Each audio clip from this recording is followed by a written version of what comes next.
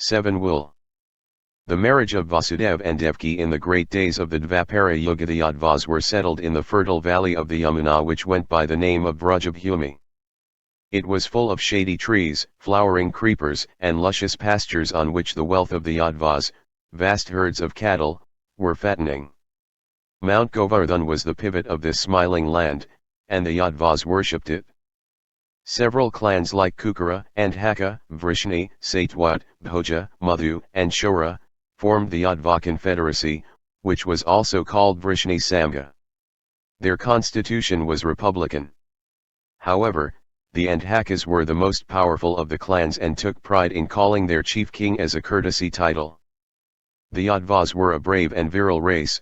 They were also proud of their high position among the peoples of the earth, for they claimed descent from Brahma, the creator himself. Brahma had 2 sons, Atri and Daksha. Daksha begot Utti, who begot Vivasvat, Vivasvat begot Manu. Ila, the daughter of Manu, was married to Soma and gave birth to Pururavas, who in the prime of his life fell in J6 VE with Urvasi, the beloved Apsara of the gods. Pururavas had 2 sons, the elder being Ayusha. Ayusha begot 5 sons, the mightiest of them was Nahusha, whose firstborn was Yayati. Yayati was the first on earth to be a great conqueror. He conquered both the demons and the gods. Yayati's first wife was Devyani. She was the daughter of the Bhargava sage, Shukrakarya, the high priest of the demons. By virtue of his tapas the sage abased the pride of gods. Devyani gave birth to 2 sons, Yadu and Turvasu. The descendants of Yadu were known as Yadvas. Yad had a son called Krishto. Krishto's son, Devamadush, begot a son, by name Shura. In the Treta Yuga which preceded the Dvapara, the demon Madhu lived in the forests of Brajabhumi, where he became so strong that they were known as Madhuvana. Madhu cleared the forest and founded a settlement on the banks of the Yamuna, which came to be known as Mathura. Great wickedness was caused on earth by the sons of Madhu, and men trembled at their very name. Kshatrupna, the brother of Sri Ramachandra, in whom God had descended in that age, was angry at the sons of Madhu whose hearts were evil. He invaded Mathura and destroyed that race of sinful men. He also cleared some forest areas in the valley, and under him and his sons of the Ikshvaku dynasty, the former Madhuvana settlements flourished as never before. Then Shura achieved power among men. Led by him, the Yadvas invaded Mathura and conquered the descendants of Kshatrupna. Then the Yadvas built settlements in the valley. They grew rich in cattle, silver, and gold. And Vrajabhumi came to be known as Shurasena after him. Vasudeva was descended from Shura. He was born when the stars were propitious. Then bugles sounded in the heavens and kettledrums resounded on the earth, hence he was known as Anak Dundubhai. Flowers were also showered on him by the gods, for he was beautiful like the moon, and his fame was to spread till the end of time. Vasudeva had 5 sisters, of whom one was Parita. She was adopted by the king of Kuntabhoja. Later she became the wife of Pandu and the mother of 3 of the 5 Pandavas, the conquerors in the Bharata war, whose names were destined to be inscribed in human memory for all time. One of Vasudeva's sisters was married to the king of Chedai's son and gave birth to Sishapala. Vasudeva was the chief of the Shuras, who had vast. The marriage of Vasudeva and Devki 5 herds of cattle. However, as we have said before, the Andhakas, another clan descended from one of the sons of Krishto, had become powerful, and Vasudeva was a feudatory to their chieftain, Ugrasena, whom people called the king. Ugrasena had 5 sons and 9 daughters. The firstborn of his sons was Kamsa. Devaka, the brother of Ugrasena, had 4 sons and 7 daughters, of whom Devki was the loveliest. There was strife between the Shuras and the Andhakas. Their herdsmen often fought with one another. And the elders of the 2 tribes decided that Devki should be wedded to Vasudeva, so that they could live in peace ever afterwards. The marriage took place in the palace of King Ugrasena. Vasudeva went round the sacred fire 7 times, leading the girl, whose face was like the moon and who was gifted with incomparable charms. the auspicious event was announced to the world by the joyful sound of conchs and fifes, hand drums, and kettle drums. And the Yadvas were happy.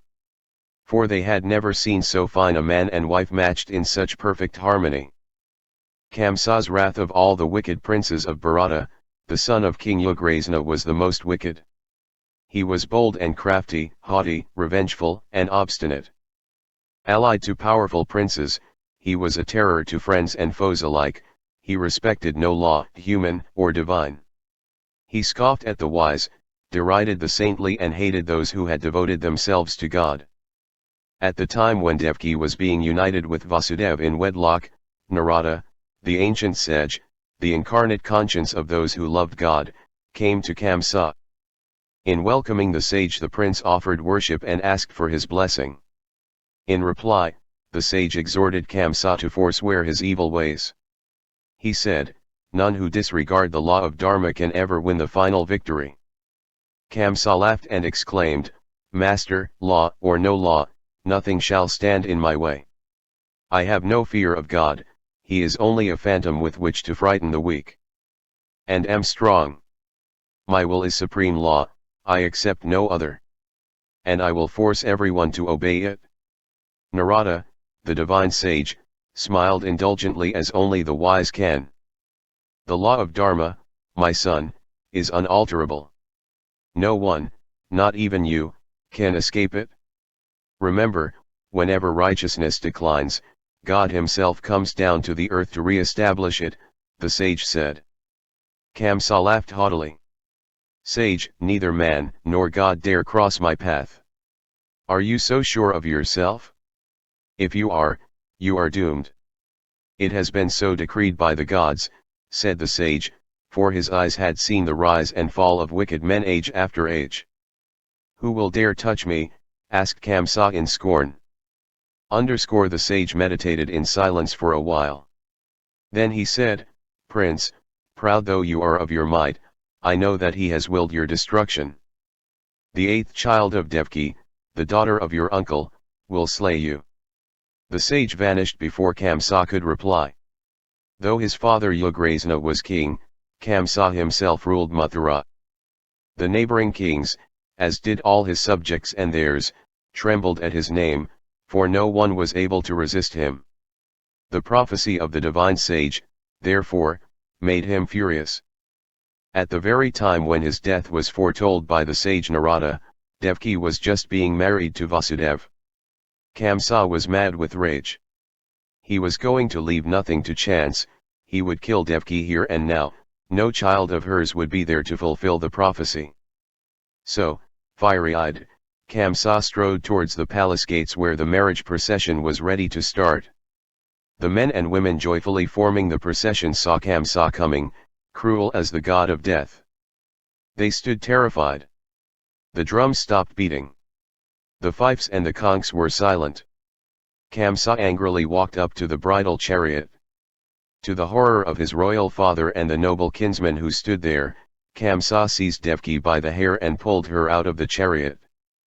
For a moment before, the newly wedded bride, bedecked with ornaments and glowing with hopes, had been all joy. Now as she was dragged down from the chariot by Kamsa, a scream of horror escaped her lips.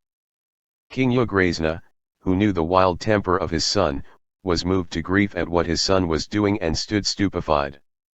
Vasudeva, the young Yadva prince, jumped down from the chariot and seized the hand of Kamsa which held an uplifted sword. "Most noble prince, scion of Bhoja's glorious line, what are you doing?"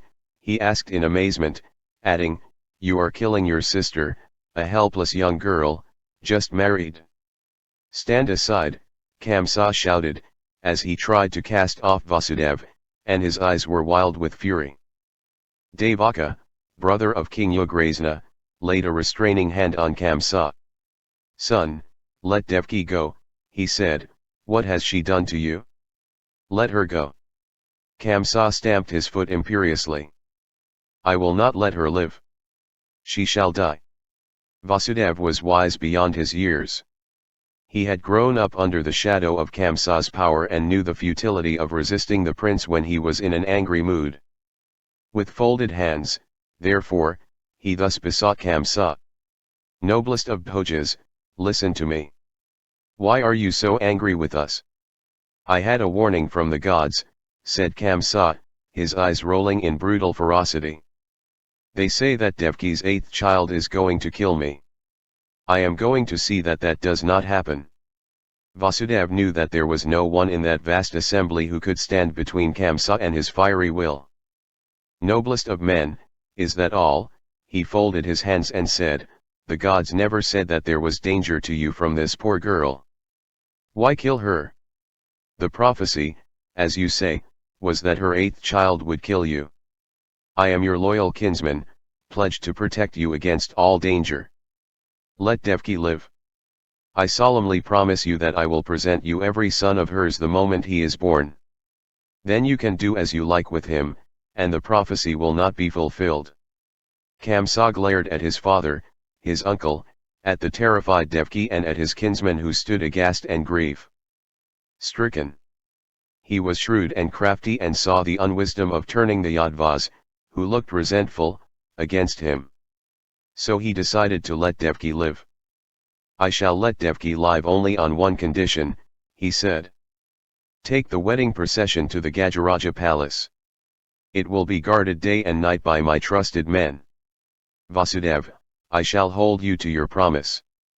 Every child of Devki, as soon as it is born, shall be handed over to me. Remember this, make no mistake about it, I will not let a single child of yours live, whatever happens. Kamsa makes a plan. The Shoras as well as their allies, the Satwats and the Kukaras, felt deeply humiliated at the incarceration of Vasudeva and Devki, and that too on their wedding day. The Andhakas, the clan of which King Ugrasena was the chief, also felt disturbed by the barbarous conduct of their prince. And so it came to pass that this dissatisfaction soon led to sullen resentment against Kamsa. A few months after, he heard from his spies that the dissatisfaction was growing. The high-souled Yadvas were discussing among themselves not only what he had done to the chief of the Shoras, but all his wicked doings. The women also were furious. They felt that the sufferings of Devki were their own, and that not one of them could escape such a fate, and even worse, should Kamsa decree it. Kamsa, however, was not frightened by this growing resentment. He felt that the crowd was being presumptuous, and decided to crush all who opposed or criticized him. He would destroy them all, hip and thigh, he said to himself, and called his loyal adherents to a secret conclave. Kamsa's henchmen were a strange group of men. They were drawn not only from the Yadva tribes but also from those whose ways were evil. Most of them respected no law, divine or human. They lived at Kamsa's expense and did whatever he commanded and moved among the people only to keep them in constant dread. In his name, they beat or imprisoned those whom they counted disloyal. They also destroyed families and often stole women to satisfy his or their lust. Kamsa, with rising fury, heard the reports which they made to him. They said, the Yadvas speak of our noble lord's deeds as barbarous and wicked. They have sympathy only for Vasudeva and Devki. Time and again they have approached King Ugrasena to complain about our lord's misdeeds. The old king is weak and is always ready to listen to complaints against our lord. Putana was the wife of the chief of Kamsa's advisors. She made it her business to know what the Yadva women felt and talked about Kamsa. She was a stalwart, ferocious woman, and had an offensive manner, all her own. Kamsa liked her more than his other agents, for he knew that she was the only one among them who, unafraid, reported the naked truth. The Yadva women, every one of them, hate you, master, she said. They bear you such ill will that they encourage their menfolk to conspire against you. Their sympathies are all for Devki. The more you persecute her and Vasudev, the more they love them. They have heard of the prophecy and are even looking forward to her eighth child to redeem the Yadva race. Kamsa sat pulling at his mustache in suppressed anger. Having heard his agents, he made up his mind to teach the Yadvas a lesson, and a diabolical scheme started brewing in his mind. A few days later Kamsa went to the forest of Agravan to hunt. Then he paid a visit to Bama, the ruler of a little principality on the outskirts of Brajabhumi. Kamsa and Bama had been friends since their boyhood. With Bana, the ruler of another adjoining principality, they had lived as students in the ashrama of Galavarishi and by their wild tricks kept the inmates of the ashrama in constant dread. So greatly did they harass the ashrama that the Guru had been forced to request King Ugrasena to withdraw his son from it. Since those days Kamsa had developed a hatred of men devoted to learning who had taken a vow of non-possession, because they attempted to be a law unto themselves.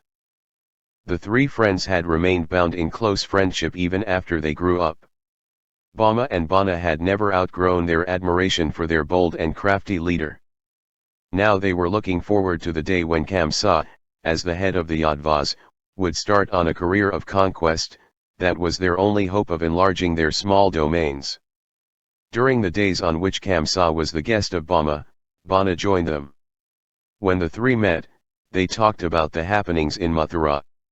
They were all agreed that the Yadvas who tried to raise their heads must be crushed. Something also had to be done to prevent Ugrasena from being the rallying point of the malcontents. Kamsa all but hated his father, who by temperament was kind-hearted and by tradition looked upon his subjects as his children. "The old fool," said Kamsa, "always loves to see them come to him and never could deny himself the pleasure of interfering with my affairs." Kamsa knew his own mind, he was determined to suppress all Yadva malcontents ruthlessly. This could only be done if he introduced among his people a hostile element completely subservient to him. Though he was heir to the leadership, the Yadvas were by instinct and tradition republican and peace-loving. Each clan loved its freedom. Naturally, therefore, they looked with distrust upon anyone who gathered power into his own hands, for that certainly meant war. This made Kamsa's position weak. Someday he might be a king, but only in name, never in reality. He could never launch upon a campaign of conquest. Something drastic had, therefore, to be done if he was to enjoy absolute power. He needed powerful friends and, until he found them, he had to be wary and patient. The most formidable ruler of the day was King Jarasandha of Magadha. He was a great general. His powerful armies had been conquering neighboring rulers and in war after war he had added other territories to Magadha. Within a few years he was likely to attain the imperial status of a Chakravarti. To Kamsa, Jarasandha was a hero whose deeds he wanted to emulate. Now that the time had come, he must take steps to achieve his goal. He would first help Magadha to win wars, if Jarasandha entered into a matrimonial alliance with him. In return Jarasandha was sure to help him acquire power over the Yadvas. And who knows? The king might die and fragments of his empire fall to his share. The plan so cunningly devised was put into action at once. Bana, a distant cousin of Jarasandha, joyfully went on a mission to win the hand of his daughter for Kamsa. He succeeded beyond their expectations.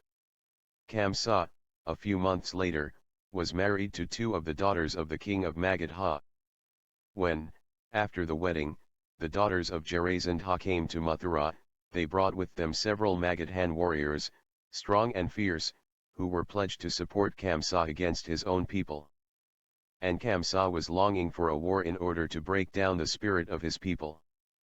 Akrura, the saintly when Kamsa was building up his strength, Vasudev and Devki were pining away in the solitude of the palace in which they were held captive. Vasudev ceaselessly prayed to Lord Vishnu to deliver them from captivity. Vasudev prayed for a deliverer, and so did Devki, invoking God's grace. She joined him in prayers and offered all the sacred vows which a noble wife should. But she had a desire of her own. She ardently wished to be the mother of the deliverer.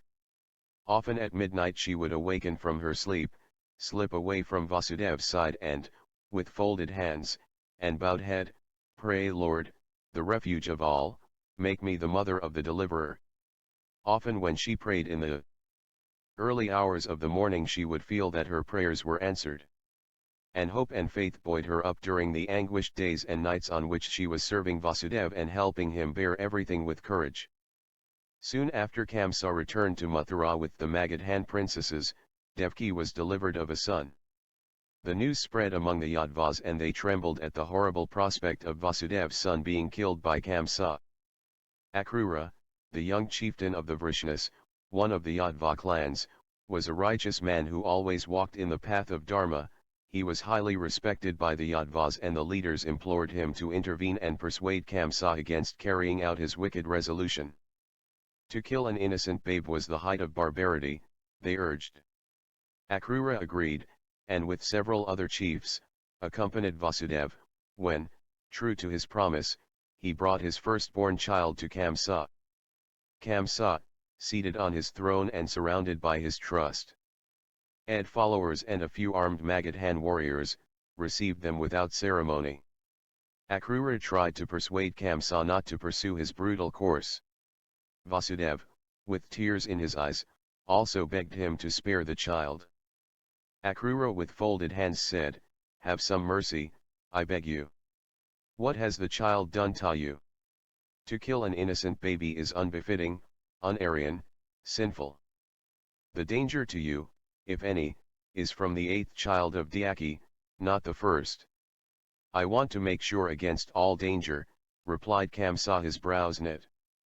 "A king should be like Vishnu of the 4 hands, mercy incarnate," said Vasudev, pressing the child to his bosom. Kamsa heard them scornfully. Then he laughed a wicked, sinister laugh. "If your God is merciful, invoke his aid," retorted Kamsa. "I am not a god. I don't want to be one. And I am not merciful." Akrura and Vasudev continued to plead for a long time, but in vain. Kamsa went on staring at them scornfully.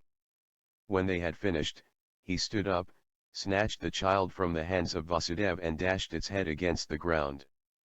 The Yadvas present there burst into groans of horror. The Yadvas felt as if they had been struck by lightning when they heard the news that Kamsa had killed Vasudev's child. They did not know what to do or to whom to turn. At last the leaders went to the palace of King Ugrasena. Men wailed in grief, women beat their breasts. It was terrible. Something must be done to stop this savagery. King Ugrasena heard the recital of his son's gruesome deed and tears fell from his eyes. With tottering steps, he proceeded to the palace of Kamsa to remonstrate with him. What happened between the father and the son, when they met, no one knew. But the king did not come out of Kamsa's palace, and no one but his wives and chosen attendants could see him any more. He was now his son's captive. The Yadvas were shocked as never before, for, by the law of the Aryans, a father should be a god to his son. The next day, Kamsa's mercenaries spread terror in Mathura. The saintly Akrura was locked up in the same palace in which Vasudev and Devki were. The houses of the chieftains who had accompanied him were set on fire. The guards of the king's palace were massacred. Men locked themselves up in their houses. Those who felt themselves to be singled out for punishment fled the town. As Kamsa drove through the town, his chariot surrounded by trusted men, celebrating his triumph, he heard the shouts of his henchmen and the screams of their victims. As he thought of his revenge, he pulled at his mustache. The Yadvas were now receiving their due, he thought. In the palace which was their prison, Vasudev sat in front of Devki, as she lay on her bed, sobbing disconsolately. She was dry-eyed, for she had no strength even to shed tears. A cry of anguish arose from her desolate heart. "Lord, my beloved, thou fountain source of mercy, send the deliverer and soon." Akrura, who was standing there, gave them consolation. "Sufferings are the melting pot of the Lord. Do not fear, Devki." To Vasudev he said, "The deliverer will come, Vasudev. The ways of the Lord are inscrutable. Glad tidings came to me 4 days ago. In a few days the venerable Muni Krishnadvapayana on his way to Indraprastha, will be halting here. He is the wisest among the wise and will show us some way." Akrura, though young in years, was old in knowledge, and unshaken in his faith in God's wisdom. And he was loved by the people of Mathura, whom he had always helped in their sorrow and distress. been suppressed. Many Yadva leaders had migrated to neighboring territories with their families. Others had submitted to his will, their spirits crushed. But everyone, even those who were loyal to him, felt unhappy about the injustice of punishing so saintly a person as Akrura. Kamsa was quite satisfied with what he had achieved at the first stroke and wanted popular feelings to subside. Therefore it would, he thought, be a good device to set Akrura free. People would forget their resentment in praising his clemency. Riders came from Bhishma, the great Kuru warrior. He was inviting Vasudev to come to Indraprastha. Kamsa did not know what to reply. Bhishma was a formidable chief, who presided over the powerful empire of Hastinapura. To ignore his invitation would be to make an enemy of him. Kamsa could not find a way out of the difficulty. But he knew that Akrura was a favorite at Hastinapura, and might find some solution. And so Akrura was released from captivity. Akrura wanted no favor from the tyrant. He went home and sent away his family to Gokul, but himself stayed in Mathura to bring comfort to the afflicted. He went from house to house and listened with deep sympathy to the reports of the atrocities which had been committed by the emissaries of Kamsa. He helped them in whatever way he could, and he gave them what he had in abundance and what they needed most, faith in the Lord. He said to them, "Even our sufferings come from the Lord, for they are the furnace through which men must pass to come out as gold. But they will be able to pass, for sages have testified to what he has promised, those devoted to me shall not perish." And hope entered men's hearts and gave them the courage to suffer and be strong. Kamsa's predicament: when Akrura, the chief of the Vrishnas, was summoned by Kamsa to his palace, he was surprised to find the prince crafty and even ingratiating. Kamsa said, "Akrura, I learn that this Krishnadvapa Vyasa, whom they call the best of Munis, is coming to Mathura tomorrow. You must know why he is coming. Tell me all about it. It must be something connected with the message which I received from Bhishma the Terrible. Do you know that he has sent messengers to fetch Vasudev to Indraprastha?" "I know that, mighty prince," replied Akrura. "What does he come here for?" Kamsa asked impatiently. Akrura replied with a smile, "How should I know?" "I am sure you do," said Kamsa. "Do you know him well?" "Yes, I do. I have met him several times," replied Akrura. "Is the Muni really the son of that fisher girl, and is he the father of the young Kuru princes?" sneered Kamsa, his eyes full of malice. Akrura answered, "The master makes no secret of it, nor is he ashamed of it. The venerable Satyavati, the grandmother of the Kuru princes, is his mother. Though a fisherwoman's daughter, she gave birth to the master. His father, as you may have heard, was sage Parashara, the grandson of sage Vasishtha, at whose feet men worshipped. Was the venerable Satyavati as beautiful as the people say when she was young?" Kamsa asked sarcastically. "What does she look like now?" For a moment Akrura was silent, for he did not want to say hasty words. Then he said, "Lord, the venerable Satyavati lag exactly as an august empress should look. She is the very image of royal dignity and wisdom." Akrura felt Kamsa's predicament. 19. Irritated at the way Kamsa was asking him questions about things he knew so well. A strange man, this Bhishma, who is called the Terrible. He remained single all his life to let his old father marry this fisher girl. Kamsa maliciously wanted to spite Akrura by insulting the woman he held in respect. Akrura again was silent for a moment, trying to maintain self-control. Then he replied, "I agree, Prince, that it is difficult for you to understand such men, but to the venerable Bhishma, his father King Santanu was a god, not in name, but in fact." For a moment Kamsa glared at Akrura. He read in his words a pointed reference to his own treatment of his father. "But see what happened," Kamsa pursued. "Didn't Santanu's 2 sons die childless, and didn't the queen have to call upon the Muni, her son, to come to her aid? And did he not beget Dhritarashtra and Pandu by the widows of his step-brothers? Yes, by the ancestral law of Nayaga. Akrura replied to the insinuation. Kamsa suddenly became ingratiating, and said, "Now tell me, Akrura, the honest truth. You have been to Hastinapura a few months ago. Haven't you? Of the two Kuru princes, Dhritarashtra is blind and cannot succeed to the empire of Bharata. The other one, Pandu, is weak and ailing. Neither has children. What will happen to the empire when they die?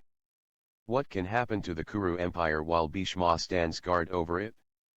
The Kurus flourish by dharma and not by guile or force," replied Akrura. "I see," said Kamsa. "But why do they want Vasudeva in Indraprastha? It must be some trick of the old man." "I only know this, that the venerable Bhishma is above all deceit," replied Akrura. "But I am not going to allow Vasudeva to go," said Kamsa. "I know you will not, but then you will offend Bhishma, and if his anger is roused, he will be terrible. If you are wise you will not stop Vasudeva from going. But he himself will not go and leave Devki behind, and you, prince, are not likely to let her go with him." "Right, right," said Kamsa laughing. "You are a clever man, Akrura. What reply shall I then send to Bhishma? Come, tell me. Shall I send Uncle Devaka instead? Tell me what to tell the Muni if he brings the same message." "Why not tell the truth?" asked Akrura. "You will not let Vasudeva and Devki go because they will not return, and you are afraid that one of their sons will kill you." Kamsa growled, "You are talking foolishly. Why should I trouble about that?" "Because everyone knows it," Akrura replied with a smile. "Look here, Akrura, you are trying to be too clever for me," said Kamsa. "I want Vasudeva himself to refuse to go. He won't leave Devki behind. Also, I want you to go yourself instead. That would keep the terrible old Bhishma contented." Akrura was again silent for a little while. Then he said, "I will consult the Muni tomorrow. If he approves what you say, I shall go." "And if he does not?" asked Kamsa angrily. "Then, I won't go," Akrura replied quietly. "You know what will happen to you if you don't go," said Kamsa, his eyes flashing with anger.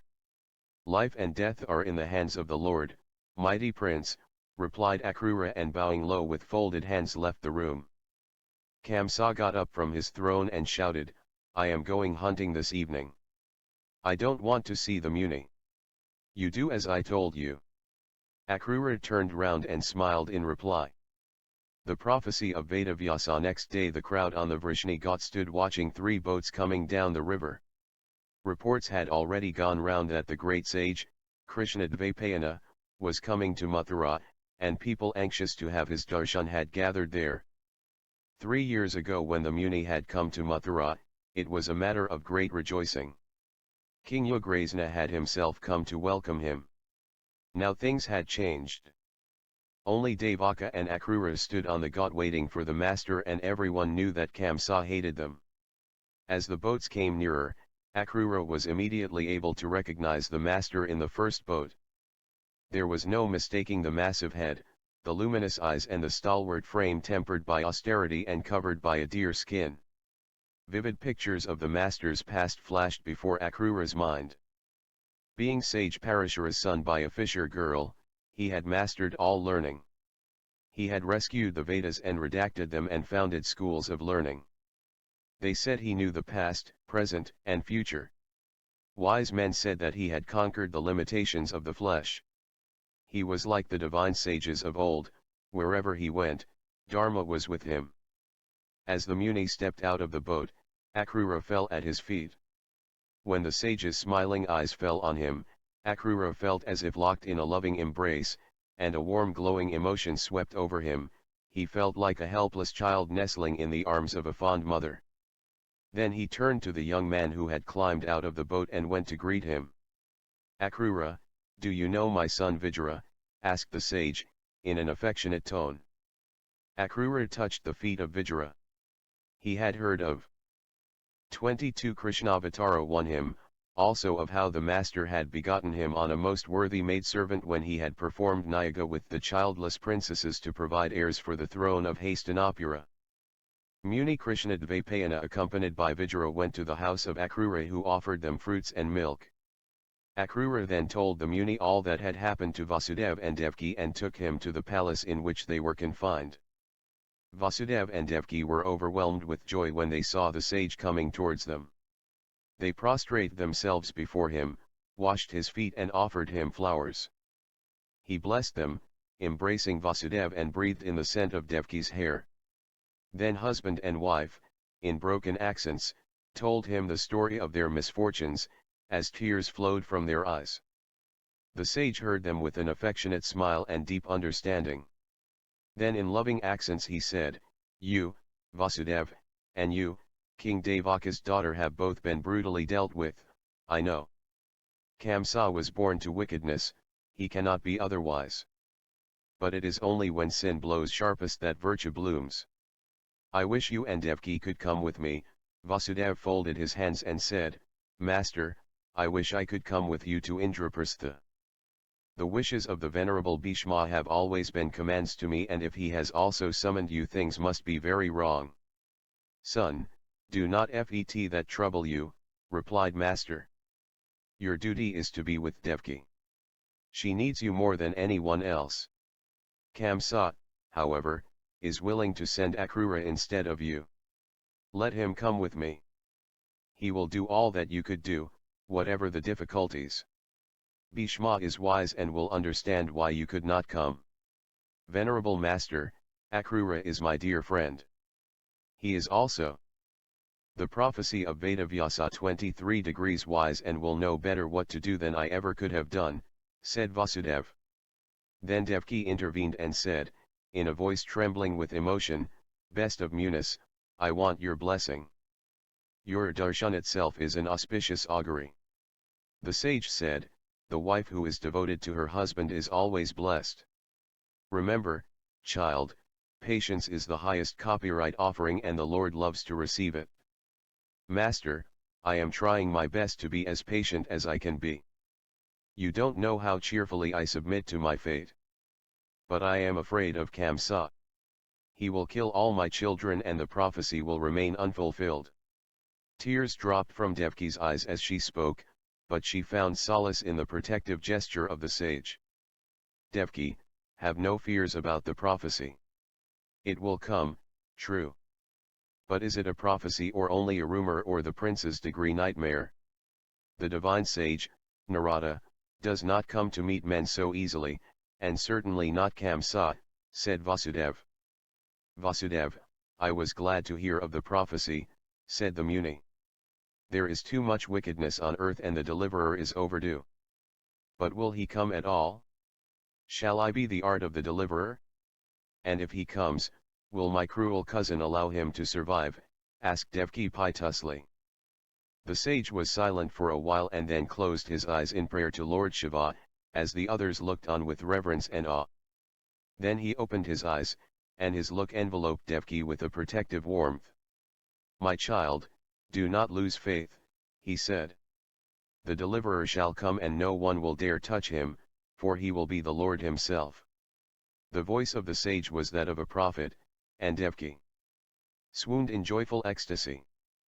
The time draws near in Hastinapura. The waters of the Ganga shone in the rays of the setting sun, and reflected the temples and houses of Hastinapura. In the palace of the Kurus situated on the banks of the river, Satyavati, the widow of King Santanu, sat in her prayer room. Her glowing dark face, the color of which she had inherited from her fisherman father, stood out against her white sari and the ashes she had applied to her forehead. Though over 60, her face and figure bore the traces of the flaming beauty and grace which, half a century before, had captivated the sage Parashara and had made old King Santanu mad with passion. A little to her right, on a board covered with golden leaves, sat Gangaya, whom people called Bhishma, her stepson, over 20 years her senior. In spite of his age and white mane and beard, he sat erect. There was not a wrinkle on his brow, but for the moment it was knit, and his eyes were sad. In front of the queen, Muni Krishnadvapayana sat on a mat made of sacred grass. He was fairer than his mother, though not as fair as Bhishma. His features, inherited from some distant maternal ancestor, were irregular and plain, though they shone with a light of goodness such as had never been known on any other countenance. Vijaya and Akrura sat on either side of the sage. Sage Krishnadvapayana had performed the miracle of collecting and putting into a new shape the sacred Vedas which the divine rishis had received by inspiration in the great days of old, and the homes of learning had as a universal tribute called him Vedavyasa, out of respect. Krishna, I had to call you from Prayag suddenly, for a catastrophe again threatens the line of the Emperor Bharatan. No one can help us but you, my son. Oh, why was I born to trouble people again and again, said Satyavati, her voice choked with emotion. Mother, I am glad you sent for me, said the Muni in an affectionate voice. It is no trouble for me. Did I not promise you when my venerable father took me away that I would be at your service at all times? I am always yours to command. The smile of Vyasa was irresistible and even in her grief. Satyavati could not help smiling. Great as her son was, and though he had been living far away from her for a long time over the past years, she had always thought of him as her darling and he had been her main support in all the crises in her very difficult life. It was an evil moment when my father induced the Lord of the Kurus to take a pledge from my Gangaya not to marry, Satyavati said in a sorrowful voice, looking at Bhishma, who sat silent, an embodiment of self-restraint. Again and again in the past I begged of him to marry, but, Krishna, you know what manner of man Bhishma is. He would not break his vow. By being faithful to his vow, he has been cruel to me, his father and his ancestors. Mother, don't give way to despair. Tell me what the trouble is. Satyavati again wiped the tears and replied, years ago, we celebrated the marriage of Dhritarashtra and Pandu. We thought that the line of the Kurus would flourish as long as the sun and the moon continue to rise in the sky. But now, though they are married, the queen could say no more. Mother, what is it? Tell me frankly. Satyavati continued, her voice quivering. Dhritarashtra, being blind, cannot be a king. His wife Gandhari is pregnant, but a curse is on her. More than a year has passed since she 26 Krishnavatar I has conceived, but the child that was to be has withered away in her womb. What a misfortune, said the sage. Pandu, Satyavati stopped for a moment, looked at the ground in agitation, summoned up courage and continued in a low voice, he will not have any sons, he cannot. A curse is on him also. There was a moment of silence. Bhishma spoke bitterly, all my life I have worked to enhance the glory of the great Kurus. But now there will be none to offer obsequial offerings to them. His voice was low, bitter, and sad. And I am the sinner, interjected Satyavati. For my sake, Bhishma took the vow never to marry. And the Lord Shiva has not yet punished me enough for that sin. Can we not do anything to perpetuate Bharata's noble race? Satyavati sobbed. That is not all, said Bhishma in a low, self-controlled voice. If the world knows the calamity which threatens us, the glory of the Kurus will have gone forever. What new calamity?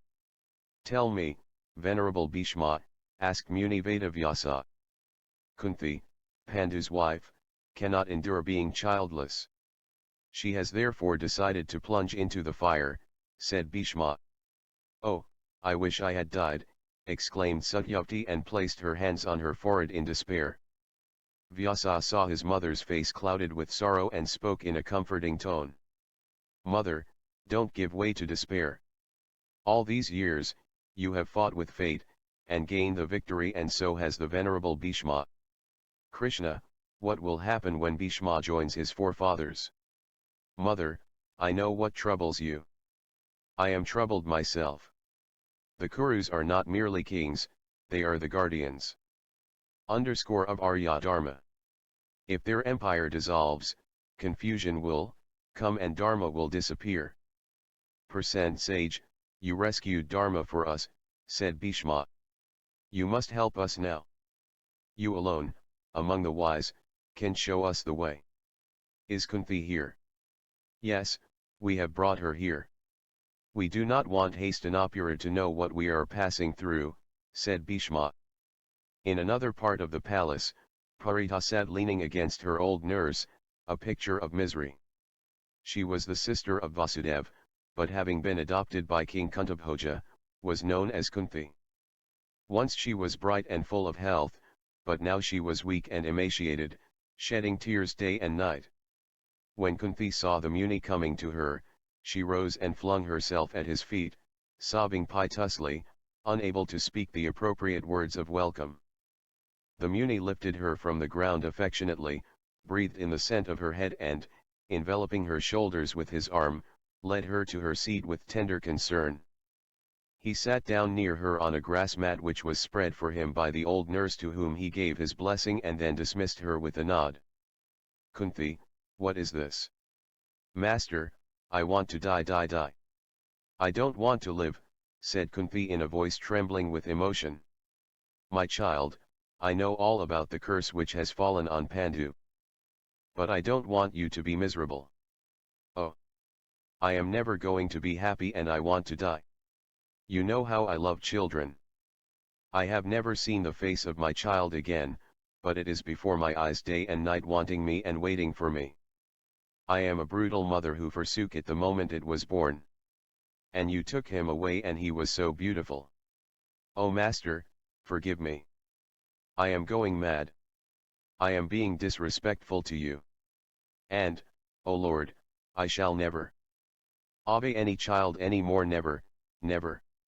And the laughter of my children, waiting to be born, will pursue me till I die. T want to die dis. Master, it is the only way out, the sage gently placed his hand on Kunti.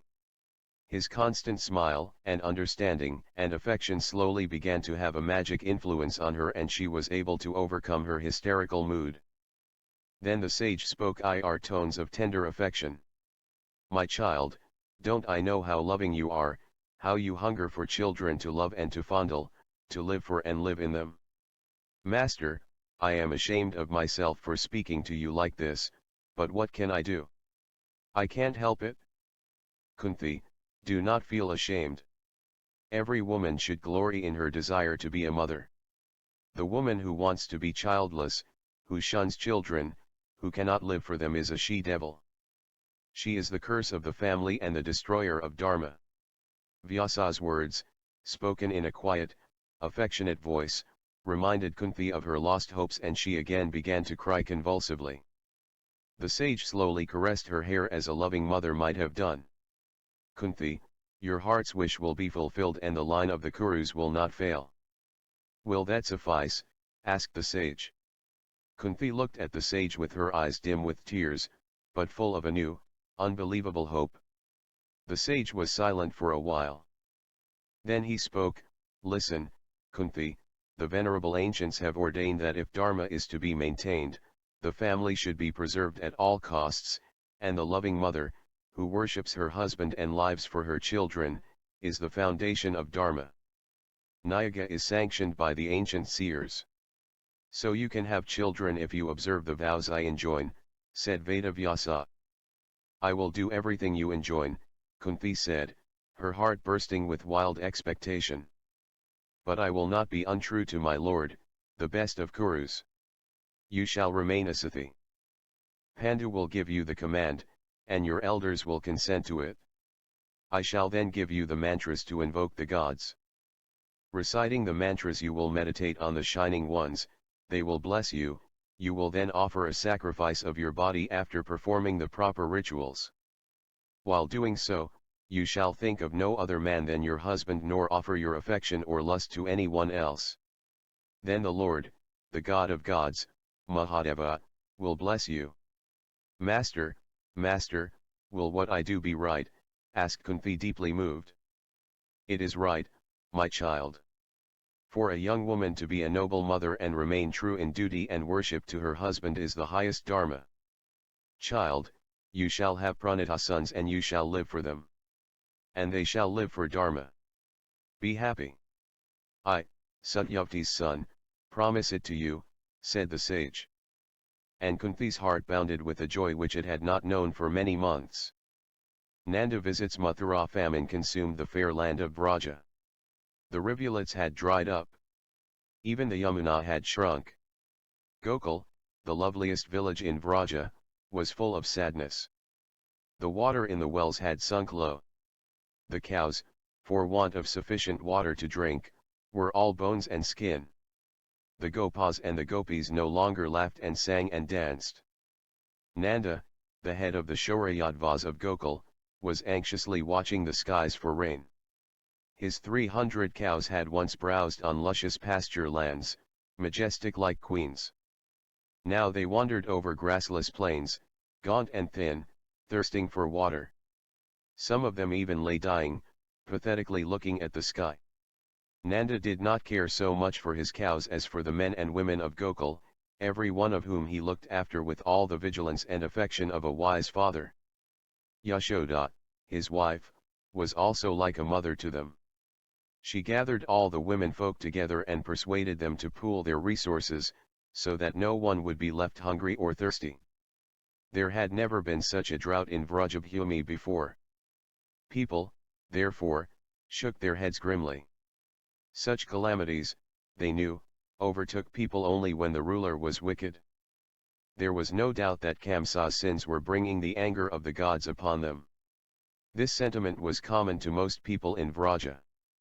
Even in Mathura, everyone was weary of Kamsa, except his parasites. By now, 6 of Devki's sons had already been killed by Kamsa, and every time a newborn babe was killed, people were horrified. Yet they took comfort in the hope that the prophecy would come true and that these deeds would bring the birth of the deliverer nearer. One day, Gargacharya, the family priest of the Shauras, made the long journey to Gokul in order to spend much time in converse with Nanda. Garga's eyes were filled with anxiety, but Nanda's face, though lit with a gay smile, showed firmness. The next day, as Garga had already warned Nanda, Kamsa's men came riding to Gokul. The prince had ordered Nanda to present himself at Mathurd, they said. Nanda had already made up his mind to obey the summons. So, forthwith, 8 carts were yoked, and the chief of Gokul travelled to Mathura, accompanied by 10 sturdy Shauras with scythes in their hands. During the last 6 years, Kamsa had grown desperate. He knew no peace, for he felt that every man's hand was against him. He knew no rest, for his mind was occupied in devising plans for fighting enemies, both real and imaginary. At night he could scarcely sleep, for he thought of treacherous henchmen plotting to assassinate him and the Yadvas awaiting their deliverer. Though the deliverer was yet to come, Kamsa saw him day and night before his eyes. As reports reached him of how men and women talked of the coming deliverance in whispers, he felt an invisible net closing in upon him. Often he had nightmares, when he would awake from his sleep, his heart throbbing and his body bathed in perspiration. And then he would see the deliverer coming. Every morning he would rise from his bed, gnash his teeth and swear that he would win his way through, whatever the cost. Then the drought had come, and on its heels, famine. It had led to general discontent. Kamsa saw resentment in every eye and decided to frighten the Yadvas into submission. His men moved about the countryside, threatening to take away the cattle and confiscate the lands of the farmers and the cattle owners. Kamsa, who was keeping a close watch over Devki, counted the few days that remained before she would be delivered of her 7th child. Or, was it the 8th? Kamsa wondered sometimes. Kamsa received reports of how jubilant the Shauras were at this news and how they were openly talking of the coming of a deliverer. Nanda was the most powerful of the Shauras and the father of his tribe. He never spoke openly of the deliverer, but Kamsa knew that he shared the faith of his people.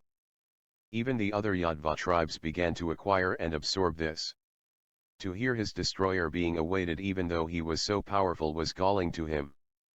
Something drastic had to be done, and so he summoned Nanda to his presence.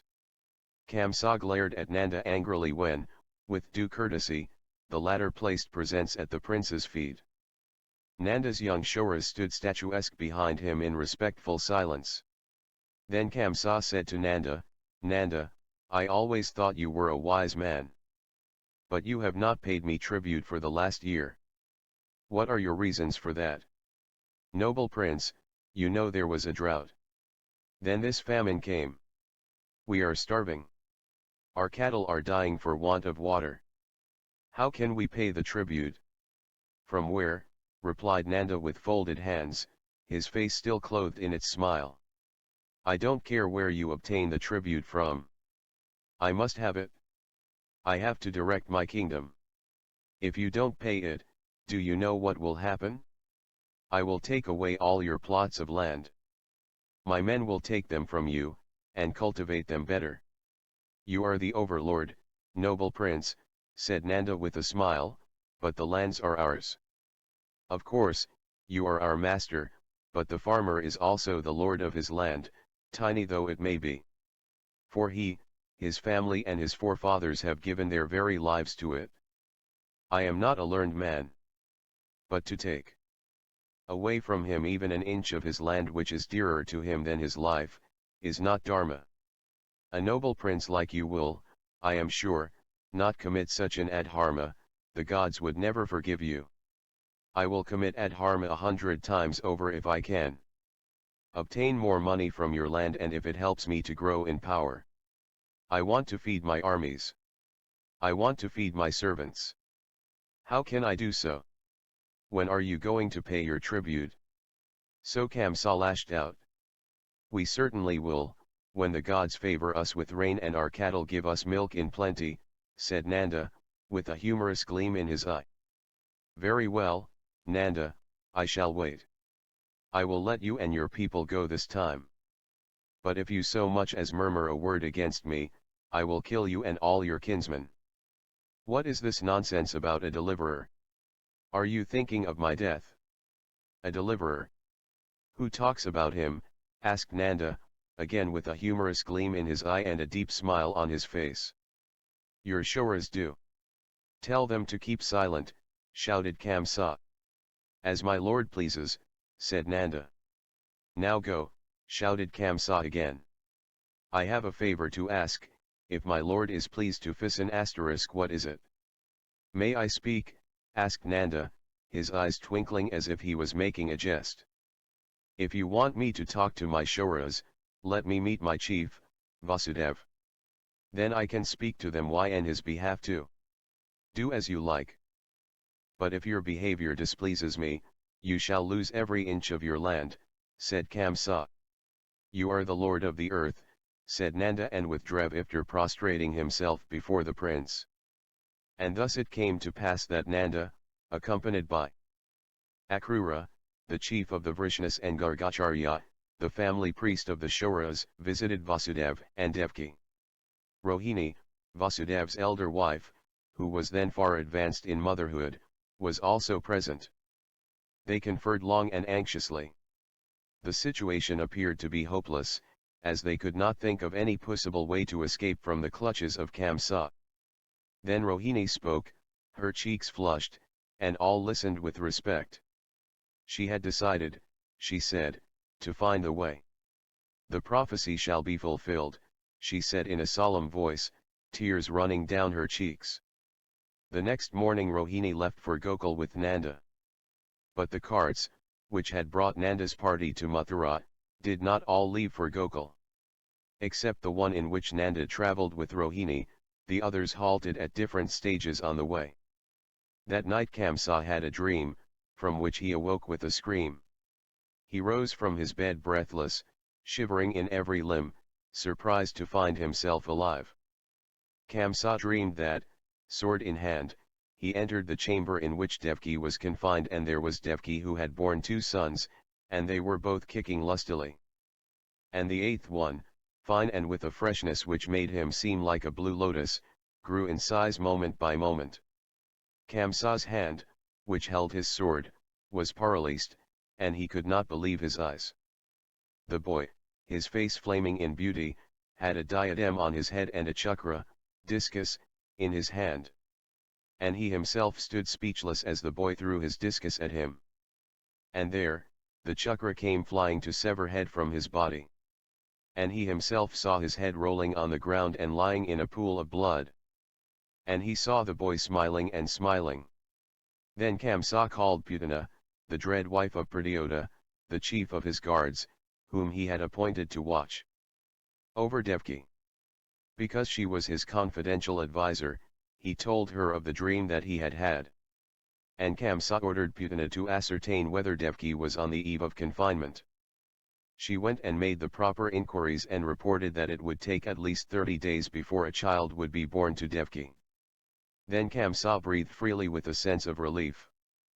Balrama is born for 10 days. Vasudeva and Devki prayed to the Lord. He had given a promise and he was bound to fulfill it. Devki, then, knew that the word of Vyasa would come true, and she was happy. The guards of the palace saw the love and faith with which Vasudeva and Devki faced their trials day after day, their hearts melted, and they also grew anxious to see that the Shora chief and the princess should come to no harm. They had heard of Vyasa's prophecy and knew the faith of Akrura that a deliverer was coming, and in their heart of hearts they wished that he might come soon. On the 10th day, after Nanda, the chief of Gokul, had left Mathura, at dead of night a boat came stealthily to the god, landing place, of the palace where Vasudeva and Devki were kept imprisoned. One of the 3 men in the boat, who had a bundle in his hands, climbed out of it. Akrura, who with Gargacharya generally stayed with Vasudeva, came down the steps of the god. Lord of the Vrishnas, I have come, said the young man. Akrura pointed to the bundle in his hands in silent inquiry. Yes, a stillborn girl. Akrura raised his eyes in silent prayer. 2 guards standing there on duty came near them. Akrura said to them in a whisper, Gargacharya has called this young Brahmin to recite the mantras to save Princess Devki's life. Please go and inform your master, the noble Kamsa, that the princess is likely to give birth to a son. The guards opened their eyes wide in surprise and left hurriedly to discharge their duty. Gargacharya, with 2 old women, was waiting for the young man's arrival. For a few minutes they talked in whispers. Vasudeva was sitting by the side of Devki, who lay in bed with closed eyes, her hand reposing in his. Garga then motioned to Devki to go with one of the midwives into the inner room. Child, said Garga, placing his hand on Devki's head, may the Lord give you strength. Gurudeva, do not torment yourself. I will go through fire, if need be. Nothing will happen to me, she said with a smile. For 2 days I have felt as if Ananta, the thousand-hood god, was here to protect me. She folded her hands, fell at the feet of the preceptor and Vasudeva, and then left. With the old women. The young man handed over the bundle to one of the women. For some time everything was quiet. Then Devki's piteous cries of pain were heard, the cries became more and more piercing. At last, there was an almost savage scream, broken by sobs. Gargacharya, Akrura, Vasudeva, and the young man could hardly even breathe as they waited. Then they heard the shrill cries of a newborn baby, strong and vigorous. Some time passed. The cries of the baby quietened. One of the old women came to where the men were startling. It is a boy and very, very strong, the old woman said, and her toothless mouth was formed into a queer smile that spoke of her joy. Come, come all of you, she cried. The men stepped gently towards the room and peeped in through the open door. In the poorly lit room Devki was lying in bed, pale and exhausted. By her side lay the baby, fully developed, though he had arrived so early, having as great a feed as he could. Let us not lose time, said Akrura. The guards have gone to inform Kamsa and may return any moment. Devki smiled sweetly. Yes, I know. She hugged the child close to her bosom as a precious possession, then motioned to one of the old women to take it away, and wiped a tear. The woman took away the baby, which was again crying lustily, gave it a bath and placed it on the ground. Gargacharya picked it up and tied a black thread round its neck, chanting mantras, incantations, all the time. What name shall we give him? Gargacharya asked. Devki, what is your wish? Vasudeva asked with fondness as he looked with admiration at his little wife and thought of what a heroic mold she was. He is very strong.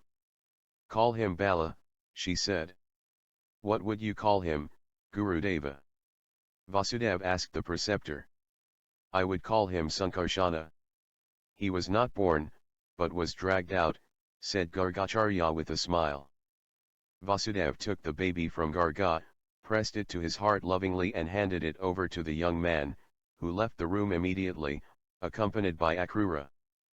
The guards ran to the palace of Kamsa, for the slightest delay in informing him about Devki's confinement would mean certain death. The message ran from guard to guard. Princess Devki is going to give birth to a child. Pradyota, the captain of the guards, when he heard the news, jumped out of his bed and ran to see Kamsa.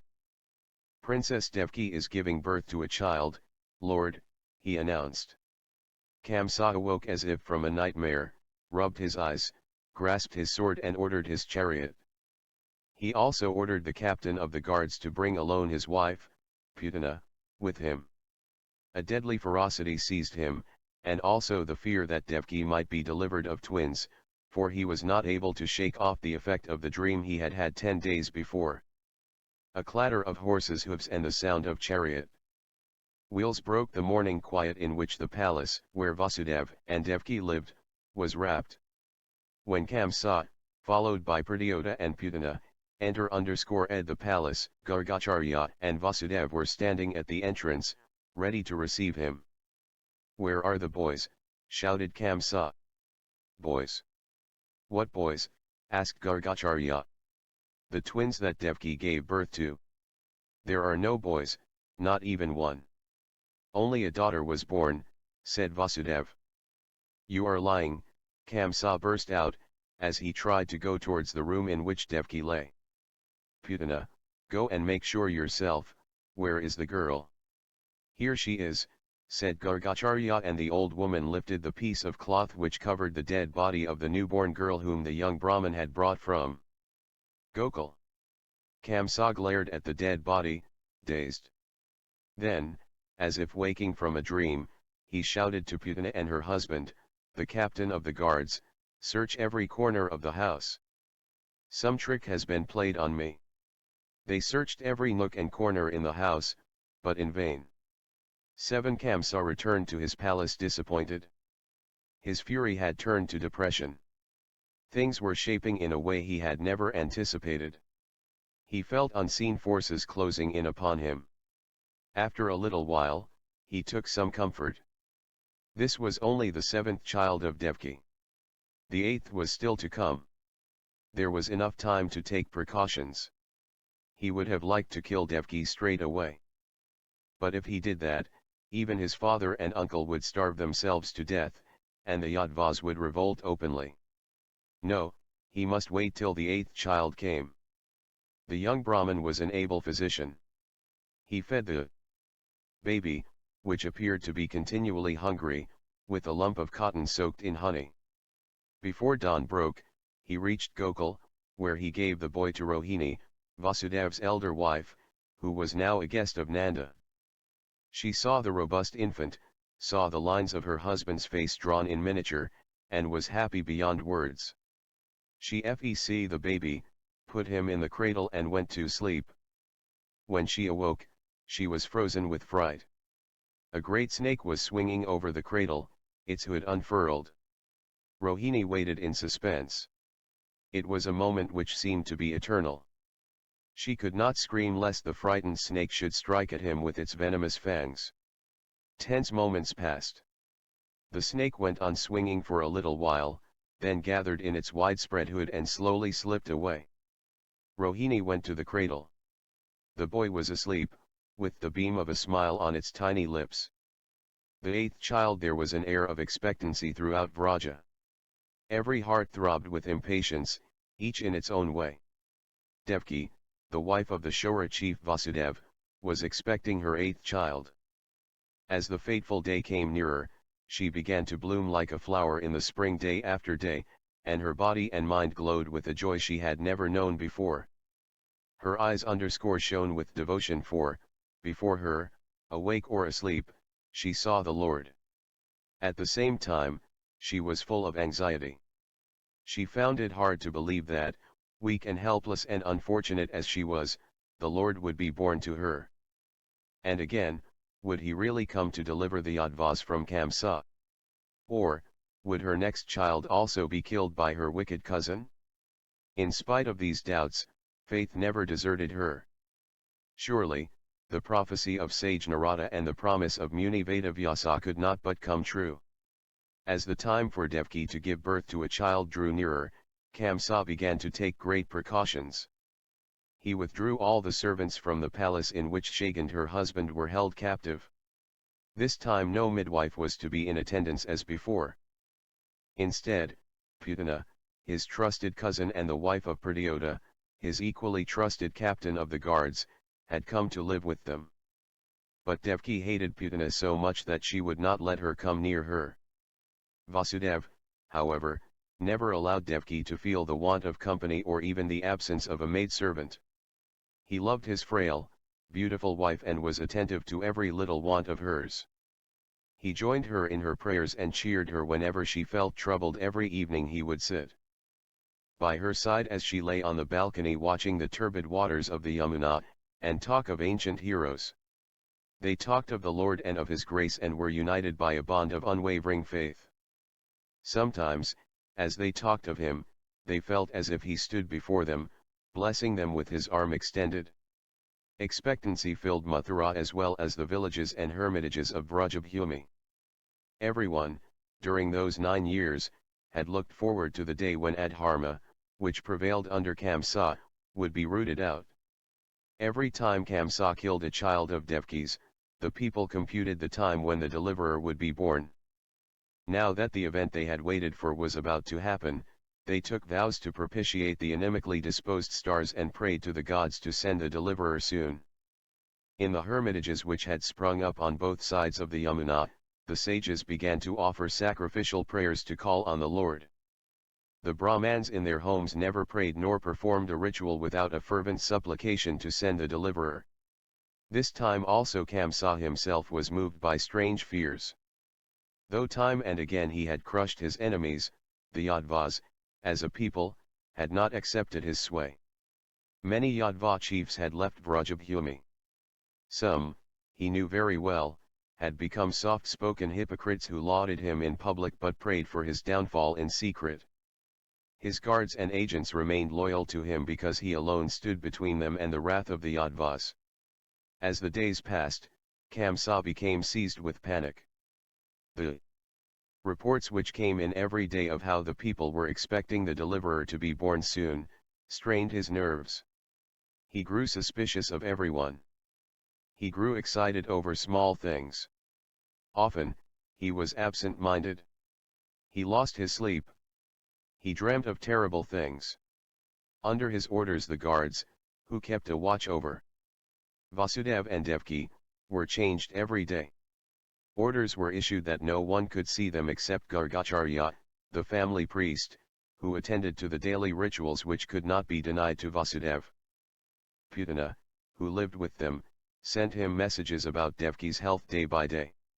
Lest there might be popular outbursts when he killed the 8th child of Devki, he posted Magadhan hand soldiers in key positions about the town. It was the 8th day of the dark half of the month of Sarvan. Throughout the day, there was thunder and lightning, and the radias came in showers and the wind lashed the streets. About noontime, in spite of the foul, stormy weather, Gargacharya came to perform the daily rituals at the palace. After they were over, the old priest embraced Vasudev and whispered a message in his ear. The rains continued to pour down heavily, and, even before sunset, darkness fell over the town. Putana, who had gone to her house in the morning, could not return to her copyright post as the roads had been flooded. The palace guards, shivering to the bones, shut themselves up in their rooms, leaving the gates open for her to come in.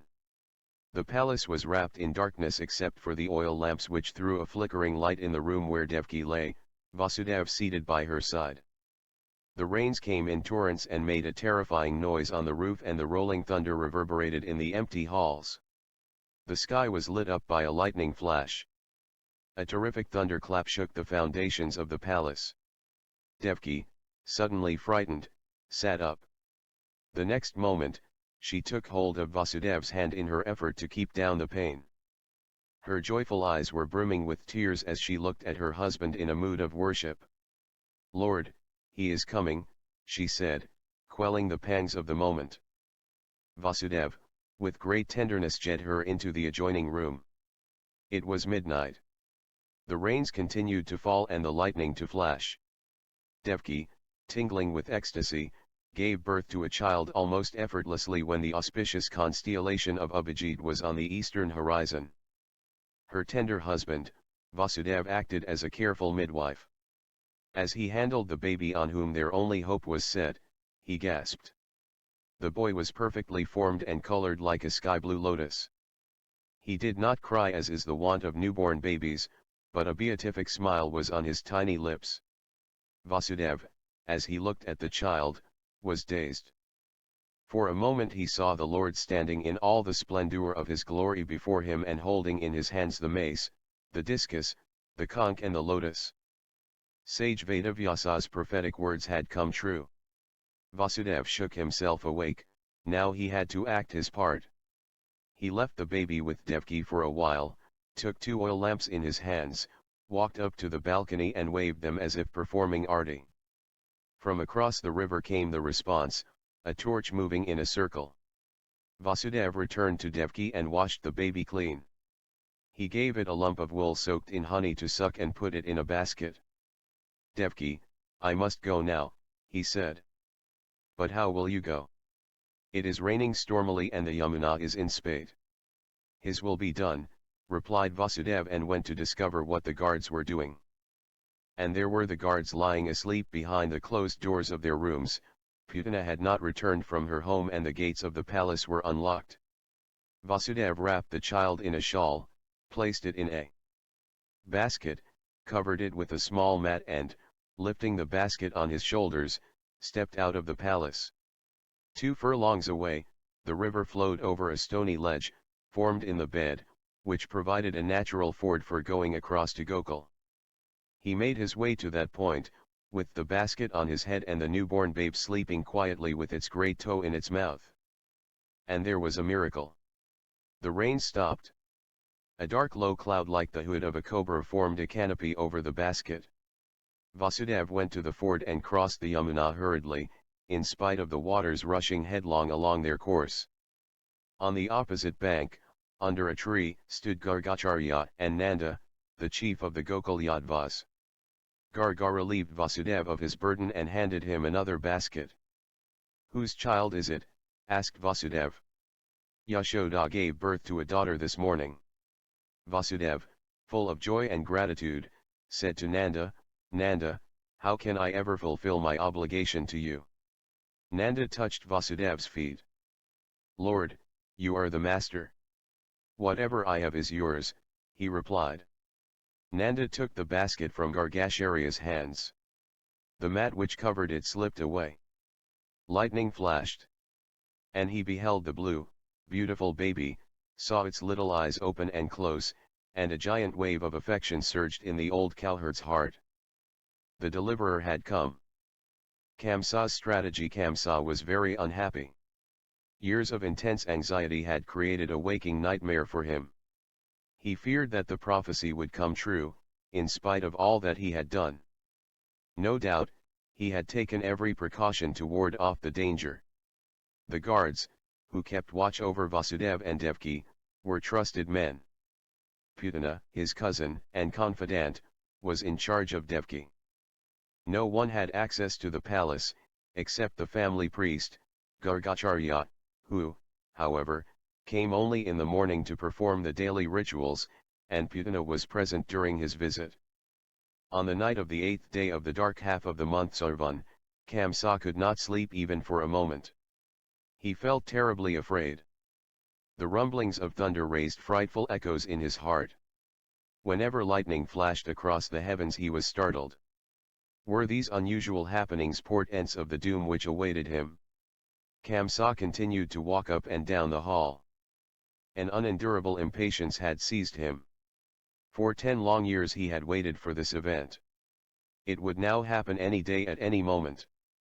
Then he would kill Devki's 8th child and the prophecy would prove untrue. Restlessly he walked up to the window and opened it to look at the sky. But he was not able to look, because he was at once drenched by the rain. He closed the window and began pacing the floor, pulling at his mustache. Kamsa could not shake off the sense of impending danger, which gripped his mind.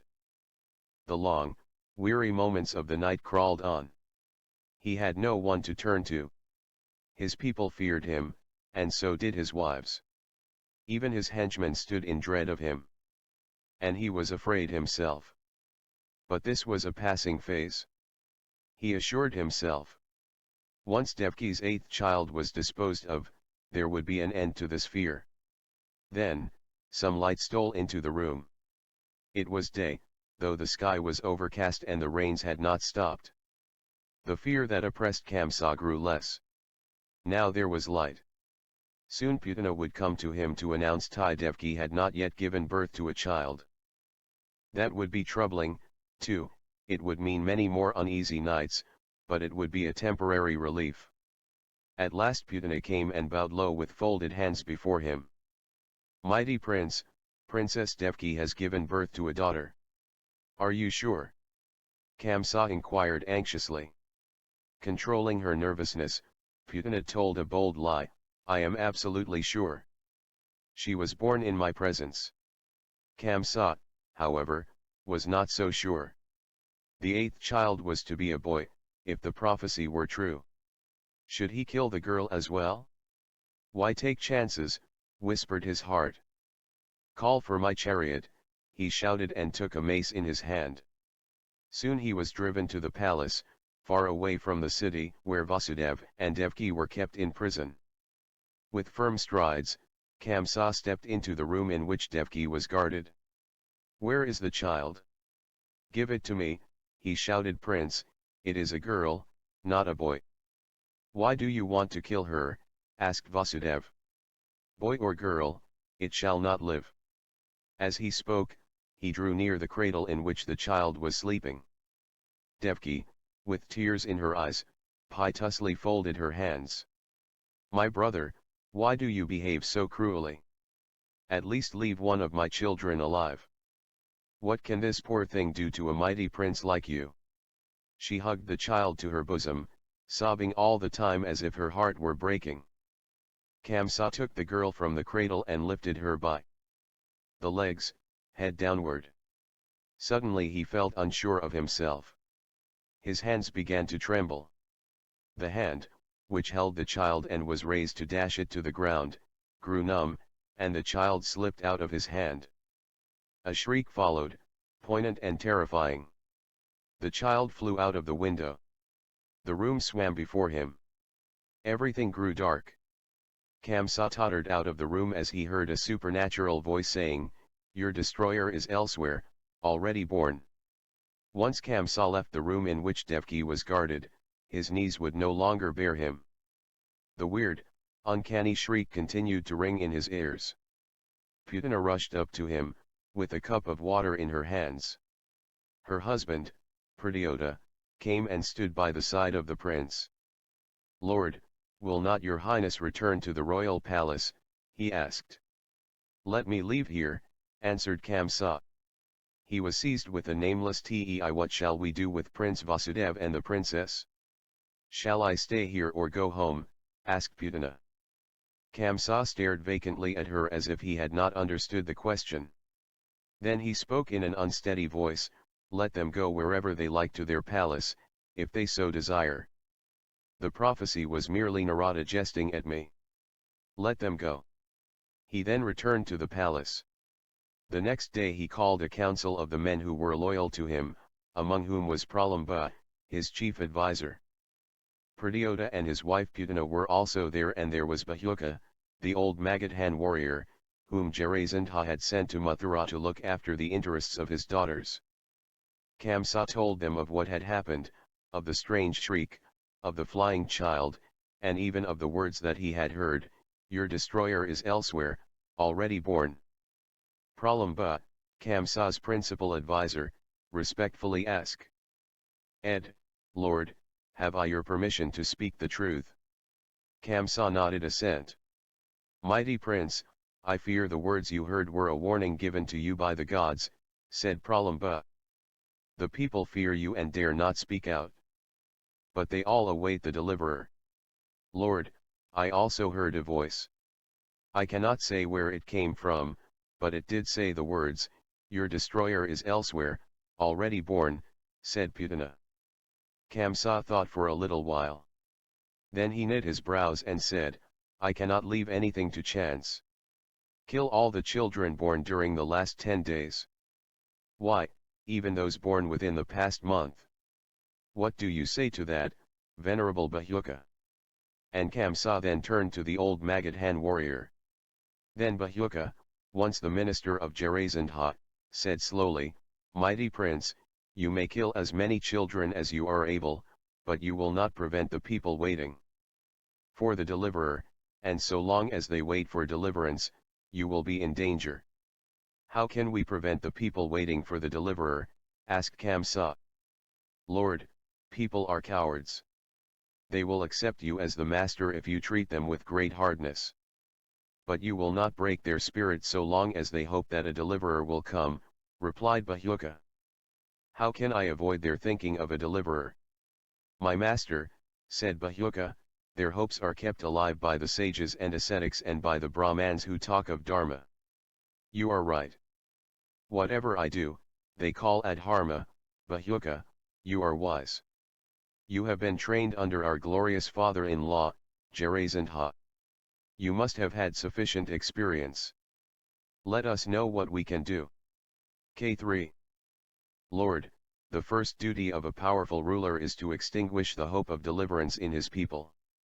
This hope, as I said, is kept alive, first, by the ascetics.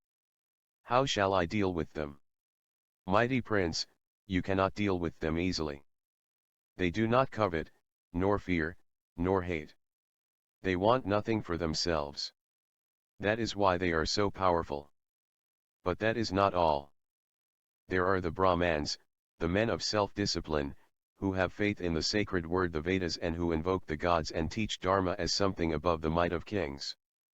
They will not accept your dictates cheerfully. They judge everyone by the canons of what they call Dharma. I have been trying to win them over by lavish grants," said Kamsa. "You cannot bribe the sages, nothing will corrupt them. And if you give grants to the Brahmans, I know, they will fatten on them. But in their hearts the thirst for knowledge will remain and they will only take the advice of those who refuse to live in riches. Tea can kill them surely.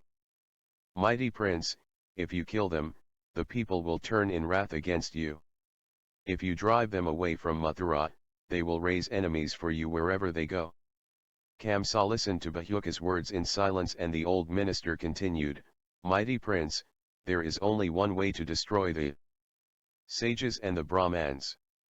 Open your purse strings to the people, teach them to eat, drink and enjoy themselves, break up their families, teach women that chastity is not worth having at the cost of pleasure, bring up children to look upon their parents as old and useless. Once the people begin to believe in unrestrained pleasures as the goal of life, they will look upon the ascetics as deranged and the Brahmans as selfish. They will laugh at those who talk of duty, tapas, love and compassion. When wine flows, self-restraint will disappear, men will be like well-fed cattle at the mercy of their cowherds. Whatever you do they will bear as patiently as uncomplaining beasts, and obey your lash as if it were a favor from you. That is a long path to follow that you have shown us. Bahuka. We shall try to follow it. In the meantime, Putana, find out how many children were born during the last few days and see that none of them survives." And he was named Krishnadevki,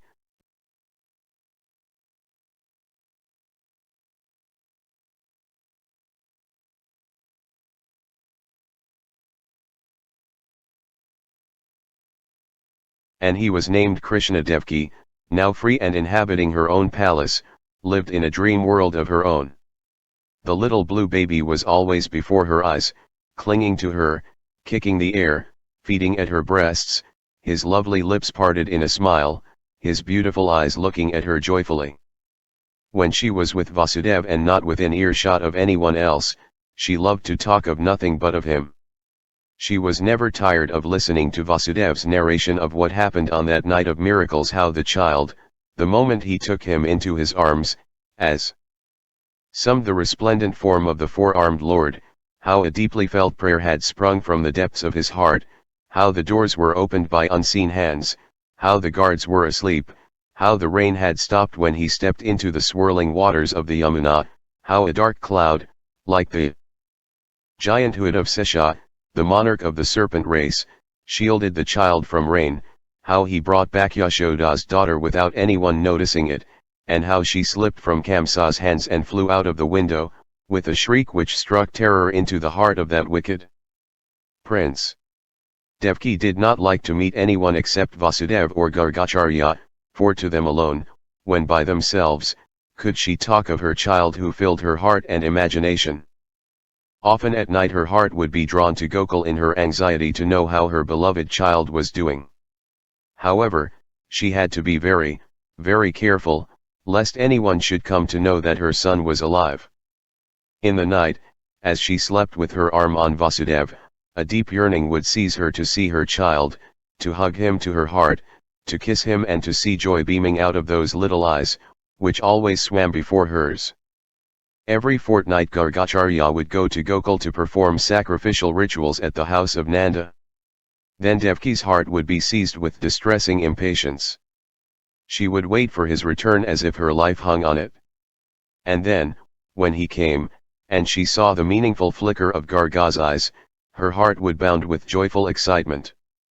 He is well, my child, my deliverer, my God, her heart would whisper. The longing to see her child sometimes became so poignant that she sang cradle songs all the time to herself. Her maids were at first surprised at this madness, but they knew that the princess had been cruelly deprived of her 8 children and that the loss was preying upon her mind. One day, Devki could not suppress the longing any more. With her loving hands, she fashioned a little clay image of a newborn baby and had a cradle made for it.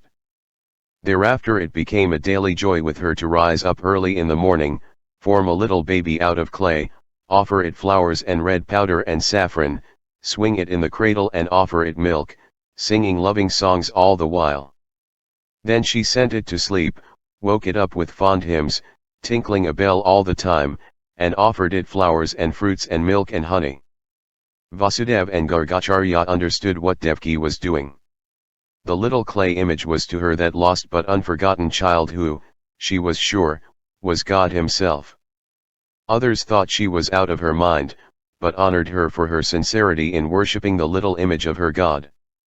Yashoda, the wife of Nanda, had been denied children so far for all these years. Her delivery, therefore, had been very difficult and painful, and after the child was born, she had fainted. Rohini, the wife of Vasudev, was the only lady in attendance. When Yashoda came to herself in the morning, Rohini handed the child to her. Her heart missed a beat in joyful wonderment. After all hope had been given up, she had now a child, and that tco a son, and so lovely and so unique, for its color was sky blue. Overwhelmed with joy, she took the child from Rohini and pressed it to her bosom. "My darling, my own," she cried in ecstasy. And the child opened its eyes, and there was a light in its gaze which, she felt, was a thing to marvel at. The report spread from mouth to mouth. Gokul was astir with wild delight. Their aged chief, Nanda, had a son, and so lovely. No one had seen such a wonderful child before. And the cowherds, Gopas and Gopis, cowherds and their wives of the Shora clan, went wild with joy. The Gopis, out of sheer excitement, were busy bedecking themselves as though for a festival. The Gopas brought out their bulls and cows, washed them clean, painted them red or green and pasted gold and silver leaves on their horns. The children, shouting with delight, danced around Vraja and entered into the full spirit of the holiday. For they all wanted to go to their chief and see Yashoda's child. Then the gay procession started for Nanda's house, the cows gleaming in gold and silver, the children, noisy and joyful, running here and there, the gopas, in multicolored turbans, clapping each other encouragingly on the back, the gopis, dressed in festive clothes and wearing burnished headdresses of brass, bringing up the rear. The procession halted in Nanda's courtyard. It was received by the old chief, who was smiling at everyone, and by his exultant kinsman. And the gopis, full of curiosity, tiptoed to the room in which Yashoda was confined, where she proudly exhibited her lovely boy to their admiring eyes. And when they saw the blue-tinted boy, they gasped in unutterable excitement. Never, never had they beheld so lovely a child. One day Devki was standing on the balcony of her palace, when she chanced to see a dark cloud moving across the sky. It was dark blue, yes, it was the color of her beloved child. She went on gazing at the cloud till its shape was transformed into that of a child. She saw the hands, the feet, and the face she had never forgotten, and the eyes that had haunted her day and night. She almost swooned with excessive delight. Yes, her beloved was dark as the cloud, he was Ganashyam. Then Gargacharya came to her, and Vasudev joined them. The family priest had already cast the horoscope of her child, and the wonder was that, according to the law prescribed by the sages, the child's name had to begin with Ka or Cha or Ga. What a miracle! It could only be Ganashyam, dark as the cloud, or Krishna, the dark one. And the next day Vasudev had a toy child made of black marble for Devki. And from that time on she made it the center of her daily worship, addressing it as Ganashyam. None except the three knew that it stood for Krishna, nor was anyone allowed to know it. For they dared not let Kamsa discover the identity of the image she worshipped with its original, who was growing up rapidly at Gokul. It was a great day at Vraja when the ceremony of giving a name to the child was to be performed. The courtyard of Nanda's house was decorated with columns of banana trees with their leaves waving the air, and the leaves of the mango tree strung from one end to the other fluttered in the air. The ground was sprinkled with sandal paste and musk, and bright, shining brass pots were placed one on the other in its center. Then Gargacharya with his pupils came to Vraja, and they were received with a flourish of conchs. Nanda honored them by making costly presents. Yashoda brought out the child, and Gargacharya fed him with rice and ghee, and the boy was named Krishna with appropriate rituals. Then followed a lavish feast for the Brahmans, in which the Gopas and the Gopis joined. The poor from all over the surrounding villages were fed. In the evening, Gargacharya and his pupils returned to Mathura. And when Vasudev and Devki were told of what had happened, they joined hands and worshipped the little dark image which lay in the toy cradle under a heap of flowers. And the faith grew strong in their hearts that the Lord himself had been born to them. 12 months passed. Vraja celebrated the first birthday of Sri Krishna on the banks of Yamuna, where an ancient temple of Gopanath Mahadeva stood. Nanda gave a feast to the Brahmans, to which all the Gopas and Gopis were invited. Yashoda, with the little child in her arms, greeted everyone with a smile. It was noon when the feast began. The child was sleepy, and Yashoda, to move about freely among the diners, placed him in the shade of an empty cart which had been tilted, to screen from the hot sun. Yashoda went about among the women, receiving greetings and exchanging jests. And suddenly there was a cry. The cart had tumbled over. With a piercing scream, Yashoda ran back terrified to the place where the child lay. And there the child was, kicking the air and crying lustily and unhurt. Nanda also rushed to the spot and wondered at the little baby that had kicked the cart over. And when Gargacharya brought the news of this miraculous feat, Devki's eyes were filled with tears. She exclaimed, "My darling, my loved one, my God," and tears of joy were in her eyes. Putana Masi goes to Gokul. Kamsa was angry with Putana. She had promised to find out all the children who were born in the month of Sarvan and to see that they were killed or poisoned. 2 years had gone by since she had undertaken the task, and all she had reported was that only 9 babies had been born in that month in Mathura and all of them had been either poisoned or stolen and killed.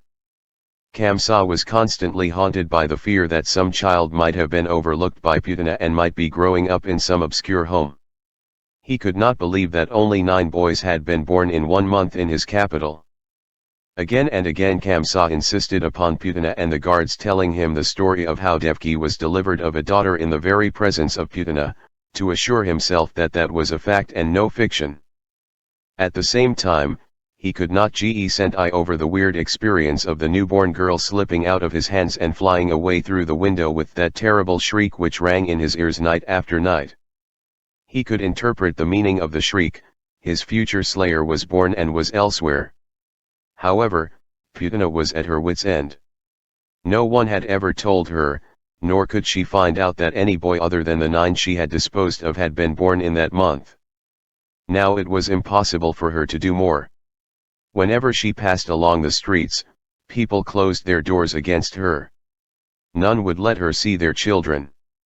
Many women with small children had left Mathura. Kamsa thought of massacring all the 1-year-old male babies in Mathura. But he knew that some of his trusted adherents had 1-year-old boys. 2 of his wives had borne sons during that year. He simply could not embark upon that venture. Then Kamsa heard that the wife of Nanda, the chief of Gokul, though she was past middle age, had given birth to a boy about 2 years ago. A few days ago Nanda, with some kinsmen, had come to Mathura to pay tribute. Kamsa's spies had picked up stories of how the birth of the child to their chief had been hailed by the Shoras, how Nanda, in his simplicity, was describing how wonderful his son was, and how the little boy's beauty and exploits were on every Shora's lips. Since Kamsa had heard this report, a strange fear had entered his heart. Was this boy, of whom Nanda and his kinsmen talked so much, destined to kill him? Nanda paid tribute regularly and was loved and respected by his people. The Shoras of Gokul were powerful and rich. They were well connected and people had a high respect for them. They had a very independent spirit and might, if offended, create endless trouble, for Vasudev, their king, was related by marriage to very high people indeed. His sister was married to Pandu, the ruling prince of Hastinapura. And to wage a war against the Shoras and to kill a 2-year-old boy of their chiefs would make him a figure of scorn from Magadha to Hastinapura. No, that would not do. The only way was to take the help of Putana. And so she was called to his presence. Putana stood in Kamsa's presence, a picture of unhappiness. She instinctively felt that she was going to be commissioned to kill some baby. She had come to hate the very idea of it. The dying gasps of the little innocents, whom she had poisoned or killed, had been echoing in her ears all the time. Pyana, have you heard of the boy born to the wife of Nanda, the chief of Gokul? Putana shook her head, feigning ignorance.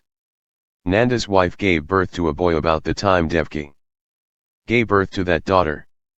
They say he is a wonderful boy. You must see to it. Lord, I cannot do it. You know that I am the most feared woman in Mathura, she said bitterly.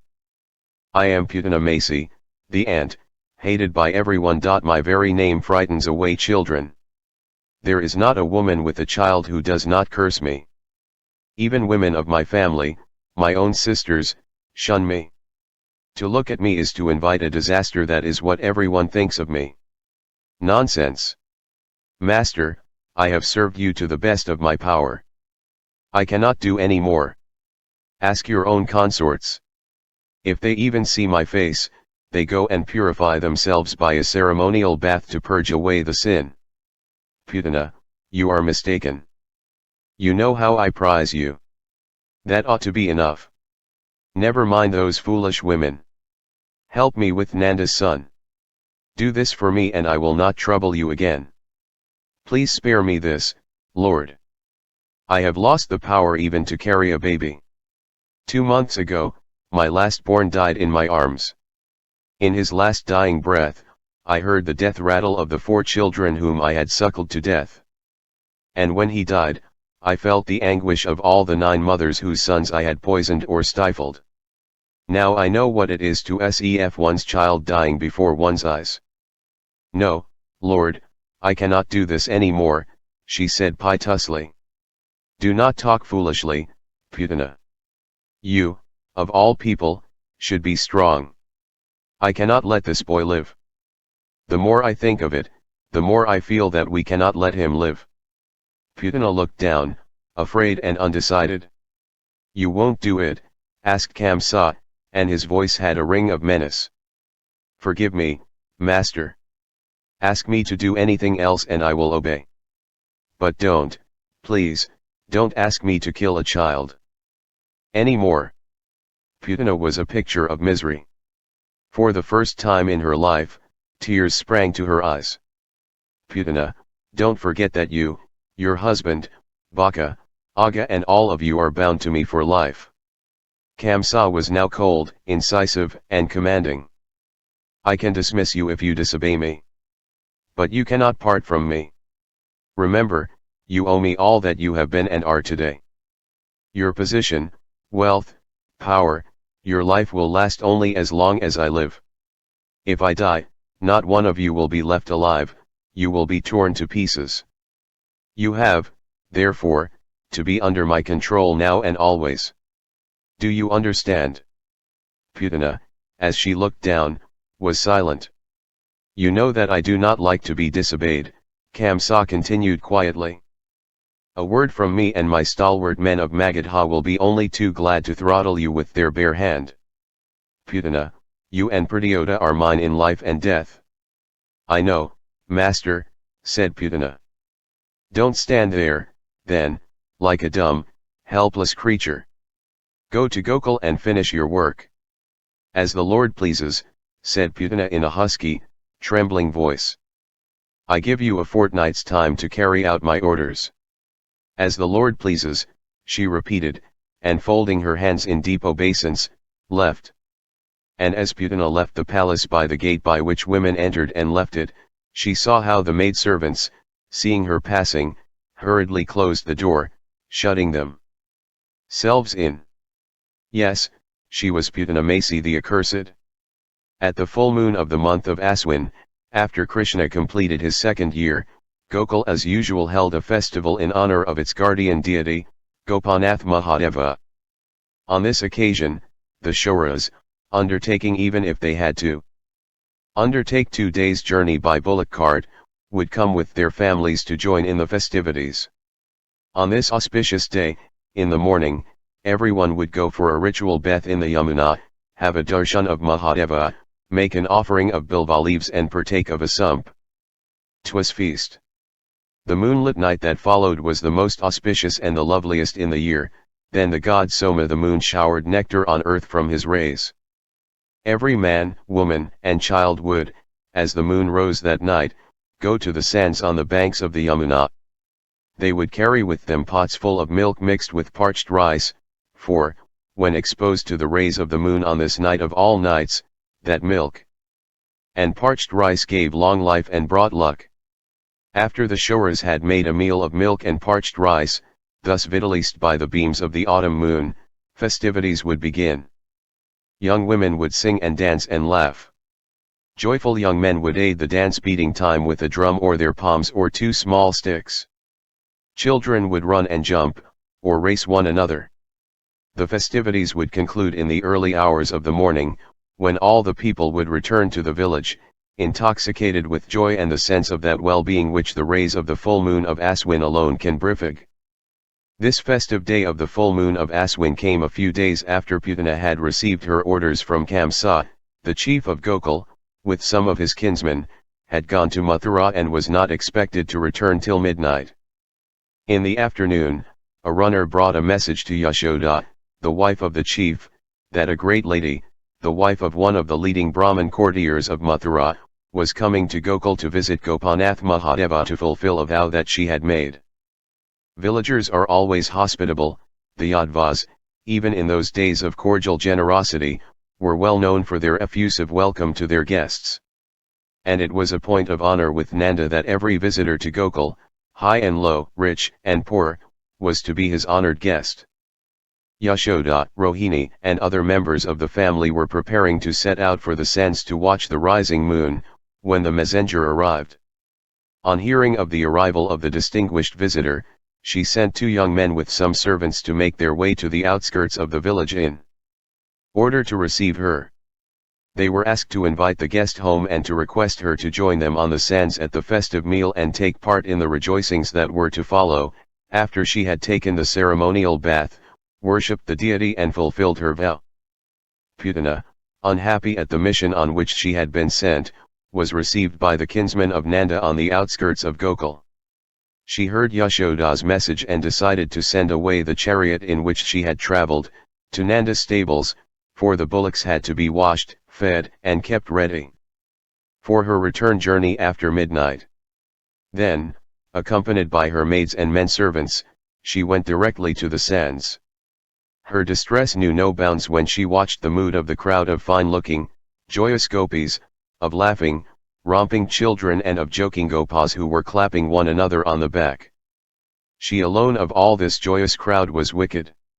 She had come like a poisonous snake to kill the sole heir to their chief, to spread anguish among these happy people and to break the heart of the proud mother who, late in life, had seen her life fulfilled and blossoming forth as a lovely son.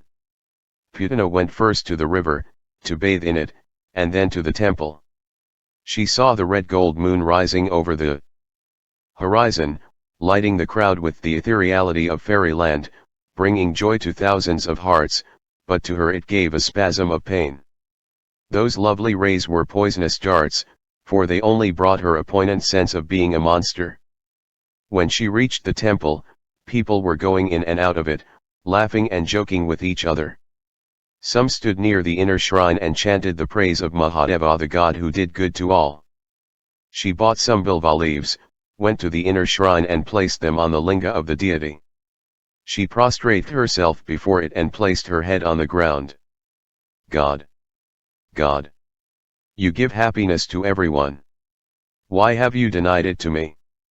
Why have you made me the partner of Yama, god of death? Yes, even more cruel than Yama, destroying only beautiful, innocent lives? Putana raised her head and then again let it fall on the ground. This is the last, yes, the last child I shall kill. Forgive me, Lord. I will never walk the path of the wicked again.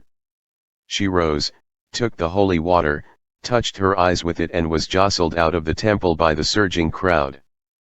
The guide took her to the place where Yashoda and her large family sat in a circle, the milk pots in the center. As the guide announced the arrival of the distinguished guest, the men stood up to make way. The young women looked at the dress and jewels she wore with evident jealousy, for they had never seen a court lady from Mathura before. Yashoda was sitting on the sands, Rohini by her side, serving out milk to young children, each of whom held out to her a little clay pot. She gave Putana a fine smile and said, "You are welcome, sister." Then she moved a little and made room for Putana by her side. Putana appreciated the cordial welcome which Yashoda extended to her and again felt how accursed she was. She had come to destroy the life of this smiling, happy-looking and good-natured mother. Putana looked at Yashoda as she sat down near her. What a fine, sturdy, noble-looking woman she was. And a little boy stood on her right, his head hidden by her sari, sucking for all he was worth. She saw the little, bluish body, the shapely limbs, the golden waistband, and the little silver anklets. This was the boy Kamsa had mentioned. There was no doubt about it. There was no mistaking the light blue color. By the side of this little boy, another one, about 3 years old, tall and robust for his age, was playing with Rohini's hair. She knew Rohini, the elder wife of Vasudev. This the big fellow was evidently her son. The blue-colored boy finished his meal and brought his head out of his mother's sari, and in fun snatched away a clay pot from a boy's hand, drank the milk that was in it and threw it away. Putana gazed at the boy, fascinated. He had lovely curls, dark eyes spilling laughter, a face full of mischievous delight. She had several children of her own, and she had seen hundreds of children, but none so lovely as this one. This was going to be her victim. She was inclined to give up her mission. Better to die than to kill this child. But, no, she must fulfill her purpose. If she did not, she would have to die, and Pradyota, her husband, too. All her 8 children would be put to death. The wrath of Kamsa would be upon their whole house. No, whatever happened, this boy must die. Anyway, he would be the last of those whom she would be called upon to kill. Putana looked steadily at the boy and, when she caught his eye, cracked her fingers at him, laughed and whistled. The boy looked up at her and smiled, oh, so sweetly.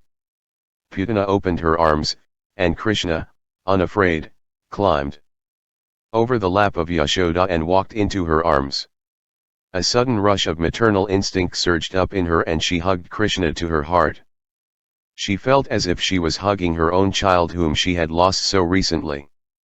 No, she had never hugged a child with greater abandon.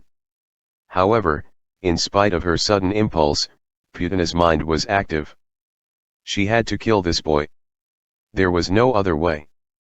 The lives of her husband and her 8 children, besides her own, were at stake. Putana bent her head to tickle the boy by rubbing her nose against him. The boy laughed in amusement. It was a laugh which sent ripples of ecstasy along her veins.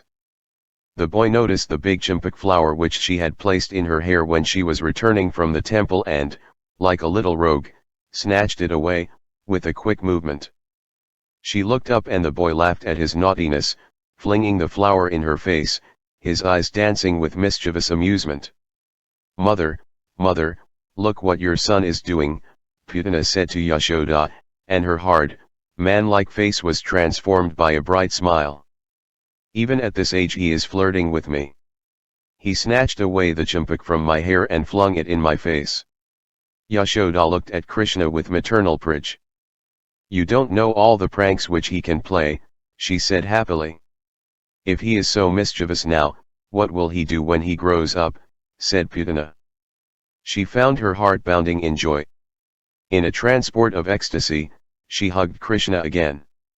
Her repressed maternal instinct burst out, as if it was a roaring flood. And she felt that her skin had become wet. Milk in that moment of sudden transport had oozed out of her generous breasts. Her bodice was drenched. Her body and mind and soul were now craving for this child. Wild ill-assorted thoughts ran beneath her transport. She must take this lovely boy to her breasts. But, immediately after her bath, she had painted her breasts with an ointment prepared in arsenic, of which she alone knew the secret. She had meant, as she had more than once done in the past, to take this boy to her breast and give him a feed, so that he would lick the ointment and with it the arsenic. That would be the end of the boy. There was no other way. She and her children and her husband must be saved at all costs.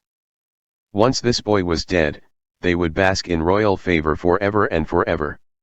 The insistent promptings of her heart were, "Take this lovely boy to your breast. You are a wicked, miserable woman. You have never seen joy before, joy which thrills your whole body and mind with mad delight. This is your moment, the moment for which your life and the lives of your husband and children can be staked. Take this boy to your breast." Putana had no command over herself. Torn by ecstatic longing for the boy and forgetful of the poison which she had applied to her breasts, she took Krishna on her lap. He struggled to wriggle out, laughing all the time. She lost control of herself, untied the ends of her bodice and bared her breasts. Milk was oozing out plentifully. She wiped the milk-wet breasts dry with the end of her sari. Something whispered in her ears, "Your breasts are coiled with poison. You will kill this darling for whom your heart longs." But she was herself no longer. She took Krishna to her breast impulsively. He responded, took the teat in his mouth and began to suck greedily. Putana was elated with a rare joy, and lived a tense moment of inexpressible happiness. "Boy, boy, enjoy it as much as you like. You have given me what no one else could. She felt as if her mind was stopping. Was she swooning with delight? Yes, all she wanted was that Krishna, Yashoda's boy, should suck the milk, her life, her hope, and her all, if he so chose. Yes, I give you all, my beloved child.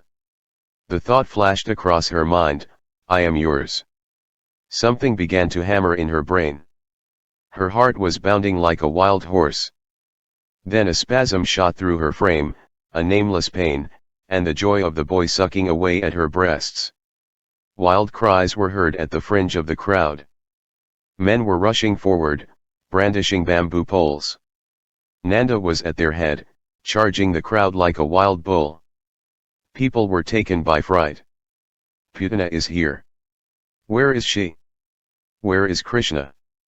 Krishna, Krishna, roared the voice of Nanda in intense alarm. Where is he? Putana, Putana, Putana. The terrible words passed from mouth to mouth. Yashoda looked at the men rushing towards her in terror. She heard the words Putana, Putana, Krishna, and she looked at the court lady sitting by her side. She was Putana. However, before Yashoda could snatch Krishna away from Putana, she saw her sinking slowly to the ground, her eyes wide. She made a last gesture to keep the boy to her breast. And as she fell back dead, a sweet and motherly smile played on her lips. Even while Putana had been gasping for breath, Krishna had left her and toddled back to Yashoda, who folded him in her arms. When Nanda reached the spot where his family, in high excitement, was trying to realize what had happened, he saw and recognized Putana as she lay prostrate on the ground. Where is Krishna? I heard in Mathura that Putana had left for Gokul and I rushed back, he told Yashoda in breathless tones. Kill Putana! Kill Putana! Shouted the men who had gathered there with bamboo poles upraised. She is dead already, said Yashoda, as she shrank away from the dead body. It was my boy that did it. And she hugged Krishna to her heart. He was her life. Her soul, her all. Srinavrad, when Kamsa heard of the death of Putana, he flew into an extreme rage and immediately called old Pralamba, his minister, philosopher, and guide. Pralamba, I cannot tolerate this. When Pradyota returns from Gokul, I want to raid it and raze it to the ground. Putana was most valuable to me. I must avenge her death, said Kamsa. May it please your highness, said old Pralamba with folded hands. If that is your wish, I have nothing more to say. But have I your permission, Lord, to say what I feel? Why have I called you here, if not to speak the truth? Say what you wish, Pralamba. But I will not listen to any advice not to avenge Putana's death. But, Lord, said Pralamba with a meek smile, if you raid Gokul, will not your highness declare to the world that she killed little children under your orders? I do not care what the world thinks of me. I am not its slave. You are the master, your highness. I am only pointing out what strikes an old man. Your highness killed Devki's children. Whatever the people might think about what you did, it was necessary to protect your highness's sacred life. But to go about killing innocent children to avenge the death of a woman whom everyone hated is quite different. It would enrage all the Yadvas. I don't care for them. They have been doing their worst. What else can they do? I agree they cannot do anything, your highness. But perhaps through Drupad, the mighty king of Panchal, they might create difficulties. He has always coveted Mathura. And many of the Yadvas who have fled from here are powerful in his court. Kamsa thought for a moment. Well, if Drupad wants to fight me, I am ready. We have been preparing for the war for a long time. The earlier the fight begins the better, said he, twisting at his mustache. Yes, your highness. I know you are ready, said Pralamba in his inimitable persuasive manner. But if you raise Gokul to the ground, the Shoras are sure to rise in revolt. Akrura's Vrishnas will again become active. Perhaps, Lord, King Kuntabhaja, Vasudev's relative, will join hands with Drupad. Your Highness will be pleased to remember that King Kuntabhajay has adopted Vasudev's sister Parita, married to King Pandu of Hastinapura. If they receive a setback, perhaps that terrible old man, Bhishma, the protector of Hastinapura, might join in the war. Then our position would be impossible. Kamsa became silent for a while. Then, he slapped his thigh in disgust. Old man, you are always right. I will accept your advice. But, someday, I will avenge the death of Putana and be rid of my enemies. After Pralamba left, Kamsa sat, his brows knit, pondering over the situation. Nanda's boy was a danger, but how to remove him? Pralamba was right. An open attack on Gokul would lead to serious complications. He rose from his throne and stood at the window gazing absent-mindedly at the Yamuna. Then a forest dweller, who was catching birds on the bank of the river, caught his attention. It flashed on his mind that the bird catchers were expert kidnappers of children too. That is right, he muttered, clapped his hands and sent one of his trusted men to bring the bird catcher to him. Yashoda felt very alarmed at Putana's death and Krishna's narrow escape. She could never have imagined that anyone, however wicked, could ever dream of poisoning her child and, in that way, destroy her life.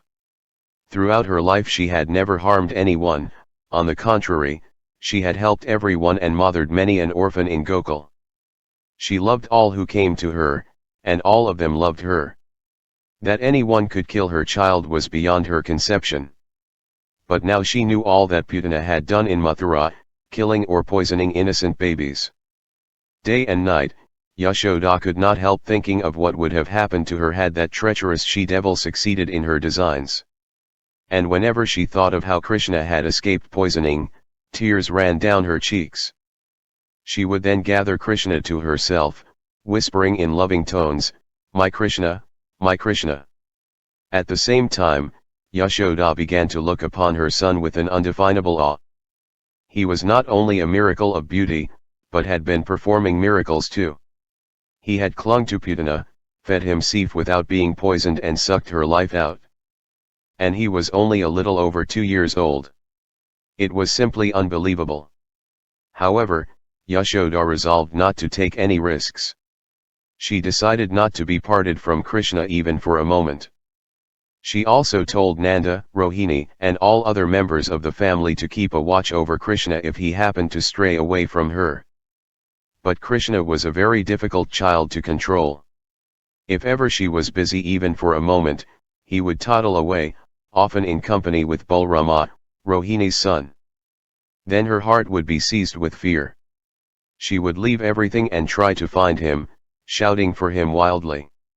When he was found, she would take him to her arms as if he had escaped a grave danger.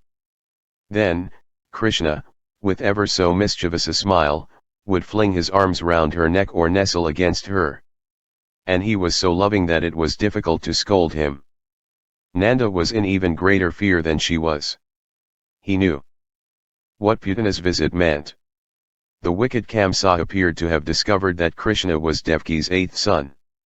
And Putana's death would not weaken Kamsa's resolve to put an end to Krishna's life. He, therefore, called his servants and kinsmen and put them on their guard. If any stranger came to Gokul, he was to be watched and not to be given leave to approach Krishna. If possible, Krishna should not be allowed to go out, even with his mother, without 1 or 2 strong men following them at a distance. However, Krishna was a difficult child to control. He thought that all the attempts to prevent him from straying as he liked were a game of hide and seek, and seemed to enjoy it. At every available opportunity, he would escape the vigilance of those who guarded him and hide himself behind a hedge or in the cowshed, under the cot or on the hayloft. Not seeing him, Yashoda would raise a hue and cry. There would be an uproar, everyone would go about trying to find him. Ultimately he would be found smiling in a way he alone could, sometimes pushing Balrama in front of him as if Rohini's son was responsible for what he had done. And when he saw the search party, he would dance for joy. It was great fun for him. But it was no fun for Yashoda, the kinsman, or the servants. After having made a search all around in frantic anxiety, they would feel foolish to discover that Krishna was quite near, making fun of them. "Where were you, my Krishna? Where were you? I was dying of sheer fright," Yashoda would cry. "I was only here," Krishna would say, and, laughing in complete innocence, cling to his mother as if to reward her for her labors. It was difficult for Nanda's household to keep pace with all Krishna's tricks. He could devise new ones, at a moment's notice, to cause them anxiety. A few days had passed uneventfully. One morning Yashoda had been to pay a visit to a relative living nearby, who had had a difficult delivery. On her way home she carried Krishna, as usual, on her left side, his knees astride her waist. Suddenly his mood became mischievous and he began to jump up and down vigorously as if he was riding a horse and made it difficult for her to carry him. "Krishna, what are you doing?" she asked. "Nothing, mother," he lisped and jumped all the more vigorously.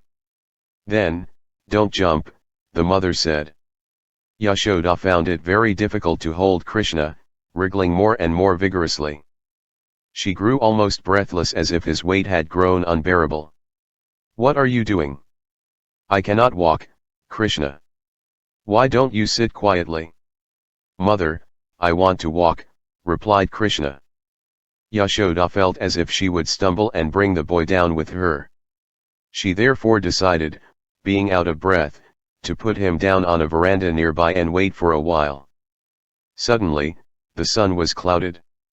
A sandstorm came over the village, traveling swiftly, raising clouds of eddying dust. The velocity of the storm made it very difficult for Yashoda to stand. Even her eyes were filled with dust. For she placed Krishna on a veranda and, clinging to a pillar, sat near him, waiting for the storm to blow over. It was impossible to keep her eyes open or to hold the hand of the boy who was trying to pull himself away. It was some time before the dust storm blew over. Yashoda opened her eyes and tried to look for Krishna. He was not there. "Krishna, Krishna, where are you?" she shouted. There was no reply. She looked around, here, there, and in the by-lanes which ran by the house. There was no trace of him. Yashoda grew into a panic and, like one gone mad, went on shouting, "Krishna, Krishna." When there was no response, she began to cry. "My Krishna is gone. He is not to be found," she wailed aloud. Some gopis, who were going that way, joined her. When they were informed of what had happened, they also started searching for the boy. Someone ran and informed Nanda about the loss of Krishna. Gathering the servants and kinsmen who happened to be near, he rushed to the spot, made inquiries, and went about searching for Krishna. After a long and impatient search, the party came across a dead body on the outskirts of the village. Some man, in running quickly through the dust storm, had stumbled and broken his head against a large stone lying by the wayside. One of the villagers recognized him. He was the bird catcher who had come to Gokul only 2 days before. His name was Krisnavtar. He had come from Mathura. Nanda uttered a cry of despair. This man must have stolen his Krishna. But where was he? Men ran in different directions, shouting for Krishna. After a little while, they heard a response. A small beloved voice replied, "I am here, Father." And little Krishna emerged from an adjacent mango grove, smiling cheerfully and rushing up to Nanda, who ran forward to envelop the child in his arms. "How did you come to be here, Krishna?" asked Nanda, his voice choking with emotion. "He ran away with me," said Krishna, pointing to Krisnavtar lying dead on the ground. "He held me tight and I held him tight too. But he fell and I ran away." And he laughed with joy. When Vasudeva and Devaki heard of the attempt made by Putana to poison Krishna, they almost fainted with fear. Kamsa seemed to have discovered where their son was. Otherwise Putana would not have gone to Gokul. And if Kamsa had already discovered the whereabouts of Krishna, he was sure to do him harm. Vasudev and Devki eagerly listened to Gargacharya's account of how Putana had come, claiming to be a Brahmin woman, how she had joined the family party, and how she had tried to poison Krishna and, in doing so, met her own death. Devki's faith in her divine child was soon restored. To have killed Putana was a miracle which her little god alone could have performed. With her eyes moist with tears, she went into her prayer room and emptied her heart in fervent supplications. Vasudev had, however, not the deep faith in his child which his wife had. He had become very nervous. Kamsa was sure to pursue his aim of destroying Krishna. A few days later he consulted Akrura and Gargacharya. Something had to be done to save Krishna, or at any rate throw Kamsa off the scent. Akrura, however, allayed Vasudev's anxiety. "Vasudev, don't be anxious at any rate for the moment," he said. "I heard only yesterday that the prince had already consulted Pralamba. He wanted to raise Gokul to the ground." "Oh, Lord," exclaimed Vasudev. "Don't forget that the Lord has come to deliver us," Akrura replied. "None can injure him. At the same time, we, being human, have to take precautions, as men do. But there is nothing to fear. Pralamba, I understand, has advised Kamsa not to avenge the death of Putana. But there is one danger," said old Gargacharya. "I go every fortnight to Gokul and bring you news. Nanda also sends you messages. You cannot help making inquiries about Krishna. Sometime or the other, Kamsa will surely come to know that we are all anxious about Krishna's safety. This will confirm his suspicion that he is Devki's child. Then he will do all that he can to Krishna." "What do you suggest?" asked Vasudev. "We must not allow Kamsa to suspect that you have anything to do with Krishna." "But that means that you and Devki must leave Mathura and go on a long pilgrimage," replied Gargacharya. "Oh, what will happen to my beloved child in our absence?" asked Vasudev piteously. "I will be here. Nobody will suspect an old Brahmin going to Gokul to perform religious ceremonies. We can persuade Nanda to hold some sacrifices and I can go and live there for some time," said Gargacharya. "Vasudev, I think Gargacharya is right," said Akrura thoughtfully. "If you both leave Mathura, Krishna will be safer than while you are here. Even as it is, staying in Mathura, you cannot do anything to protect Krishna. And I am here all the time. Akrura, it will break Devki's heart to go far away from Mathura where she is not likely to hear any news about her beloved child," said Vasudev. "Shall I tell you what I learnt this morning?" said Gargacharya, his voice subdued with awe. 4 days ago a forester kidnapped Krishna. It was the day we had the storm. The forester died in the storm. And Krishna was safe and smiling. Vasudev, Devki is right. He is God. That decides it, Vasudev. I give you a promise," said Akrura. "Even if it costs the life of every Vrishni, we will not let Krishna be harmed. Perhaps if you are away from Mathura, I can look after him much better. It is most important that Kamsa's suspicion that Krishna is your child should be allayed." "I dare not make the suggestion to Devki," said Vasudev. "She is unhappy enough without knowing of this new calamity. She will die. As it is, she is half dead, longing for news of her boy whom she cannot even see for a moment. You don't know. Every moment of her life she lives in Krishna." "Lord," came Devki's voice trembling with deep emotion. The three of them turned round, startled. Devki was standing in the doorway, leaning against the doorpost, her lips trembling and yet set firm, her eyes wide open in fear. "Lord, Acharya is right. We must leave Mathura. I am willing to die if my God lives." And she fainted. Krishna's musings. Krishna mused within himself as the dawn broke in Gokul. "Life for me is all joy, even at the age of 6. At the break of dawn, Mother Yashoda will be milking the cows. Yes, I hear the clamorous bellows of impatient calves and the soothing voice of Mother as she calls each one by its name. This is the time to get up, rub one's eyes and smile. However, Balrama is an idler. I have to tickle him before he will wake up, rubbing his eyes and grunting like a bear. Then all I have to do is to pull him out of bed. In spite of his roughness, he loves me, and I love him. He even prefers to stay with me at Gokul rather than go with his mother to Mathura. Then both of us have to wash and get ready. Before other cowherds have collected in the village square to drive their cows to Mahavana for grazing, I must be there. That is the way to be their leader. If I am late, they, poor fellows, will feel unhappy. Both Balrama and I must put on dhofis, fold our turbans, take our staffs and slip out. Balrama has no sense of doing things as they should be done. I, however, have to have my little dhoti tucked to perfection.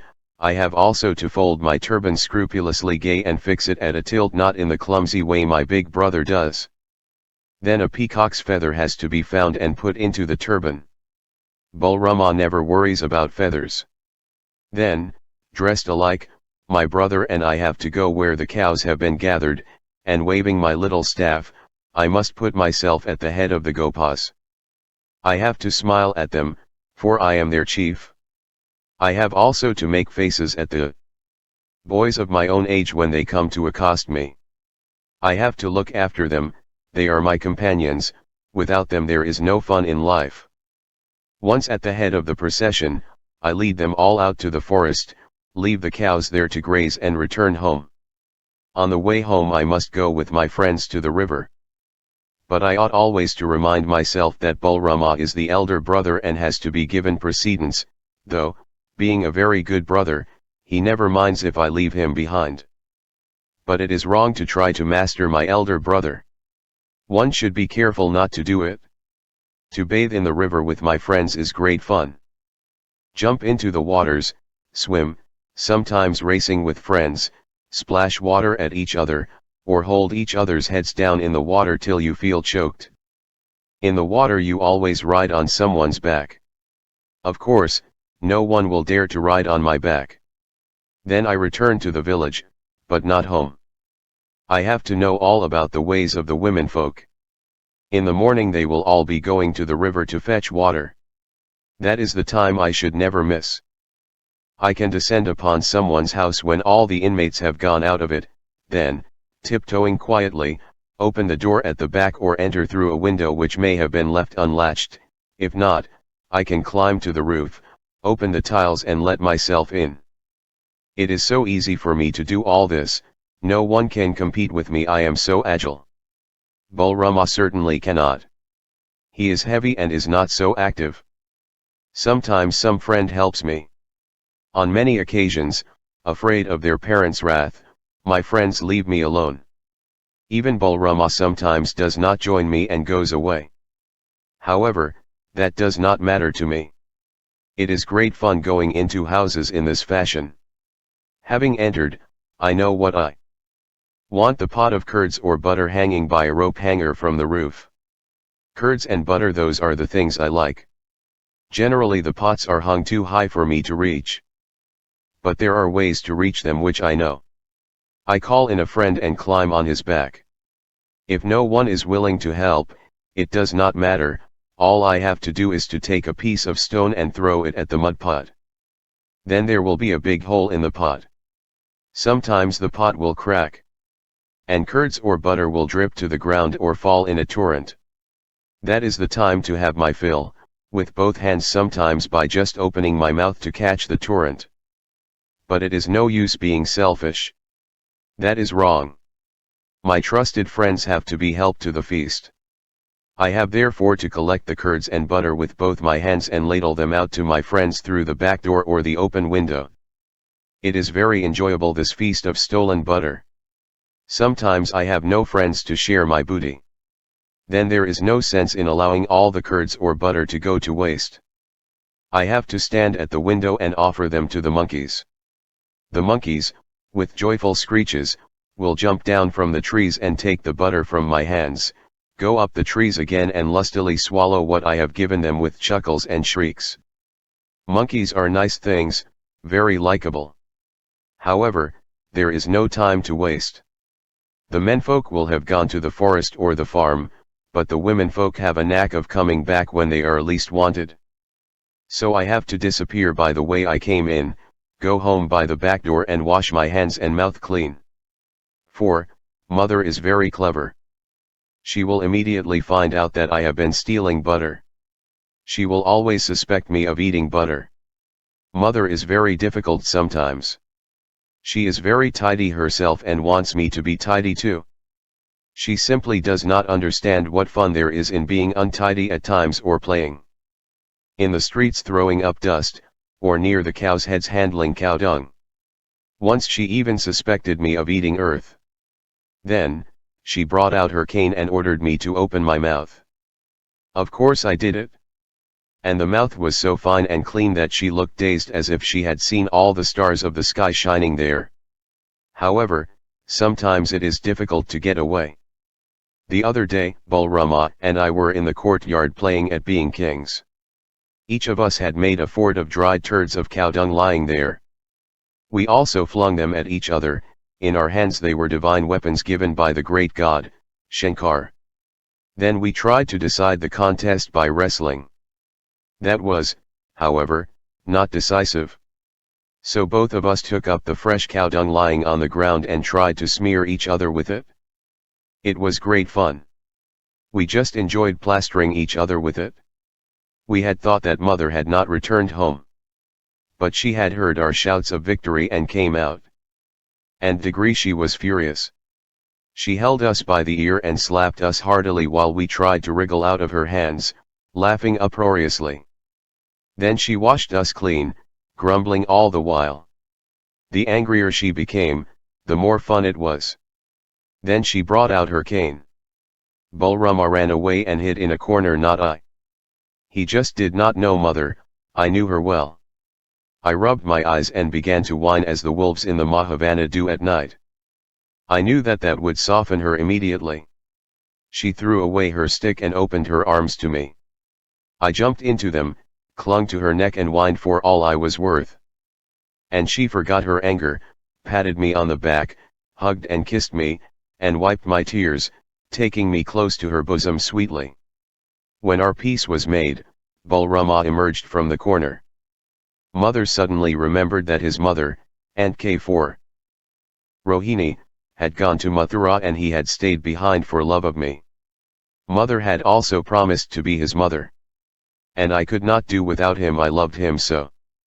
So mother took him on her jap and hugged and kissed him too.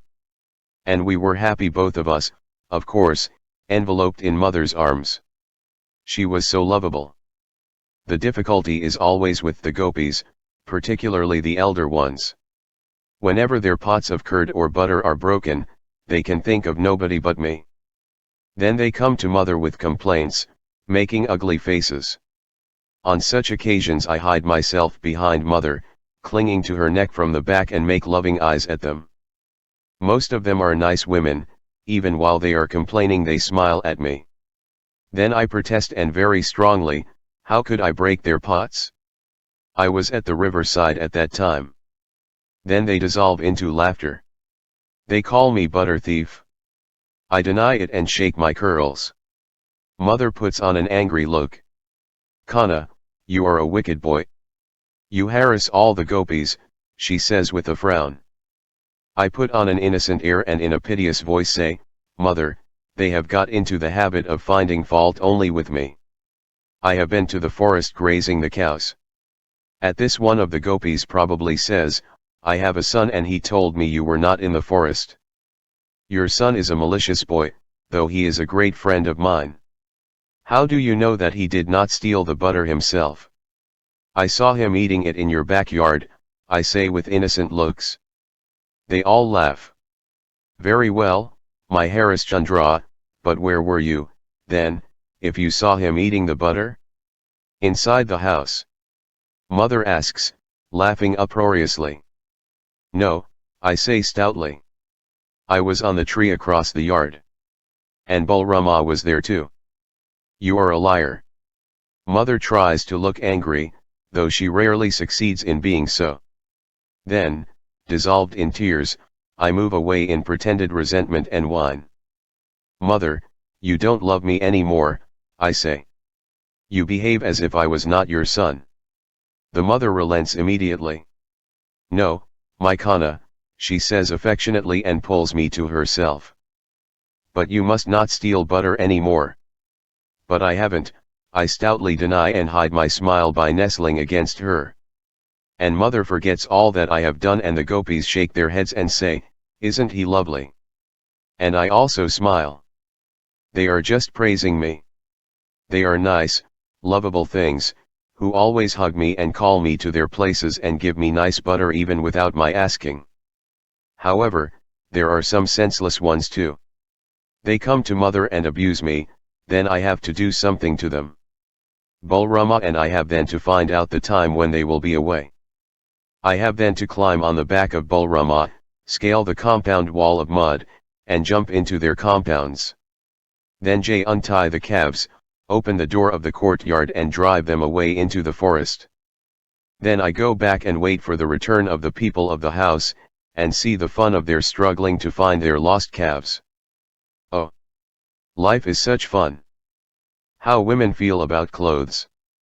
And at the age of 6, Krishna thought life was all joy.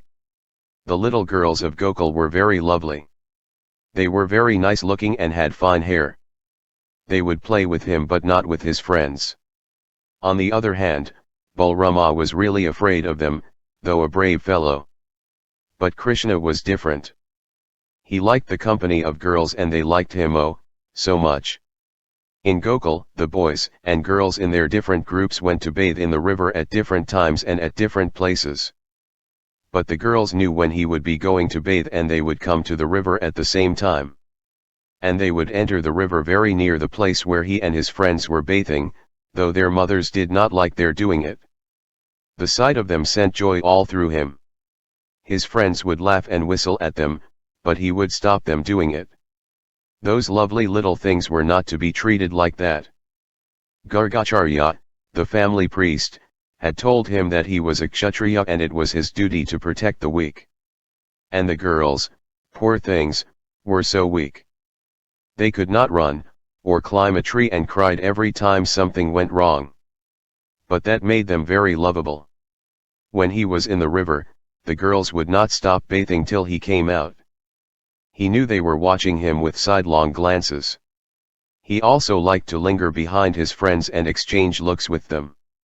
They would come out of the water to find their clothes, and giggle. He then took his flute out of his waistband and played on it. He could do it wonderfully, he was the best boy flute player in Gokul, everybody knew this. And then they looked at him with adoring eyes. And he would feel so wonderful. In the evenings, and particularly when there was a moon, the girls would gather in the village squares to play games. They hated the idea of playing with boys. But he was different. They would welcome him with joyous cries, surround him and want him to play on his flute, which he did. Then they would let him play with them. Why, sometimes they would agree to play the games he taught them. They were boys' games and the girls could not play them well. Lalita and Vishaka were brave girls and would try hard. But they would fall down in some part of the game that was too difficult for them and start crying.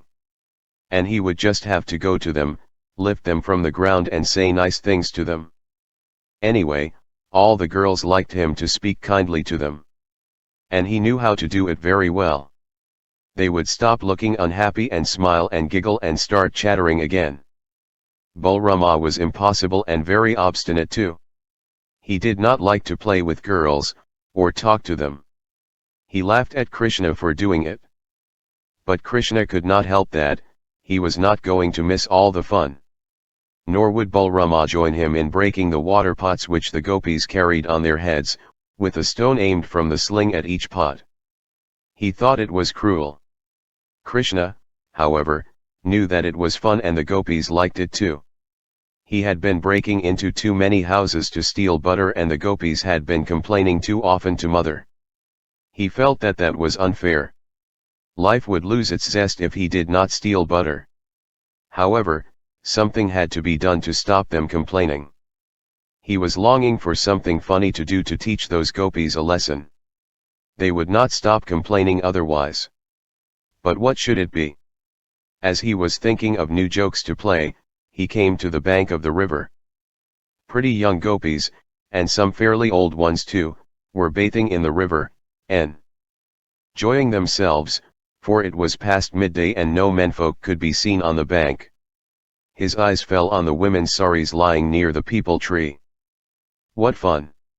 Hiding behind a bush, he went quietly up to the tree, collected all the saris, tied them in a bundle and climbed the tree to hide in its thick foliage. He sat there quietly.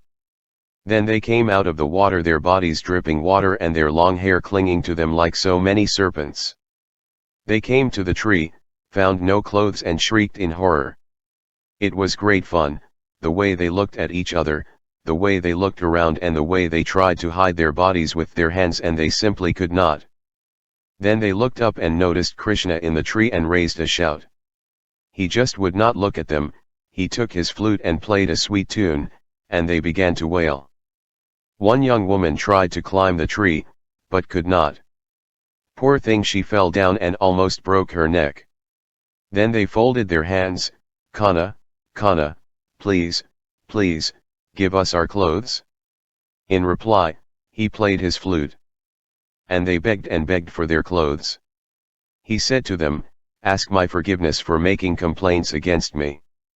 And they pleaded to be forgiven in such piteous tones that he could not help relenting. But he threw the saris down one by one.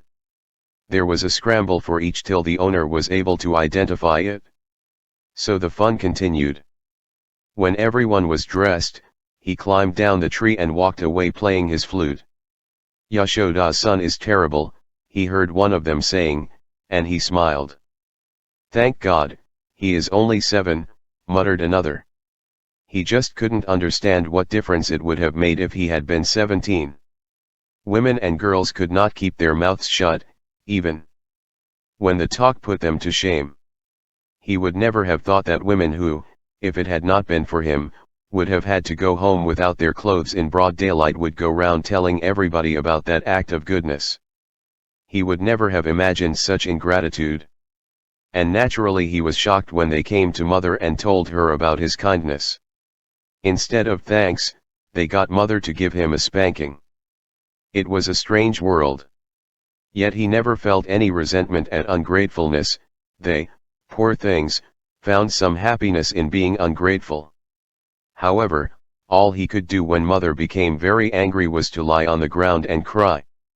Of course, he kept looking quietly at mother to see whether in her usual way she would forgive him and come to take him into her arms. But not this time. The ungrateful women left his house, and, the servants being away, mother began to prepare to churn buttermilk herself. He thought that before she did it she would come and take him in her arms. But no, she wouldn't. He tried sobbing, but she was adamant. This naturally made him angry in his quiet way. Mother had been good all those days, but today she had become really angry. He could not understand it. When his father had heard of his playing the trick with the clothes of the gopis, he had laughed, ever so uproariously. He thought it was great fun. But not mother. She was red in the face. But women were women, after all. He was angry, but not in the same way as others. When Balrama, for instance, was angry he fretted and fumed, stamped his feet, shouted at the top of his voice and rolled his eyes. It was sheer waste. It was folly to upset himself when he was angry. Mother must feel that he was angry and change and be as loving as she had always been. Maybe, women were different from men where clothes were concerned. He must give mother a chance to be good again. So he stopped crying, slowly stepped up to mother and tried pulling the border of her sari. He was sure she would turn round, and seeing him in tears, would forget her anger and take him in her arms. However, this time she only turned round, looked at him as if she could eat him alive and pushed him away. Mother, he cried piteously. But the smell of boiling milk was in the air. She sniffed it and ran into the next room to stop the milk boiling over. He felt angry again, not like Balrama, but in his quiet, determined way. Mother was still in a bad mood. Something had to be done to bring things to a head. Then his eyes happened to fall on the pot of butter on the rope hanger. Of course, he knew the trick for breaking it. He had practiced it 100 times, though never in his own home. He just picked up a stone and threw it at the pot with the sure aim of an expert. Phut! There was a big crack in the pot and the butter dripped out. He ate as much of it as he could and collected the rest in a brass plate. Then he carried it to the back door, sat down on a big wooden mortar and invited his friends, the monkeys, to the feast. 1, 2, 3, 4 of them arrived and took the butter from his hand, sat down in front of him on their haunches and gobbled the butter down, of course, dropping a lot on the ground. He forgot his anger. Mother came out and saw her pot broken and the butter all spilt on the ground. She immediately sensed that he had done it. She now had no doubt as to how the other butter pots had been smashed. She came up to him angrily, caught hold of his ear and gave him a slap. "Kana, you wicked boy, when will you improve?" He felt very hurt. If she had been kind, he would have been good. But she gave him no chance. And it was fun to see her very angry, with her eyebrows knit and nose twitch. Ing and a frown spoiling her nice, kindly face. What could he do but laugh? "I will teach you a lesson you will never forget," she shouted. Her anger also was like Balrama's, a lot of wasted energy. In anger, she brought a stick to beat him with. The only thing he could do in that situation was to run. She followed him. But his feet were slippery with butter and he fell to the ground. She took hold of him and he sat down on the mortar, rubbed his eyes furiously and cried loudly. Mother stopped for a moment with her stick upraised, and he cried for all he was worth. Perhaps in that way she might become kind, he felt. However, all that Mother did was to throw away the stick and take down a rope hanging on a peg nearby. She was very angry still, and he waited to see what she would do next. Mother actually bent down and tried to bind him to the mortar with the rope. He wriggled away as far as he could, but Mother was very strong. She was able to overpower him and he felt helpless, though it made her red in the face. Anyway, in struggling with him her hair became disheveled and the flowers in it fell to the ground. 1, 2, 3. She tied him to the mortar and went angrily out of the room to do her daily work about the house. P. The miracle of the twin trees. If Mother was angry, he was angry too. He had to make her feel that she could not go on being angry all the time. Something had to be done now. But what? His hands and feet were tied to the mortar. When he tried to get up, the heavy mortar came up with him. He made an effort, the rope slipped a little but he could not move his feet. He had to do something to change his mother's mood. He bent his back and tried to move. And look! The mortar moved with him. It was difficult to move fast, but he could certainly drag it with him. He moved towards the door, slowly and silently. Mother did not suspect that he was going out, mortar and all. He wanted to go into the courtyard. Step by step, he reached the outer gate, opened it and with an effort dragged himself and the mortar over the threshold. Now he was in the open. There, in front of him lay the path going to the forest. It would be fun to drag the mortar out to the forest. Mother would have to bring it back before she could pound patty tomorrow. The mortar was getting heavier, no doubt, and he was sweating very much. But if Mother were in a bad mood, it would be no use coming back till she was her good-natured, loving self again. He dragged the mortar along the forest path, though tired. When he felt like taking a rest, he just sat down on the mortar, looked at the boughs swaying in the breeze, or heard the song of the birds. It was refreshing to see a peacock dancing in front of him, surrounded by fine, admiring peahens and displaying his beautiful feathers. As he came near the spot, the birds flew away, and he collected the feathers lying on the ground and put one in his hair. Though everyone said that he had the most beautiful curls in all Vraja, he always felt ashamed of his hair unless he had fixed a peacock feather in it. Now he felt thirsty. He wanted to go along by the river. Perhaps somebody who had gone to the river to fetch water might give him a drink. He therefore dragged himself towards the river and sat down on the mortar to wait for some woman returning from the river. He, however, felt it tiresome to go on waiting.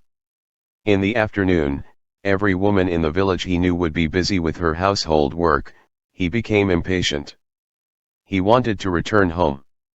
Then his eyes fell on a twin pair of trees growing side by the road. One was called Yamal and the other Arjun. He thought for a moment. Yes. If he jumped to one side and tried to pull the mortar through the little gap between the twin trees, it would not go through. The rope would then snap. The mortar would be left behind, he would be free on the other side. Somehow he was able to scrape through between the trees. The mortar was on the other side. Then he set his face in grim determination and tried tugging at the mortar. He pulled and strained, but the rope did not snap. He then took a little rest to gather his strength, clenched his teeth, strained his every fiber and pulled. And instead of the rope snapping, the two trees, Yamal and Arjun, fell to the ground. He felt exasperated. The trees had fallen, but the mortar remained tied to him, and now he just couldn't move towards the trees. He lay on the ground, tired, sweating and disgusted, for, now, how could he drag that heavy mortar and the trees tco? He had to wait. He couldn't help crying. But why should he cry? Had he not been able to pull the trees down? Of course, must be bruised and severely too, but that ought not to matter. He had to be on the alert now. He heard voices coming nearer and saw some women going to the river. He must not appear to be crying. He had done what nobody else could, brought the mortar here and dragged down the trees. Two women appeared to be coming. No, they were just girls. One girl was a small one of his age and the other older and stronger. They had brass pots on their heads and smaller ones in the crooks of their arms. They were laughing. The elder of the two had beautiful hair, with flowers in it, and wonderful eyes, large and bright and mischievous. She walked with an easy grace in her supple limbs as if she were dancing, and her anklets jingled rhythmically. Look, some war is sitting on the ground there. It looks like a boy, said the younger one. Let us see, said the elder girl, who certainly had a fine voice. It sounded like a bird's trill. Radha, he is Yashoda's Kana, said Lalita. Of course, he knew her, he played with her, she was no other than Lalita. You mean Chief Nanda's son Kana? How strange, said the elder one, and her name was Radha. What a sweet name when spoken in a voice with feeling in it, sending waves of joy through your heart. The girls rushed up to him breathlessly, putting down their empty pots on the ground. What are you doing here, Kana? asked Lalita. Don't you see? I have been pulling out trees, he said, laughing as best he could. But you are tied to the mortar. Who tied you? The elder girl, Radha, asked. Oh, mother tied me to the mortar, he said, as if it was the usual thing. He had to put it that way. He couldn't tell such a lovely girl that he had been punished. How cruel of her! Radha exclaimed in a burst of kindliness. Naturally he looked at her closely and saw her small hands and graceful limbs. He had never seen such a beautiful girl, small, shapely and fresh, though she seemed years older than she was. And though a stranger, he began to feel he had known her all his life. Oh, mother is very kind. She loves me so. But she gets angry now and then. All women get angry at times, he said, just to tease her. And Radha laughed, and, when she did so, he could not help noticing the dimples in her cheeks, and he thought they were very wonderful. What do you know of women? She asked. Oh. I suppose because mother is a woman. And he smiled in his inimitable way. I know Lalita too, and quite a lot of others. Of course, you do, wicked Kana. You threw me down on the ground the other day and when I cried, made me smile, Lolita said. She seemed worried at seeing him tied to the mortar, and the fallen trees too. Let us untie the rope, Lolita, and set Khan free, Radha said trying to reach the rope. She never said Kana as the Gokul women did, she just shortened it to Khan, and the way she said it, made the name so nice and sweet. No, please don't. Mother tied me to it and I am waiting for her to untie the knot, he said. He didn't want T6 be free, he wanted to win a victory over Mother. But she may not come, Radha said, doubtingly. Oh, she is sure to. But unless she unties me herself, her anger will not calm down. Then what can we do for you? Lolita asked. Go and get me some water, if you please. You are such a nice girl, Lolita, he said, his face flashing out into a smile which he knew could win all hearts for him. Lolita ran to the river with one of the small pots and Radha sat down near him. He felt a sort of fragrance coming from her, and saw her sweet, rosy little face looking very cool and nice. Just to see it made him feel warmer and happier than he had ever felt before. Are you Nanda's son, about whom everyone is talking? I am Nanda's son, all right. And they talk about me because they have nothing else to do. You, too, will soon begin talking about me, he said naughtily. How do you know? Radha asked mischievously, her eyes dancing merrily as she tried to tease him. You look so kind and loving and so nice and cool, he said. Somehow these words, which he knew he should not say, came easily to him. But somehow he couldn't help it, seeing what this girl was like. And where do you come from? I never saw you in Gokul before. I wish I could have another opportunity to meet you, he said.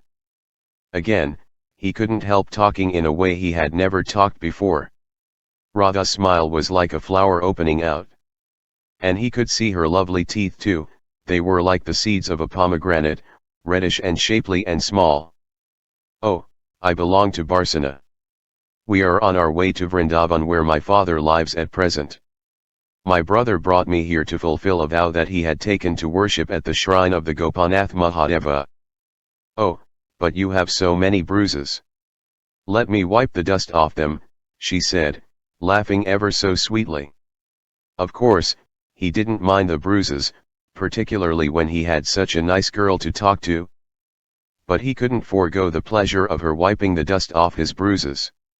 She began adjusting the rope and clearing his body of dust. And it made him tingle. It was a strange sensation which he had never felt before. And why did Mother tie you to the mortar, Khan? Radha asked, as with a lingering hand she removed the dust clinging to his curls. Oh, I broke the pot of butter and gave it to the monkeys. Ah, that is why they call you a butter thief. Is it? I have heard that you harass every woman in Gokul, she said. If you come and stay in Gokul, I won't harass you, I promise, he said. He would not have liked to frighten such a lovely gopi, whose touch gave such joy to every fiber of his body. Oh, if I were here, I would see that you behaved properly. Oh, I have improved already. And if you come and stay in Gokul, I will never break a butter pot of course, except yours.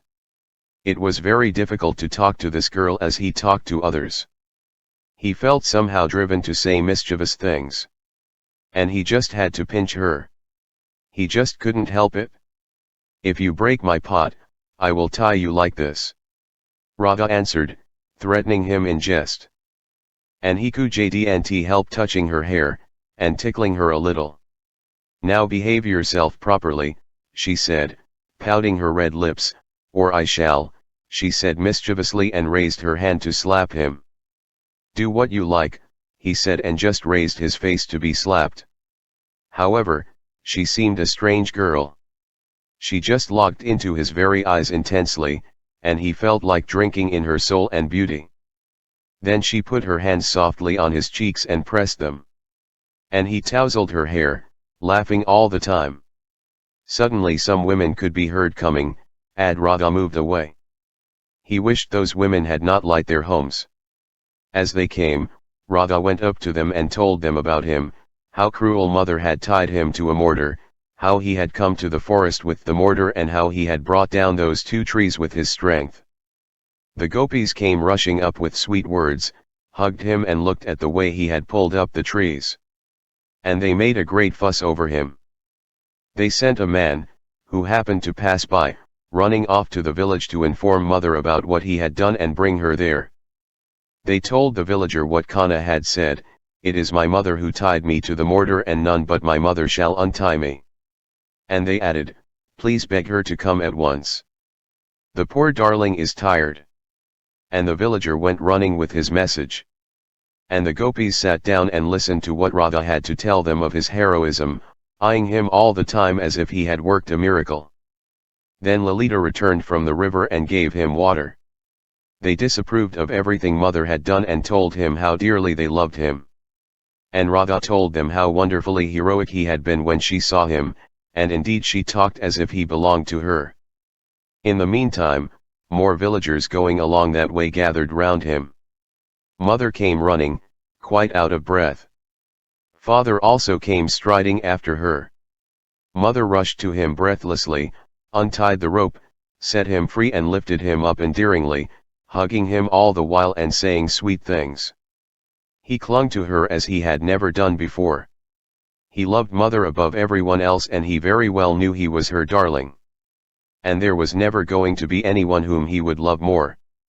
Father walked all round the fallen trees, amazed that they could have been pulled up by a little boy.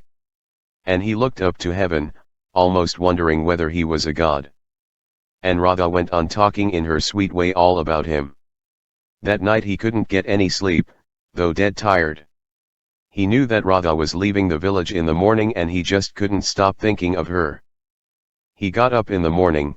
He didn't wake up Balrama as he did every other day. When he was ready he stole out of the house. He knew the Gopa's house where Radha and her brother were staying and he reached there, just when they were coming out of the house to get into the bullock cart. Radha rushed up to him and lifted him. She was very strong though she looked so small and delicate and she took him to her brother. "Brother, this is Nanda's son, Khan, who was tied to the mortar. He brought down 2 large trees," she said, laughing all the while. Her brother, a big, good-natured fellow, lifted him up and patted him on the back. Krishna didn't like this patting, but he had to put up with it. This was after all Radha's brother. When they climbed up into the cart, he also jumped in. "I will come to the outskirts of Gokul. Radha was so kind to me yesterday," he said and just sat by her side. As the bullocks went fast and the cart jostled along, he was thrown against Radha, or rather, he let himself be thrown, and she also did the same. It was great fun, and he felt happy. Once, when the cart received a severe jolt and he was thrown harder than ever against her, she put out her hand, reached his and pressed it. Reaching the outskirts of Gokul, he took leave of Radha and her brother. And he then jumped down from the cart. "How old are you?" Radha asked in her multiple voice, which gave him such a curious feeling. "7. And you?" He couldn't help asking. 12, she said and laughed. "Come to Vrindavan sometime." "Oh, I am coming, of course," he said. He said goodbye to her, and as the cart moved on, he stood still until the dust raised by the cart settled down. And he went home, thinking what a nice playmate he had won and lost. Vasudeva and Devki returned to Mathura. 5 years had elapsed since Vasudeva and Devki decided to leave Mathura. During this period, they traveled far and wide, from Prabhas on the sea of Saurashtra where the sun god dwelt, to sacred Varanasi on the banks of the divine Ganga where Shankar, the god of Yule the gods, had his habitation. On their way, they visited shrines and took purifying baths in sacred rivers. At last, on their way to Bhadrakashram, the most sacred of all sacred places, they crossed the mountain of flashing gems. On the banks of the river Ulkananda, which sings by night, they also visited King Pandu, and his queens, Kunti, Vasudev's sister, and Madri, the Madra princess. On the way, they also climbed the sweet-scented peak of Gandhamadan where beautiful flowers grew, the like of which could not be found in any other land, or even in the songs of any poet.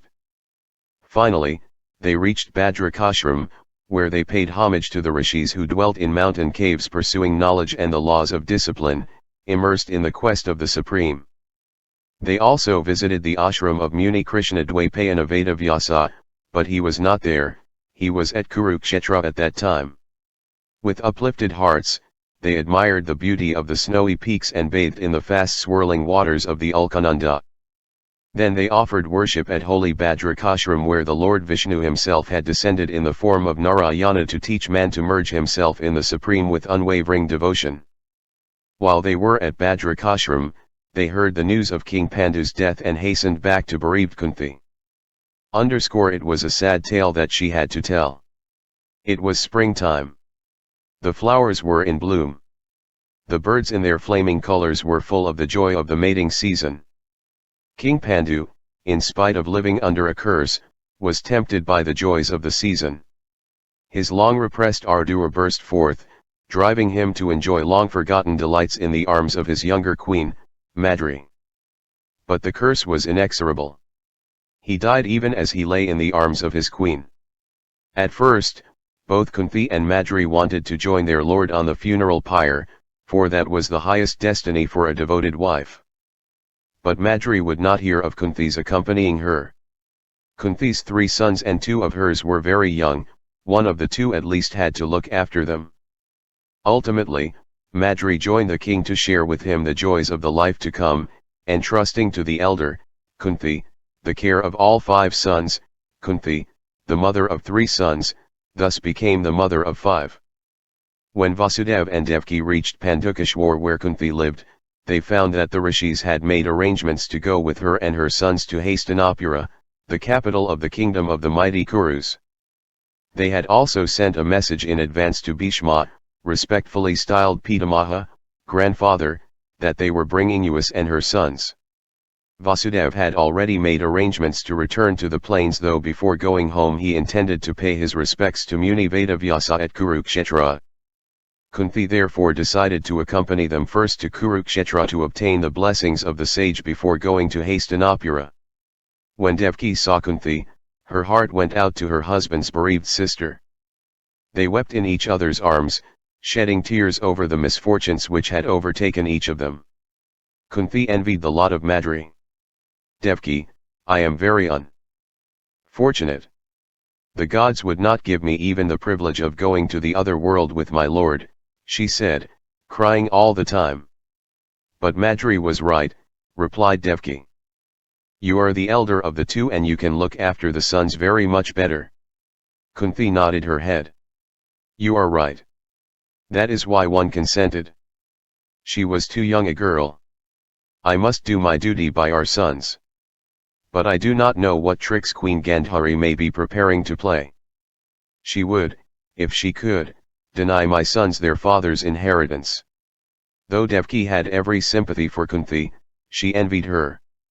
She saw the happiness which Kunti felt whenever one of her sons climbed onto her lap or all 5 sons surrounded her, clamoring for her love. She, Devaki, was the unlucky one. She had had 8 sons, 6 of whom had been killed. The other 2 sons were far away in strange homes, as the children of mothers that were not theirs. She could not have even a glimpse of them. Kunti's sons were very fine, all handsome and affectionate. Would her sons ever be so fine and have such an affection for her? Devaki wondered. The eldest, Yudhisthira, now 8 years old, looked serious beyond his years. There was transparent honesty in his eyes. The second son, Bhim, a year younger, was tall and robust with an open smile and a hearty manner. Perhaps, her Balrama would be like that. The third son, Arjun, just a year younger than her Krishna, was lithe, energetic and quick-witted. He was fair of face and had a lovable temperament. Possibly, her Krishna would grow up like this, would he? She asked herself. The other 2 sons, born of Madri, were small but shapely and were intelligent far beyond their years. All five made a perfect group, they never quarreled and never gave any trouble to Kunti. Traveling on foot by slow stages, they reached the plains near sacred Rishikesh. From there they went on across the plains, women and children by bullock carts, the men on foot or horseback, with the party which was there waiting for the return of Vasudev. All the time Kunti was troubled about the kind of reception she and her sons would get in Hastinapura. A day's journey was left when the two parties halted for the night under a huge banyan tree. Another party of 5 horsemen had already camped under a tree nearby. Vasudev's curiosity was aroused. On inquiry he found that the party of horsemen was led by Prince Shakuni, a son of the king of Gandhara. He was the brother of Gandhari, the queen of blind King Dhritarashtra, Pandu's brother. Sister, why should this young man come to Kurukshetra at this time? I sense swan danger, Vasudev inquired of Kunti. How do I know, brother? The best of Kauravas, Pandu, always said that he was a wicked youth. Would Shakuni want to create difficulties for you at Hastinapura? Asked Vasudev. I should not be surprised, replied Kunti. Gandhari is jealous of me. I do not know why, she has 100 sons of her own.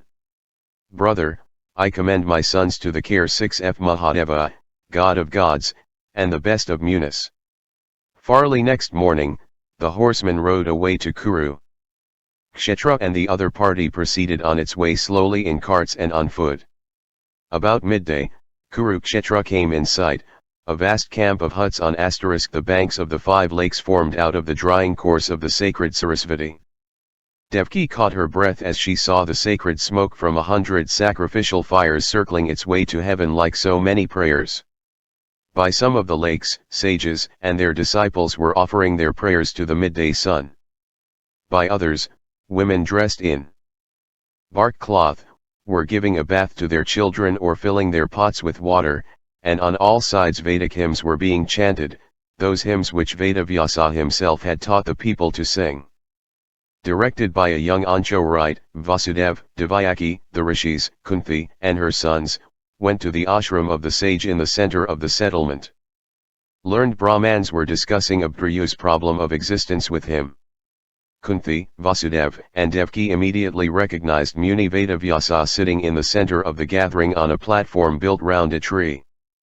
There was no mistaking the dark skin, the massive head, the long flowing hair, the rather uneven features and the eyes with their deep tenderness. As soon as the Muni saw Kunti, Vasudev, and Devki, he stopped talking and his face relaxed into a broad smile of welcome. With a gesture, he asked the audience to make room for the guests. Led by the rishis who had come with them, Kunti, her sons, Vasudev and Devki, came and prostrate themselves before him. As the sage blessed them, his eyes were lit with deep affection on seeing Pandu's 5 sons, his grandsons, prostrating themselves before him, with the easy grace of children brought up in a well-bred family. When he made a sign, the 5 brothers came up to him, standing respectfully with folded hands. Then he took the youngest, Suhdev, on his lap and laid his hand lovingly on the shoulder of Bhima, who was tall for his age. The ladies and Vasudev sat to his right, the rishis in front. Now, my sons, we shall meet tomorrow, the sage said, addressing his disciples. You must go and make proper arrangements for our guests. When the disciples had gone, the sage said to Kunti in a soothing tone. Parita, my child, your messenger told me all about your misfortunes. Madri was a gem among women. I know you will make no distinction between your sons and Madris. My master, you know what Madri was like. She was a young girl to the last. Even when she was alive, I brought up Nakul and Sahdev as my own sons.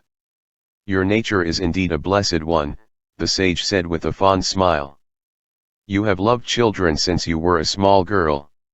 You also know how to command their love. Only one among 1,000 mothers is like you. The second son, the tall Bhima, could not restrain himself and burst out in a loud voice, She loves Nakul and Sahdev more than us, I know. Everyone laughed and Bhima also joined in the laughter. The sage turned affectionately to him. And don't you love them? They are very small brothers. You are so strong. It is for you to look after them, he said. Oh. I look after them all right, said Bhima proudly, again joining in the laughter uproariously. But when we play together, I throw them to the ground first. Young Yudhisthira interrupted in a serious and almost paternal voice, Gurudev, Bhima is talking nonsense. We love each other very much. Arjun's bright eyes nodded agreement and Kugti's heart was filled with gratitude to the gods who had given her such wonderful sons. That is very good, said Vyasa the sage and turned to Vasudeva and Devaki. When we are left to ourselves, I will tell you things that concern you alone.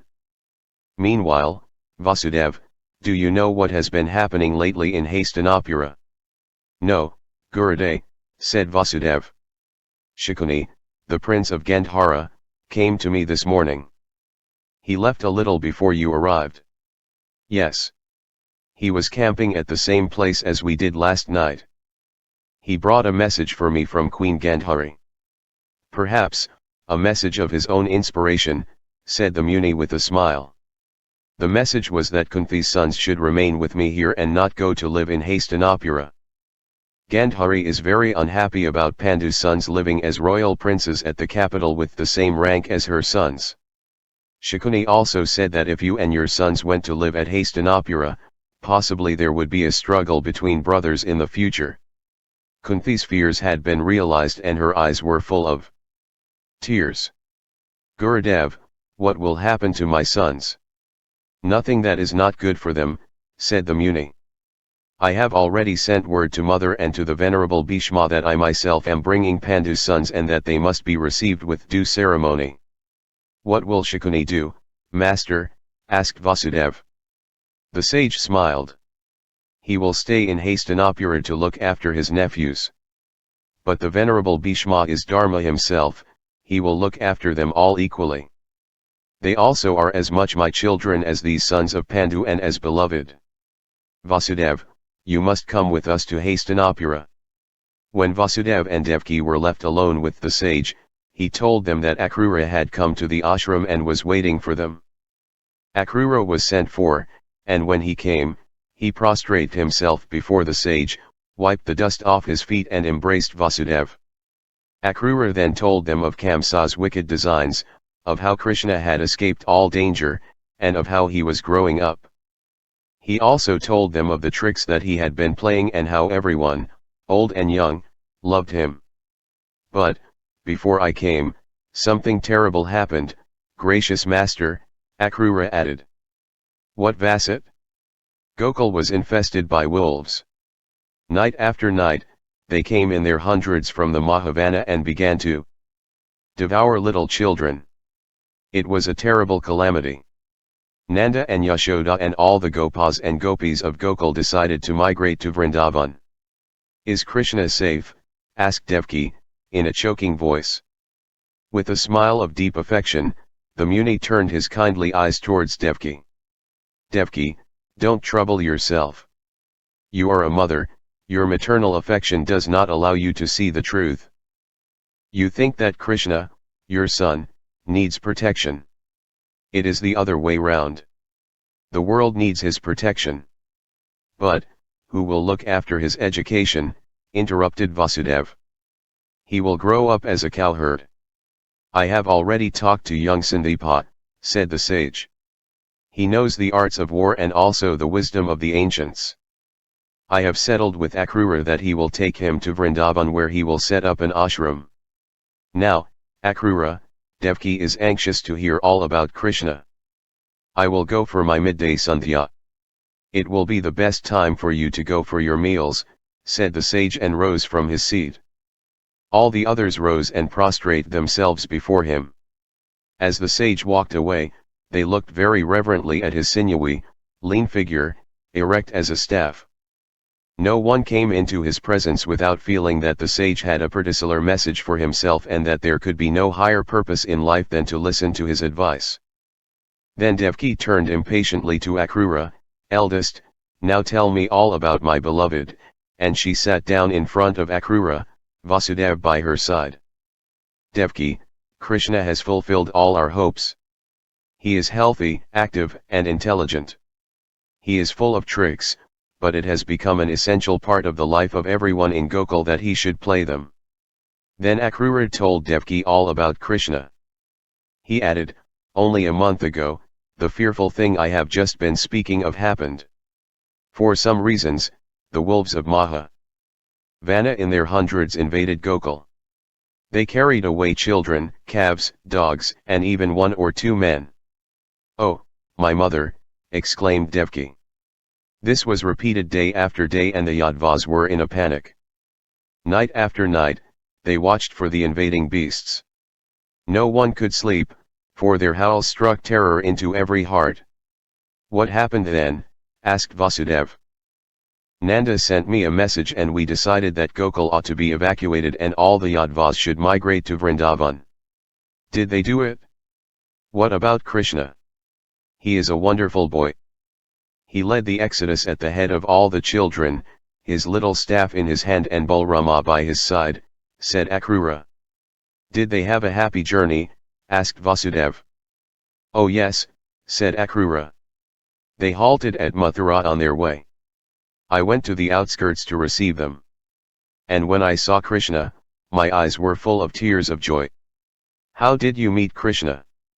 "He was the leader though he kept Balrama always in front of him. He led all the children. He would not sit in the cart, and seeing him walking, no child of his age or older would sit in a cart." "What was he like?" "He was glorious, with his little staff, his turban of cloth of gold, with a peacock's feather and his little nose ring swing." Ing bravely. Nanda was very proud and very happy. "How is Balrama?" asked Vasudev. "He is a tall, fine-looking, robust boy. And the 2 boys love each other.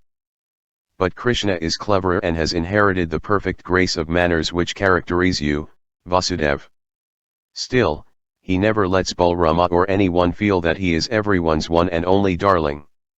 Yet all know that Krishna does not keep the great love he receives for himself, but shares it out equally among those around him. Oh, God of gods, when shall I see my beloved again?" asked Devki. "What happened to the Yadvas after that?" "Oh, they have settled down in Vrindavan happily. They are cutting down the forests and building up a new settlement. The Vrishnas have helped them." "When is Kamsa returning from the wars?" asked Vasudev. "His father-in-law Jarasandha has pledged himself to perform an Ashvamedha and Kamsa is now leading the sacred horse to Kalinga. The God of gods is very merciful. Now we can return to Mathura," said Vasudev. And thus it came to pass that the 5 sons of Pandu were received with the honors due to royal princes at Hastinapura. The venerable Bhishma, guardian of Kuru's empire, blessed them. Dhritarashtra, the king, embraced them with affection and tears fell from his blind eyes for he deeply loved his brother Pandu, and the old great-grandmother, Satyavati, embraced them and breathed in the scent of their hair. She was happy that the gods had now willed that the LME of her lord, the great king Santanu, should not come to an end. Radha is the problem child of our national imagination. Her origin is shrouded in mystery. She is not mentioned in the Mahabharata, Hayavamsa, or the Bhagavata which was probably composed in the 8th century AD. On the other hand, she is mentioned in the Silapadikaram, an ancient Tamil work, as Napane. Radha is the problem child of our national imagination. Her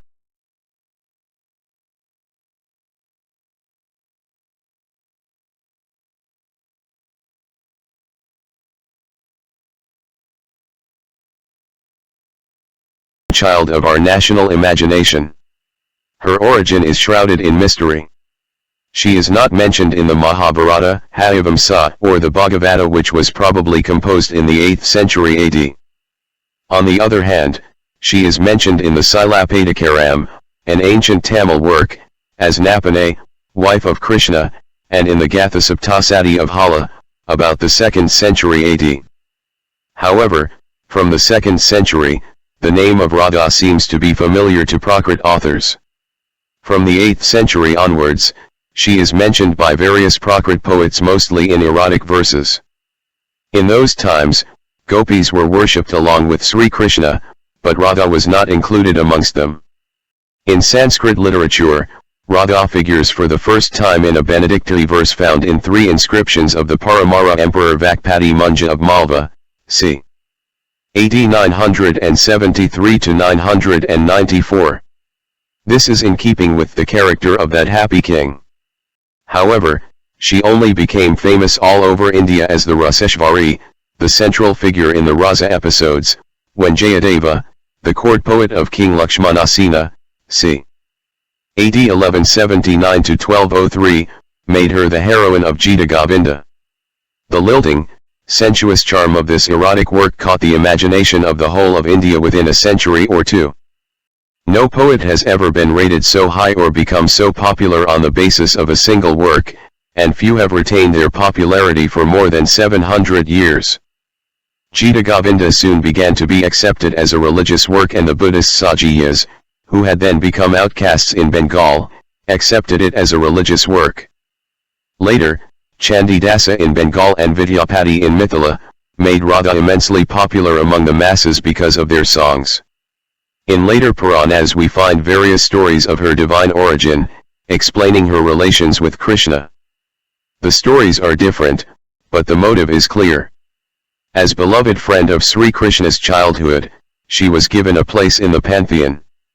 Chaitanya accepted her as a goddess. So did the Radhapanthes, Vishnaswamins, and Nimbarkas. According to the general tradition in India accepted by Nimbarka, she is the divine spouse of Sri. In the Eastern religious tradition, which lays emphasis on Parakya Prema, she is, however, accepted as a beloved of Sri Krishna but the wife of another, sometimes mentioned by name as Ayan. Anyway, Krishna without Radha is unthinkable, and I consider the view accepted by general tradition as appropriate.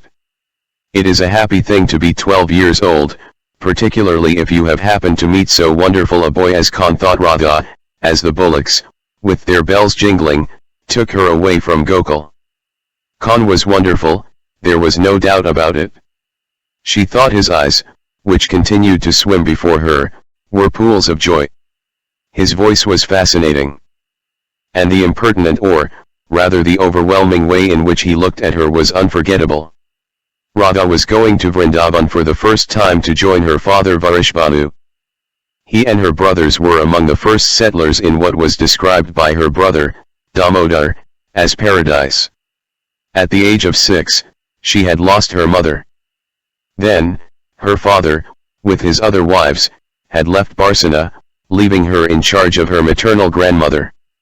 She had grown up, laughing, romping, dancing, making fun of the boys and girls of her own age, the darling not only of her mother family, but the whole village. Her father, Varishbhanu, had her betrothed to Ayan, the son of a friendly settler in Vrindavan, several years older than herself. But Ayan, in his teens, had hated the farm, the cows, and forest, and drifted to Mathura to take service with Kamsa. Now that her maternal grandmother was dead, Varishbhanu had sent for Radha. She knew that she had been betrothed to Ayan. But, to her, he was something distant and intangible, just a name. The talk of marriage, which would have stirred the heart of any other maiden of her years, left her indifferent. Flowers, fruits, the song of the birds, lowing cows, and strutting peacocks, filled her heart, and kept her laughing, singing, and forever trying to be everyone's darling. Radha had played with the boys and girls of Barsana and dominated them with her exuberant vitality. When she left the village, she only felt a momentary pang at parting from them. But she had forgotten them all when she came across new people, new villages, and new scenes. Gokul, however, was different. When she was born, her mother, who happened to be at Gokul, had taken a vow to offer ceremonial worship at the shrine of Gopanath, Gokul's guardian deity. Now, After 12 years she had fulfilled this. She and her brother had stayed a few days with a distant cousin of her father's, and she had been attracted to its happy people, sleek cows, and tame peacocks. But she had liked Khan most of all. She could never forget the way he had smiled at her, even when he lay tied to the mortar. The way he had tousled her hair, his eyes dancing mischievously all the while, was still fresh in her mind. Whenever she closed her eyes, she could almost feel the touch of his hand. And on the way home from the forest, he had played the flute. There were flutes everywhere in the villages, played by old men and young, and children too. But the flute's melodious tones had never been so haunting as when they issued from his flute. They still echoed in her ears. After some days, Radha reached Vrindavan, which captured her heart at first sight in that virgin forest. Varishbanu and about 50 others had cleared enough space to set up a small settlement and build huts for themselves. The forest, with its shady trees and swinging creepers laden with flowers of many hues, was at every doorstep. The river Yamuna flowed by it with its swift current. Rich, lush pastures spread in all directions, and the cows and bulls browsed on them unrestrained. Earth and sky were full of beauty, and every sunrise brought fresh joy to the hardy settlers and their families. On her arrival, Radha learned from one of her stepmothers that Ayan had gone to the wars with Kamsa's army and her marriage with him had been postponed. However, she felt no interest in it. Ayan had no place in her world. Day and night, she only heard a sweet little voice saying, "I will come to Vrindavan," and felt that it was solemn promise. She always felt a sense of waiting for that promise to be redeemed. Somehow she knew that it would. A year passed. Spring came. Vrindavan became gorgeous with leaf and flower. Kadamba flowers bloomed everywhere, the birds sang on every bough, the tulsi grove spread its aroma in every house. But, in spite of her gay spirit, Radha felt unhappy, for the promise had remained unredeemed. Then messengers came from Nanda, the chief of the Gokul Yadvas. Wolves were all over Gokul, children, heifers, and dogs were being taken away by the beasts every night. The chief had, therefore, decided to migrate to Vrindavan with all the residents of Gokul. In fact, they would be starting immediately. Radha's heart leapt with joy. The promise was redeemed. Now he would come, the smiling boy, with his flute in his hand and his eyes dancing mischievously. The small settlement was busy clearing space for the newcomers, and the women folk were engrossed in prepared hospitality. Radha went about among the boys and girls of her age, talking about Gokul and above all, of Khan, who had killed the demons, Putana and Trinavrat, and pulled out trees by the magic of his strength. And the day came when Varishbanu, with all the settlers and their families, went out to welcome Nanda and his Yadvas. And Radha was there too, leaping with joy like a child. The immigrants came. There in front were the children, laughing and romping, led by Khan, his little staff in his hand, his flute in his waistband, and peacock feathers in his neatly folded and gold-embroidered turban. And the boys and girls did as he told them. An endless procession followed. Cows and bulls, for which Gokul was so famed. Women with brass pots on their heads, singing happy songs. Old men and women and infants in hundreds of gaily decorated carts. Young and middle-aged Yadvas with bows and arrows, swords, and even plowshares, guarding them all, keeping the cattle in order or bringing up the rear, with the old chief Nanda at their head, his long staff in his hand. But Radha had eyes only for one person, the dark blue boy who moved in front of them all, wielding his little staff. Forgetting the proprieties, she ran forward, shouting "Khan, Khan," and exerting the sinuous strength of her small, supple body, lifted him up. Khan was full of joy too. He kept hitting her affectionately on the back till she was red in the face. And the children, very pleased, joined hands and went round and round them merrily. The older people embraced each other. The women from the settlement joined those from Vrindavan, and began to laugh and talk. Soon the carts were arranged in a crescent to make a temporary fort. The cattle were taken to the river to be washed. 1,000 hearths were lighted and the housewives were busy cooking the evening meal. As evening came, bonfires were lighted to keep the forest beasts away. Watchmen were posted all around. The cattle were brought within the crescent, each family tying up its animals to its carts. That night, at Vrishbanu's house, Yashoda and Rohini, who had also come with the migrating Yadvas, slept with Krishna and Balrama by their sides. And in the next room, with her stepmothers, was Radha, vainly trying to sleep, her heart in a flutter. One refrain kept on going through her mind all the time: Khan has come, he has redeemed his promise. The next morning Radha walked quietly into the room where Krishna was sleeping.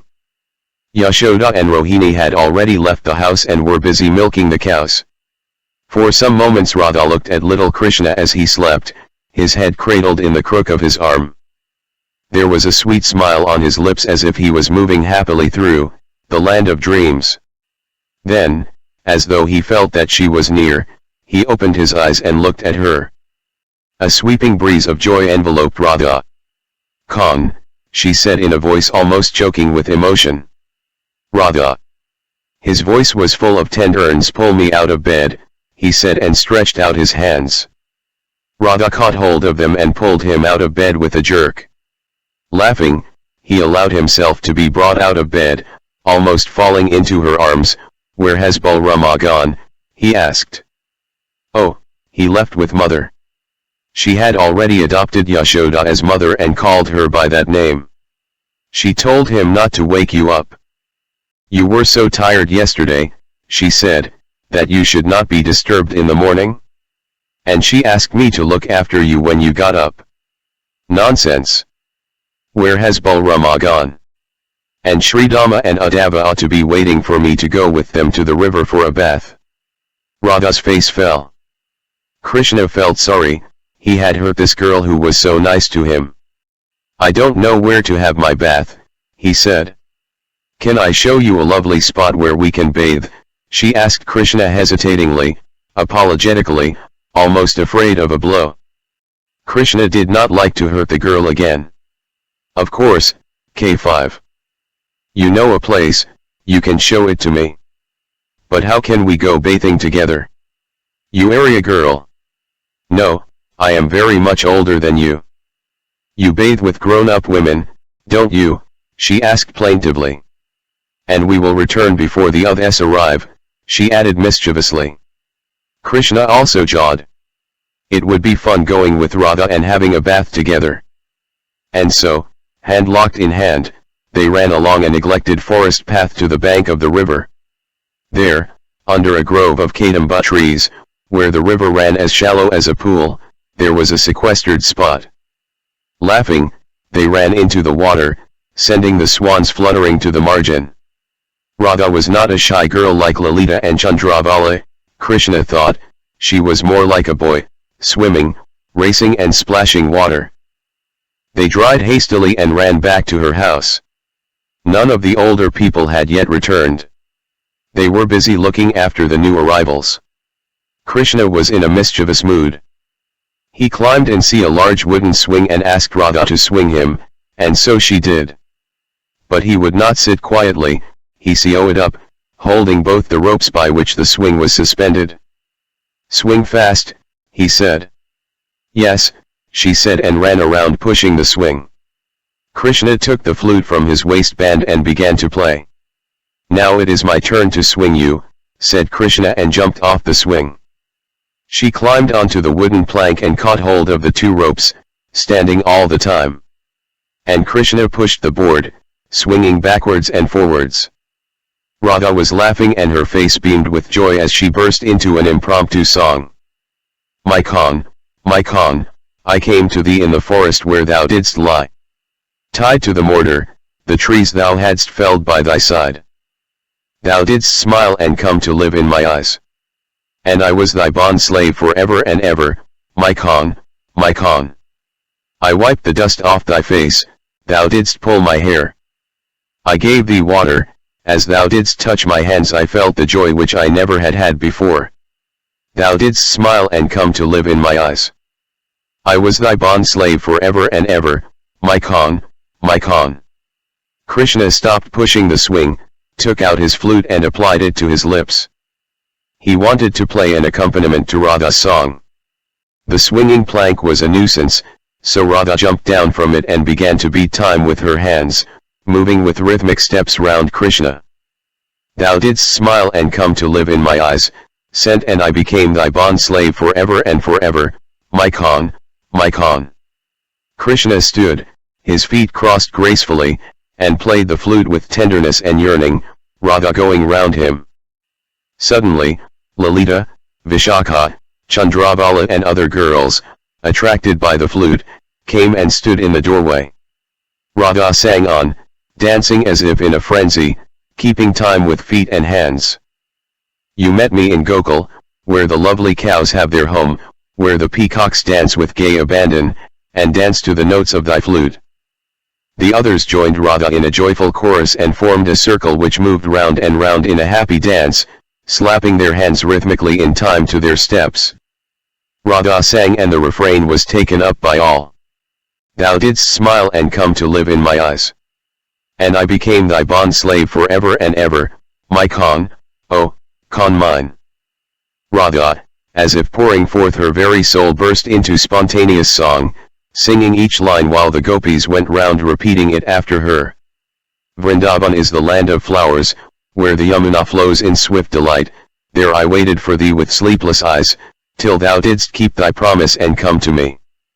On and on they sang and went round and round Krishna, dancing as if they were goddesses of the forest, their voices rising high in unison.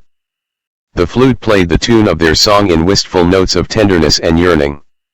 As the gopis moved faster and faster, Krishna replaced the flute in his waistband and joined them in the dance, marking the time with his feet and by clapping, moving from the side of one gopi after another. It was a maddening rasa, its pace getting swifter and swifter.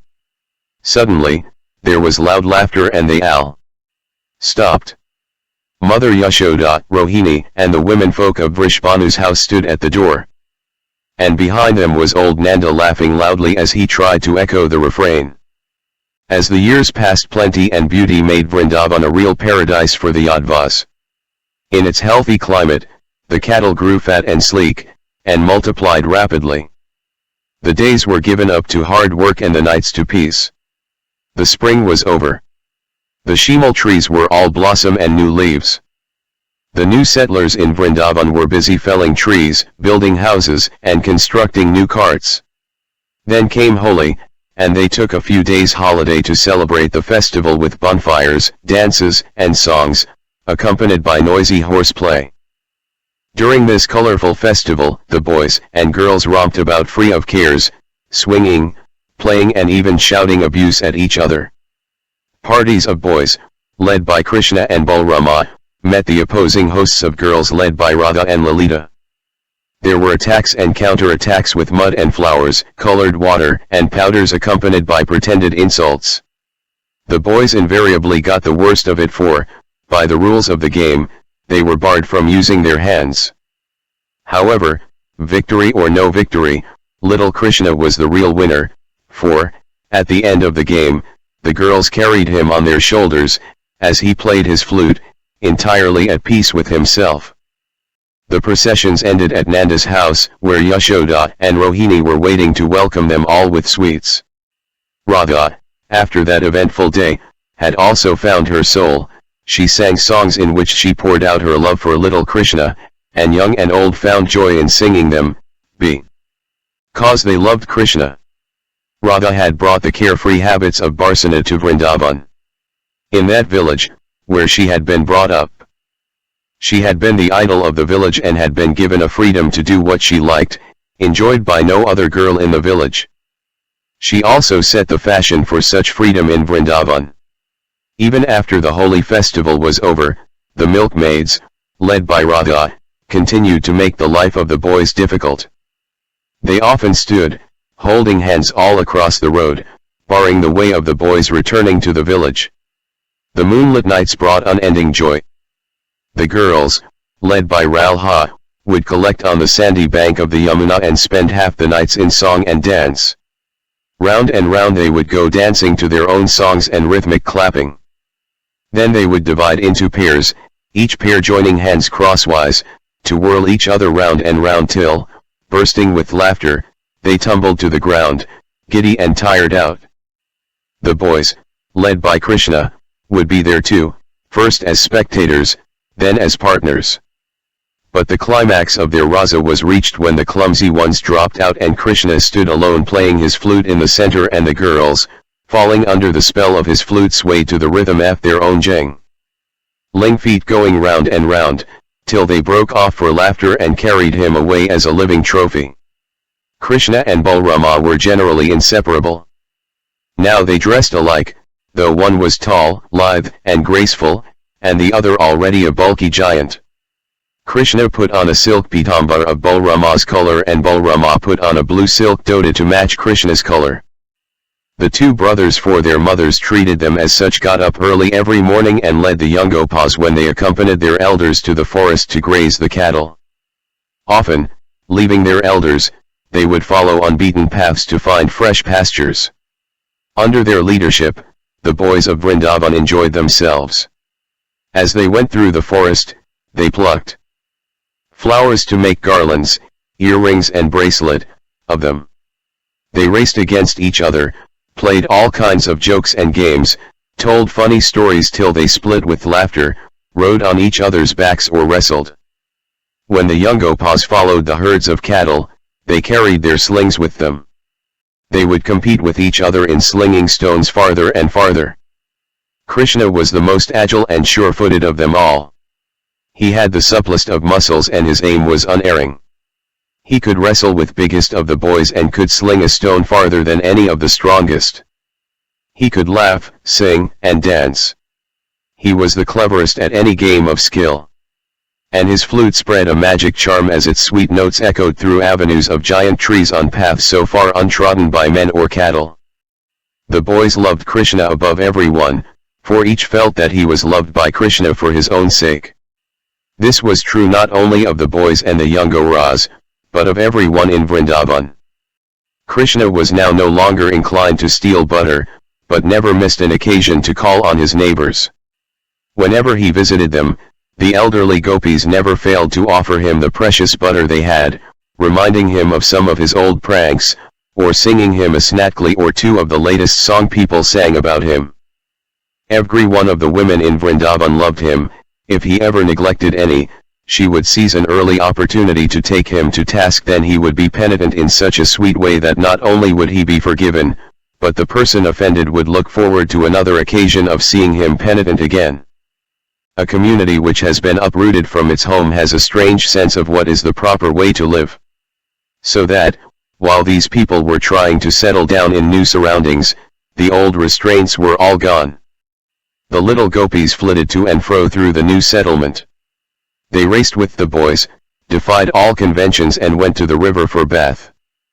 At the same time as the boys and joined them in water.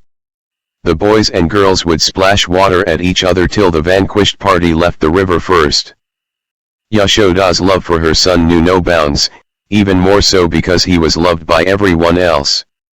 Krishna never let her forget that he was her darling and that she was uppermost in his mind. Altogether, the love and devotion which little Krishna inspired had no limits. He was friendly with most of the cows and calves whom he led to pasture every morning. He knew many of them by name, and whenever he appeared, they would go to him to get a pat from his small hands. Whenever he rode on the back of a cow, she would lift her head proudly. Even peacocks forgot their timidity when he called them. When he played the flute, the cows stood still as if listening with rapt attention, and the peacocks would dance in ecstasy.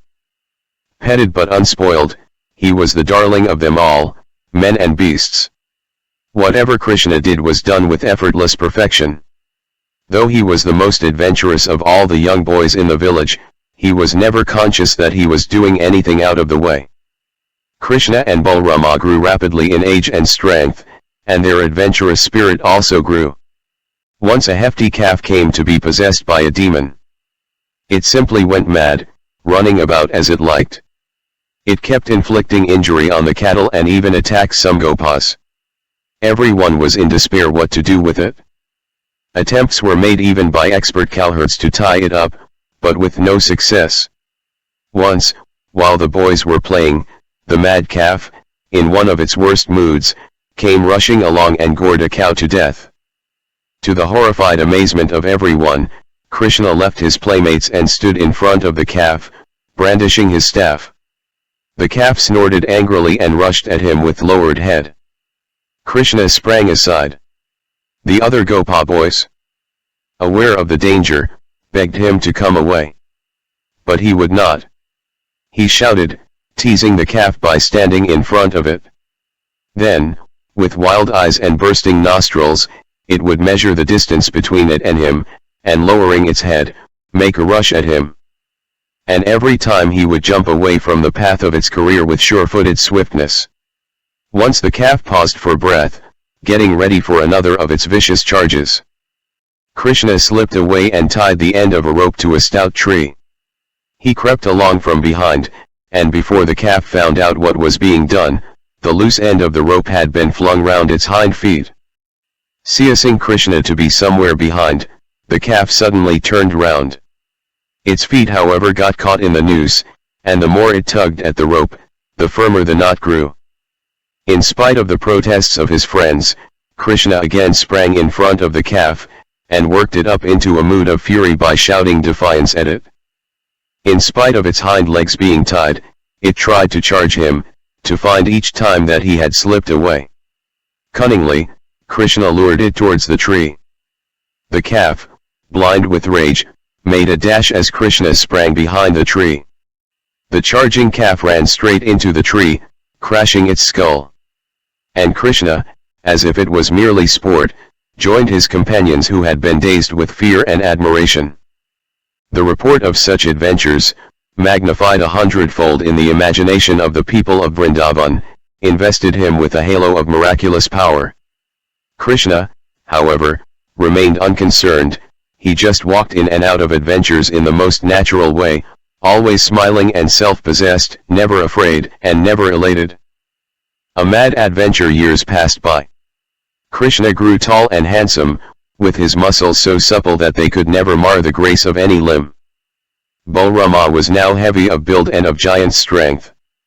Vrindavan continued to prosper. The cattle multiplied. Men and women, old and young, were busy at their appointed tasks.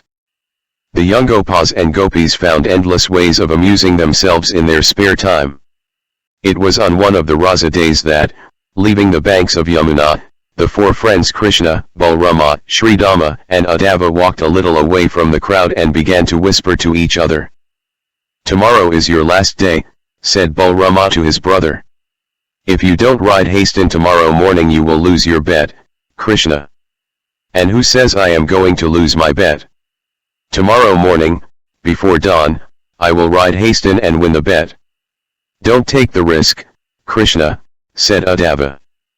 "Don't ask him to ride hasten, Balrama. I was only a joke. Let us call it off." Yes. We can't let you ride hasten. Nanda, our father, has forbidden us to play tricks with the big bulls," said Sridama. "But I want to ride hasten. I promised you that I would do it, and I will do it tomorrow morning," said Krishna with quiet emphasis. "Please, Balrama," pleaded Uddhava, "don't carry the joke too far. Hasten is always dangerous and at times mad. And Krishna may come to harm. I am going to ride hasten tomorrow, joke or no joke, even if you are not there to see me do it," said Krishna. And he went to join the crowd of boys and girls returning to the village. "Balrama, what are you doing? What will happen?" asked Sridama anxiously. "Don't worry, Sridama. I want to teach Krishna a lesson. Then he won't make boastful promises." "But suppose he takes the risk," said Uddhava. "Riding hasten is no joke. He might as well ride a mad elephant." "I will see to it that he does not," said Balrama. "Oh, big brother, he will if he has decided upon it," Uddhava pleaded. "Then hasten will throw him down to the ground." A few bruises will do him no harm, said Balrama, and he strode away. Sridama and Uddhava had a hurried consultation. What is the way out? Asked Sridama. Why not ask Radha to persuade him to give up the idea, said Uddhava. I was just thinking of taking her into our confidence. Hastin was Vrindavan's king of stud bulls. He was a royal beast, massive and sturdy, and sinuous in every limb. His horns were sharp and strong. His neck was a mighty knot of irresistible muscles. His hump, dark and majestic, rose like the lingam of Mahadeva. His skin was soft and sleek, and his generous loins had furnished Vrindavan with a breed of sturdy bulls and matchless cows. To see him as he stood tied to a giant tree, was to adore the very image of strength. All day long he pawed the ground impatiently. He eyed everyone who approached him with sullen ferocity and snorted angrily all the time.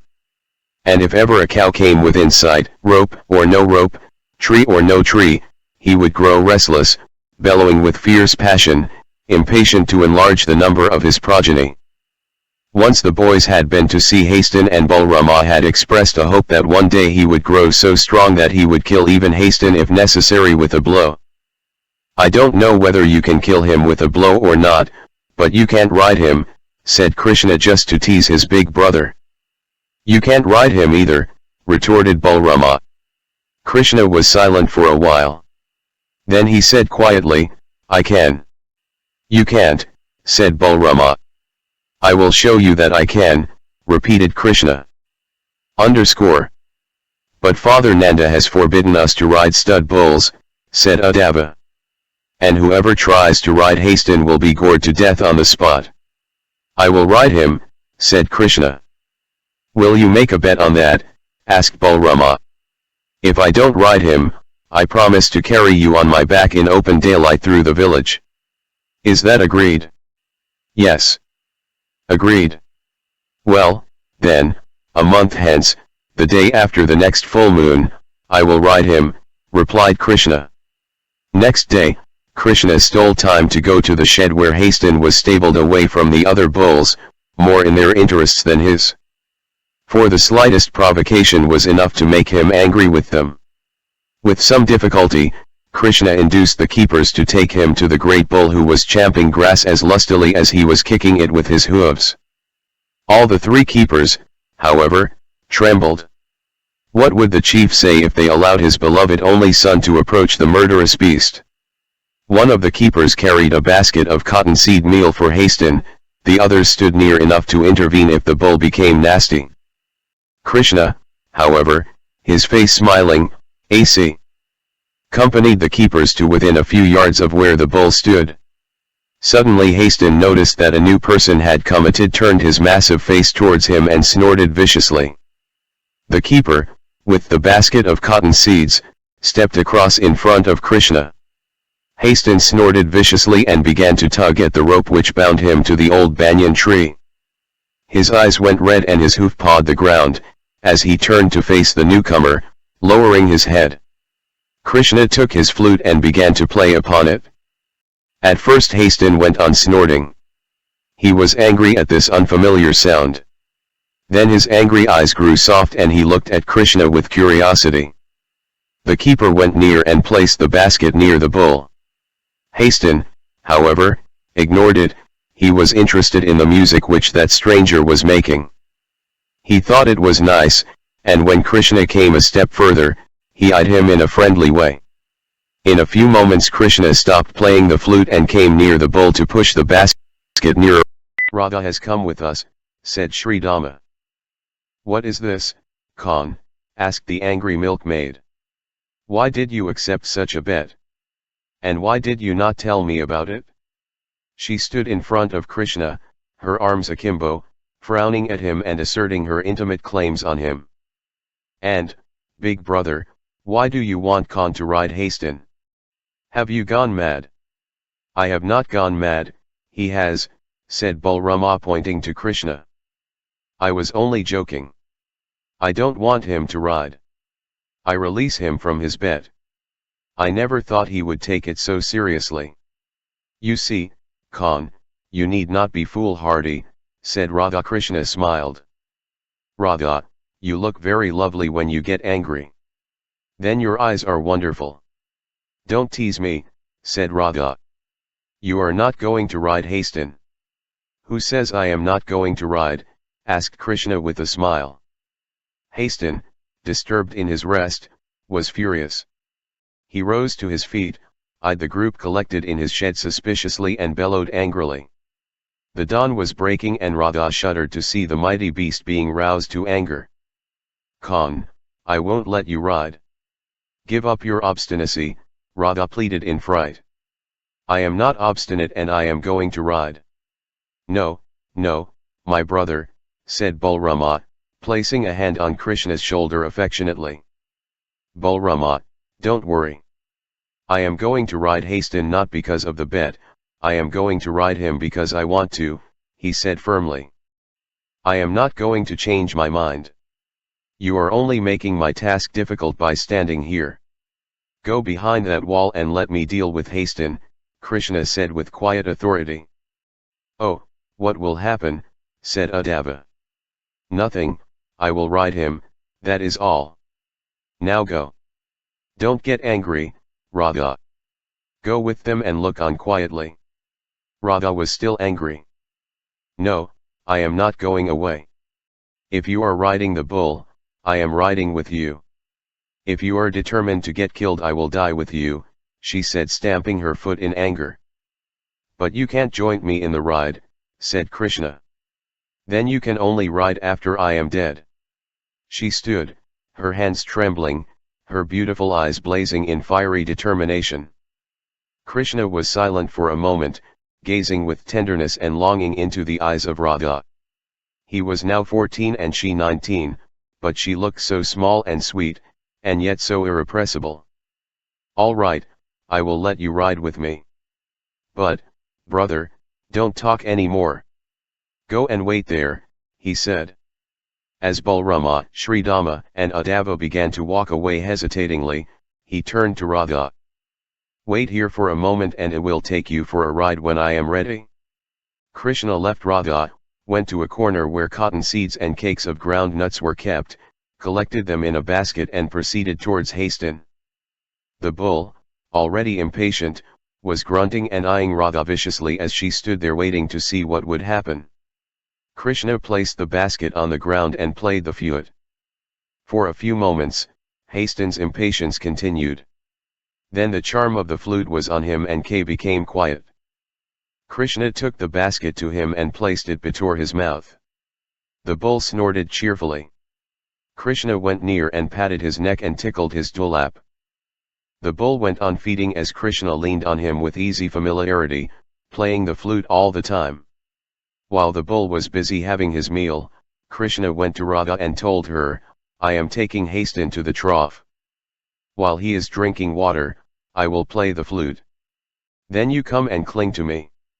Keep clinging to me, if you stand away from me, you will be gored to death. Have you the courage? I will have courage so long as you are with me, she said with an ardent flash in her eyes. One of the keepers appeared at the door.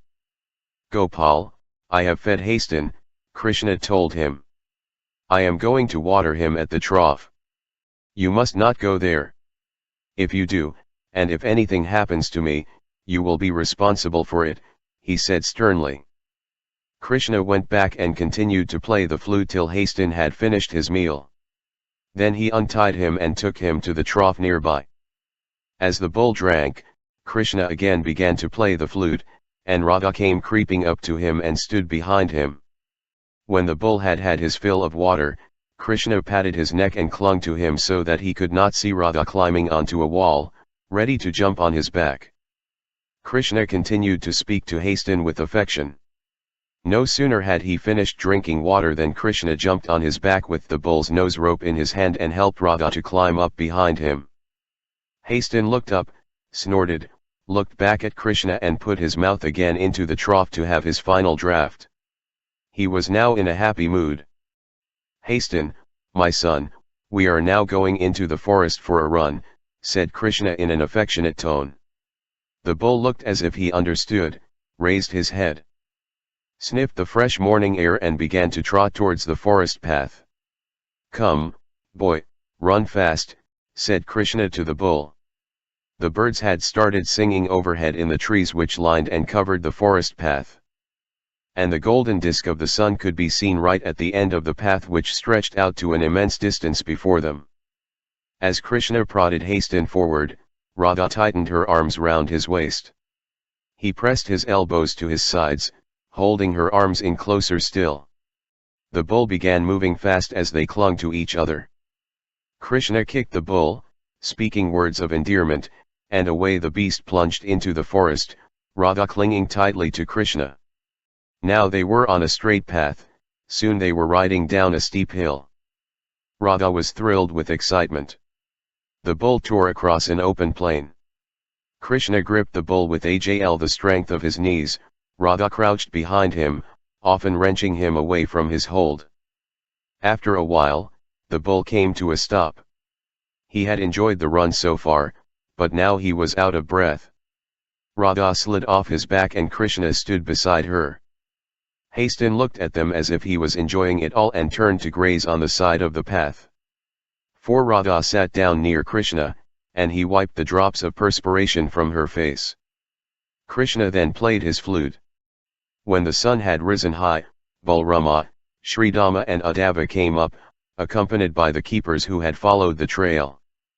Radha and Krishna joined them, Krishna leading the mighty beast and all three on the friendliest terms.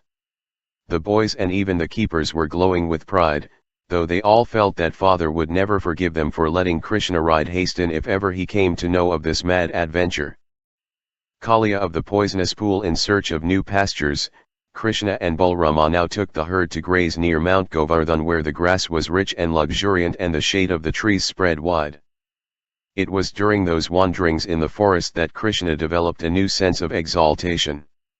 From the first, he had fallen in love with the tulsi or vrinda plants which grew there in abundance and which gave their name to the village.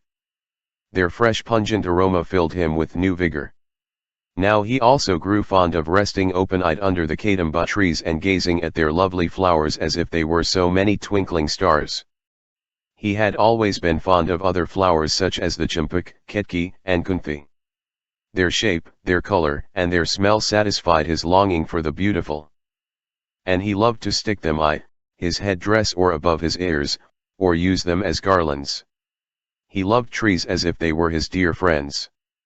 Sometimes, drifting away from the other gopas, he would wander by himself along the shady avenues of ancient trees. Then the spirit of peace and silence would enter his soul, and sometimes, he would talk to them endlessly. Sometimes he would play his flute so that its notes mingled mysteriously with the breeze as it blew through their waving leaves. Above all, he loved Mount Govardhan, which was a thing of beauty. Its sides were covered with trees, whose ample foliage danced in the breeze.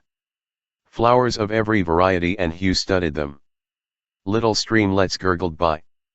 All over the hill, friendly peacocks strutted with their mates and treated him as one of themselves. In the lake, the swans, swimming with unperturbed majesty in inseparable pairs, would listen to his call and sail towards him as towards a friend. Wild birds often flew overhead while he climbed the mount. And rabbits shyly peeped out of their little holes while waiting for him to play his flute. Krishna wandered over this beloved hill, often with his friends, sometimes alone. And when alone, he loved to climb to the top and stand gazing at the luxuriant view below or at the distant horizon. And then he would feel a strange kinship with men and cattle, with beasts and birds, with trees and flowers, with the running streams, and above all, with the mount, and a sense of unity, his consciousness widening so as to encompass them all. It was impossible to instill fear into little Krishna. He could always see the danger and with undisturbed foresight meet it. Once, gazing the cattle in a sequestered part of the forest which he had never visited before, he came across a heron guarding her eggs. The disturbed mother began to squawk frantically, and when the boys laughed and clapped because of the funny noise she made, she rushed at them with her beak open and pecked at Sridama fiercely. The boys ran away in fright. Krishna alone stood his ground. With cool self-possession, he caught hold of the two halves of the beak and tore the heron's mouth open. Bleeding and squeaking piteously, she tried to flee, but within a few yards fell to the ground. On another occasion, when he met a giant boa constrictor, which had already swallowed a cow, waiting for more victims with its jaws open, Krishna's presence of mind did not desert him. The cows and calves ran away for fear. Not he. In spite of protests from his friends, he approached the python uninfluenced by the spell of its wide-open jaws and unwinking eyes. Escaping its attempt to snap at him, he approached its awesome open mouth and thrust stones and blocks of wood into it, one after another. It closed its mouth in sheer disgust and slipped away with some difficulty. The next day it was found dead in the forest. Balrama, though less adventurous, was growing into a giant. Slow to be roused to a decision, he would, if moved to anger, fell his victims at a blow. Once, while he was leading the cattle along a new forest track, he stood for a moment under a tree and was attacked by the leader of a herd of wild donkeys with furious kicks which would have knocked a full-grown man to the ground. But Balrama was unflinching. He faced the donkey and brought it to the earth with a powerful blow delivered straight at its mouth. Balrama's fist was like a hammer, it could break almost anything. Once, while they were at play, he leading one party and Krishna leading the other, his party won. By the rules of the game, each member of the defeated party had to carry a member of the victorious party to a pre-appointed place. Krishna himself carried Sridama, his dear friend. Burly Balrama, however, rode on the back of Pralamba, a dark-skinned, huge uncouth boy, who had joined them that day from some settlement in the heart of the forest. He was a wicked-looking youth, who, instead of carrying Balrama to the appointed place, carried him through the thickest part of the forest, with which he alone was familiar. Balrama found it impossible to get off the back of this boy who, holding his legs in a firm grip, was running very fast. In anger, Balrama brought down his fist on the boy's head, and his skull was crushed. Exploits like these spread awe and amazement among the people of Vrindavan. They had no doubt that the boys were gods and that those who attacked them were demons. But, while they loved and admired them for these adventures, they were in fear all the time, that, in their next adventure, they would fall victims to their own recklessness. This fear reached its height when Sridama came running to Vrindavan with the news that Krishna had jumped into the poisonous pool in order to subdue Kaliya, the venomous snake which lived there. The poison otis pool, a short distance from Vrindavan, was situated in an unfrequented part of the forest. It was only during the monsoon that the waters of the river flowed into it. During the rest of the year, it was stagnant and weedy. It gave off a foul smell, a sickening vapor hung over its waters. A huge, fierce snake, Kaliya, with its brood lived in the pool, which was on that account shunned by men and beasts. Its slimy greenish water was supposed to be charged with poison. Cattle, constrained to drink at the pool, were known to have died. On this occasion some heifers had drunk of its poisonous water and immediately fallen dead. The boys, frightened, ran away in swift retreat. Not so Krishna. He quietly looked at the waters, his eyes fixed on the snake as it glided in and out of the water in the middle of the pool. Then, before the others could realize what he was up to, he had tucked up his dhoti, taken a rope in his hand, climbed onto the bough of a tree and jumped into the pool. Everyone down by the pool screamed with terror, some fainted. Sridama and Uddhava, the most devoted of his friends, ran breathlessly to Vrindavan to inform Nanda and Yashoda that Krishna had jumped into the poisonous pool to fight Kaliya. The waters of the pool were slimy with tangled weeds and Krishna found it difficult to swim across and reach the place where Kaliya could be seen moving among the weeds. However, he was as cool as ever, confident in his own strength and skill. The snake, awakened to fury at this unusual trespass into its domain, raised its hood in rage and began to approach Krishna, but, as he swam, Krishna straightened himself, made a lasso in the rope and trapped the snake's neck in the noose. The snake was taken by surprise by the flying rope. Before it knew what this was, its hood was in the noose. It made a frantic struggle to get away, but there was no escape. It lashed out furiously, twisted its snaky coils and splashed water all around. The frightened crowd on the side of the pool watched its furious struggle in breathless agony and suspense. The mighty snake struggled, but struggled in vain. The noose grew tighter with every attempt it made to get away from it. And Krishna, swimming swiftly, remained at a distance, the other end of the rope tied round his waist. For some time the snake tugged at the rope. Every time it did so, Krishna pulled at it with all the strength he possessed. The snake turned and twisted round and tried to lash at its captor with its tail, but in vain. This struggle went on for a long time. Ultimately the snake's strength was spent. Krishna swam back to the side, pulling the frightened snake behind him. It was strange how Kalia's mates followed him, their lord and master. When she heard of it, her heart seemed to faint inside her. Ahead of others, she ran towards the pool like a frightened deer and saw the snake lashing its tail and her con bobbing up and down in the waters. She swooned with a piercing shriek.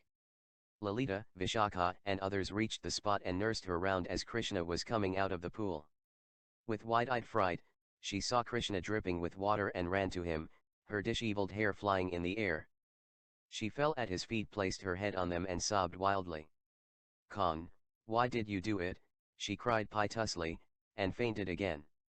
The good cowherds who had arrived there with their wives, and Nanda and Yashoda felt that this was not the proper way for a young girl to behave. They had already been scandalized more than once by this girl of 20 who was still unmarried and who was giving a bad example to their daughters by the uncontrolled way in which she behaved. And now she had gone beyond all limits. No one was more shocked at the way Radha had behaved before the elders of the village than her eldest stepmother Kapila. She had always protested against the way her husband, Varishbanu, pampered her. For years she had wanted Radha to be given in marriage. She saw no point in letting the girl grow up while waiting for a bridegroom who had been away to the wars. Her sense of decency had been, time and again, outraged at her boyish ways and at the way she sang and danced and idolized Nanda's son. And now the situation had become more complicated. Kamsa was back in Mathura from the wars and Ayan was expected to return to his people soon. When Radha's brothers brought her back to the house in a half-demented state, Kapila could not suppress her anger. She went up to Radha and slapped her. Radha, with tearless eyes, looked at her dazed and sank to the ground, a picture of helplessness. Varishbanu, who followed them at behind into the house, also exploded with rage. Radha had behaved disgracefully. She had now to be kept under strict control. Within a few weeks, Ayan was going to return to Vrindavan. And a few months later, when Uttarayan came and the night of the gods was over, she would be married. Though she was small and childlike, she had no business to forget that she was now 20. She had no right to go about with little girls and herd with young gopas. There were to be no more games, dances, and songs. And she was not to meet Krishna anymore. He was now 15. He was the son of Nanda, the chief, who would never forgive poor people like them for letting their girl go about in the company of their only boy. Now she was not to be allowed to go out. She must be kept locked up in the house. All this time, Radha, her face swollen with tears, continued to sob. When Varishbanu and Kapila had exhausted their fury, she broke down, hid her face between her knees and piteously cried, "No, no, no. What do you mean by no, no, no? You shall be locked up in the house. You shall not be given anything to eat. You are not going to be a disgrace to my family," said Varishbanu, and walked out angrily. After they had locked Radha up, she continued to cry her heart out for a long time. When she recovered, her mind went back to her Khan. Fresh, vivid pictures came to her mind, of how she had found the little boy dragging the mortar after having brought down the twin trees, of how he had come to her at Vrindavan redeeming the promise he had given, of the time when they had played and sung and danced and joined hands crosswise whirling round till they fell over each other out of sheer giddiness, and of how he had smiled at her as he smiled at no one else with that understanding glint in his eyes, and, whenever she thought of him, lilting songs, from somewhere in her heart, would mix with her vision of him and give her a sense of ineffable joy. And she could never forget that, when she was near him, his flute played only for her. Now this Ayan was coming who was a complete stranger to her because she had never seen him. He would now claim her as his wife. "No, no, no, never, never," she cried. Khan was the chief's son. In course of time he would be the chief of the Shoras. It was certain she could not marry him, her father was just a plain cowherd, she was so much older than he was. Mother Yashoda, though she was fond of her as her son's playmate, would never accept her as his wife. She would therefore lose him. Then life would not be worth living. No, no, no, she cried. That night she had no sleep. The next day she remained locked up, only a little food being brought to her by her stepmother. But all day long she thought only of her Khan. Nothing should part her from him. A thought stabbed her. Today was the night of the full moon. At night Khan would go with his friends to the sands. The other girls would join him. They would sing and dance, and she his elect would not be there. She would remain locked up in this room. Radha looked through some chinks in the blocked-up window. Bright moonlight flooded the earth. The village and the forests surrounding it were covered with silvery beauty. But all this beauty was not for her. She would not meet her Khan tonight. Oh, the misery of it! The village slept in peace. She could hear the waters of the Yamuna as they flowed fast, but their music, so dear to her, brought only pain and anguish. Suddenly, out of the silence of the night came the notes of the flute, his flute. Her blood began to course swiftly in her veins. She could hear the hammer strokes of her heart in her ears. It was his call. He was there on the sands, as on every night when there was a full moon, inviting her and all his friends but her more than anyone else. She knew that she was his joy and he was her life, her Lord, her God. But today they were parted. The melody floating over the village brought delicious, painful yearning to her. She wished she could fly and join him, she thought for some time about the possibility of climbing through the window. But her father had seen to that, her mother slept in the anteroom, her brothers on the adjoining veranda. Radha felt she could almost have dashed her head against the wall. Oh, Khan! How can I meet you? How can I live and not be near you? She whispered and cried till she felt choked. Then the flute was silent. Why so suddenly? Was he waiting for her? Was the Raza given up? He always said that she was the soul of the Raza. Would her Khan join in the Raza without her? She was tired, utterly tired. She could not keep her eyes open. How she went to sleep and how long she slept, she could not say. But something like a passing breath awakened her. She sat up, startled. Someone was in the room. Radha, keep quiet. Get ready, said a dearly loved voice. She rubbed her eyes. Was she awake or dreaming? She clung to him. Yes, it was he. She looked at the roof. Someone was dangling halfway from the roof. Get up. Dress. We are all waiting for you, her Khan said. His voice vibrated through her being and she became as buoyant as ever. Enveloped in darkness, she took her Raza dress from the peg and put it on. Now I will help you to get on my shoulders. Then Sri Dama will pull you up, he pointed at Sri Dama also Eng down, but higher up towards the roof. And Balrama is on the roof. He is holding Sri Dama's hands and will pull us all up. She did not speak a word, but made ready to climb onto his shoulders. And Radha, you won't be frightened halfway and drop down, asked Krishna in a whisper. I am never afraid when you are with me, she said and allowed herself to be pulled up by Sri Dama.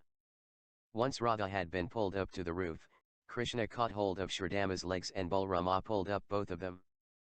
Within a few moments all two were on the roof. They stepped stealthily over the tiles and walked to the end of the roof. Then Balrama jumped down onto the ground, Sri Dama on his shoulders, then Krishna, lifting Radha, descended onto Sri Dama's shoulders. Oh, how strong he is, she murmured.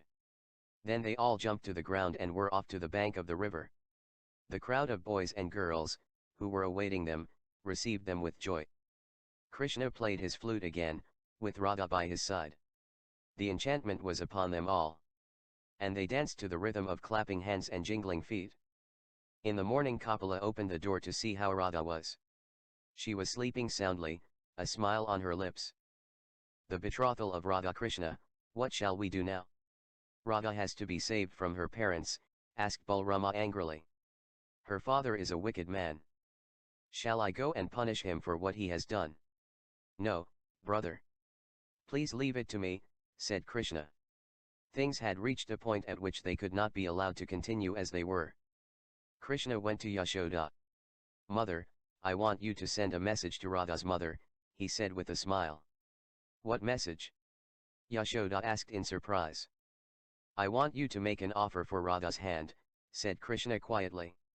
"Offer for her hand? She is already plighted in troth to Ayan, and now he has returned from the wars," she said with an indulgent smile. "I don't want her to marry Ayan," said Krishna. Yashoda felt that Krishna was up to one of his tricks and laughed outright. "Who is the bridegroom you have selected?" "I have selected myself." "What?" shouted Yashoda. For a moment she was too shocked to say anything. Then she added, "You have gone mad. How can you marry Radha?" "Because I want to," said Krishna with a smile which showed quiet confidence. "My son marrying that Vrishbanu's daughter? Never, never. And she is older than you." Yashoda could not believe that her son was serious in what he was saying. "What does that matter? Many men have married wives older than themselves," Krishna replied. "Not my son, anyway. I should hate to have a daughter-in-law who was years older than my son. But Radha looks upon you as a mother. Don't talk nonsense. You have always been an obstinate boy, and I have all along yielded to your wishes. But I won't yield on this point. Radha's family is low-born. You are the chief, we have to find a chief's daughter for you." "You can't marry Radha," said Yashoda vehemently, in anger and exasperation. "Mother, you will lose a fine daughter-in-law," said Krishna, trying to tease Yashoda. "She would not make a fine daughter-in-law. She is a forward, daring girl. The whole village talks about her forwardness. Such a daughter-in-law is worth losing. And suppose you also lose your son? What then?" Krishna asked her in a quizzical way, but there was just the suspicion of a threat in his voice. Yashoda was upset and looked at her son uncertainly. "Krishna, why do you behave like this? Go and ask your father. I am tired of you." "Oh, mother, don't say that. You never get tired of me, nor will you be tired of my wife when she comes. I am sure Vrishbanu's daughter would kneel for your blessings morning and evening." "Don't be impertinent," said Yashoda with a laugh. It was difficult to be angry with Krishna for long, she knew. "Go to you, father." So Krishna went to his father and told him about the talk he had had with his mother. Nanda laughed uproariously. He thought that the whole thing was a huge joke. "You have been after the girls for so long that I am not surprised that you want one of them to be your wife. Then you agree to ask mother to make the offer?" Krishna asked. "No, my boy. You cannot marry that low-bred girl. You are to marry a princess," said Nanda with a laugh. "Can any princess be better than Vrishbanu's daughter? How many princesses have you met? All the little gopis are princesses, perhaps better." "Ah, you don't know," said Nanda with a wink. "We are all cowherds. Why should not the daughter of a cowherd be good enough for me? What about Ayan? Whom will he marry?" Nanda tried to change the subject. "I leave him all the other girls in Vraja and even all in Mathura if he likes. Do listen, father. Please ask mother to broach the proposal for Vrishbanu's daughter." I can't, I can't, repeated Nanda, becoming serious. "Why can't you, father?" asked Krishna submissively. "You are a clever boy. I cannot match my cleverness with yours. And you know I don't like to deny you anything. But I cannot agree to your marrying Radha, or for that matter, any gopi. Ask Gargacharya when he comes. And if he agrees to our marriage." "He will not," said Nanda decidedly. "Suppose he does. Then I will withdraw my opposition." "But I know he won't, he can't. T will talk to the Acharya when he comes to Vrindavan tomorrow for grandfather's anniversary," said Krishna. On the appointed day, as expected, Gargacharya came for the ceremony. There were 3 of his pupils with him and an honored guest who was introduced as Acharya Sandipani together with 4 young men, 2 sons and 2 pupils. Sandipani was of middle age, a thin, tall, muscular man with bright eyes and a long, black beard. After they had been duly received by Nanda and his family, the Acharyas and their pupils went to the river for their bath. When they returned, they performed the ceremonies. Then the anniversary feast was held and lasted till night. The next day when Nanda was with Garga and Sandipani, he called Krishna. Krishna fell at their feet and wiped the dust off their feet onto his head as a sign of reverence. Krishna, Acharya Sandipani is going to stay here with us. He will teach you how to read and write. As the venerable father wishes, replied Krishna, with folded hands. Acharya is also an adept in arms. Would you like to learn how to wield arms? Why should I? I am not going to the wars. Who knows, asked Nanda slyly, winking at Gargacharya. Someday you might be a king. I would prefer to be with you, father, and with mother, and with our cows. And I would not like to leave the peace and beauty of Vrindavan. Son of Nanda, the best of Munis wants you to bring peace and beauty wherever you are, said Gargacharya. Who is the best of Munis? Asked Krishna. Haven't you heard of him, of the great Vedavyasa? Asked Sandipani. I have heard very many things about him from the venerable Gargacharya. Some day, I will go to Kurukshetra and pay my respects to him. Now, my boy, out with your request. Here is Gargacharya. And here you are, too. You settle the matter between yourselves. I don't want to be troubled with your strange request, said Nanda. He loved Krishna so much that he had no heart to deny him anything that he wanted. What is Krishna's request? Asked Gargacharya. He wants to marry Radha, the daughter of Varishbhanu. You know him well. He comes of a low family. The girl is 5 years older than Krishna. And she is pledged to Ayan, who is in Kamsa's army. And you know, Acharya, he cannot marry her. Why can't I, venerable Guru? Because it is impossible, said Garga. That is what father says. But if I may be pardoned for saying it, she wants to marry me and I want to marry her. Marriage, my son, is not a matter of mere desire. That is a wicked way of mating, said Gargacharya. Men, who do not know the laws of Dharma, follow in that way. But looks and temperaments, age and family, upbringing and the future, all have to be taken into account. Marriage is a solemn act, in which man and wife become one and pledge themselves to Dharma. Many people who marry do not take Dharma into account. And what is adharma in my marrying Vrishbhanu's daughter? Asked Krishna. We Gopas do things in that way. Gargacharya looked at Nanda meaningfully and then said slowly and with emphasis, Krishna, nothing but the highest Dharma is good enough for you. Krishna looked at the old Acharya in surprise. My son, I have watched over you with care from the moment of your birth. You were born to be the protector of Dharma as the best of Munis has said Gargacharya and looked towards Sandipani for his approval. And that is what the gods have ordained. Sandipani nodded.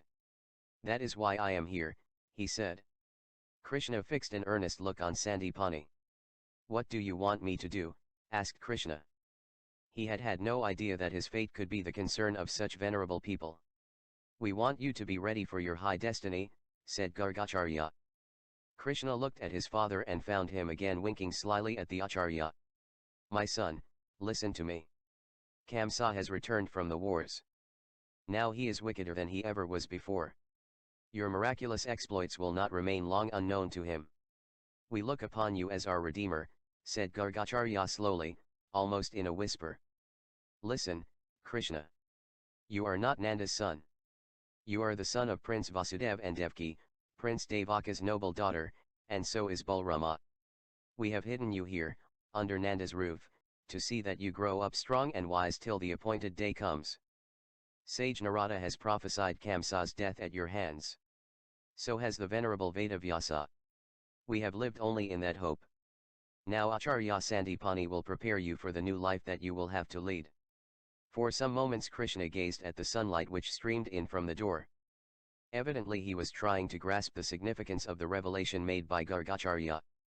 Then he spoke with frankness. If you, venerable sir, will forgive me, let me live here as I have been living.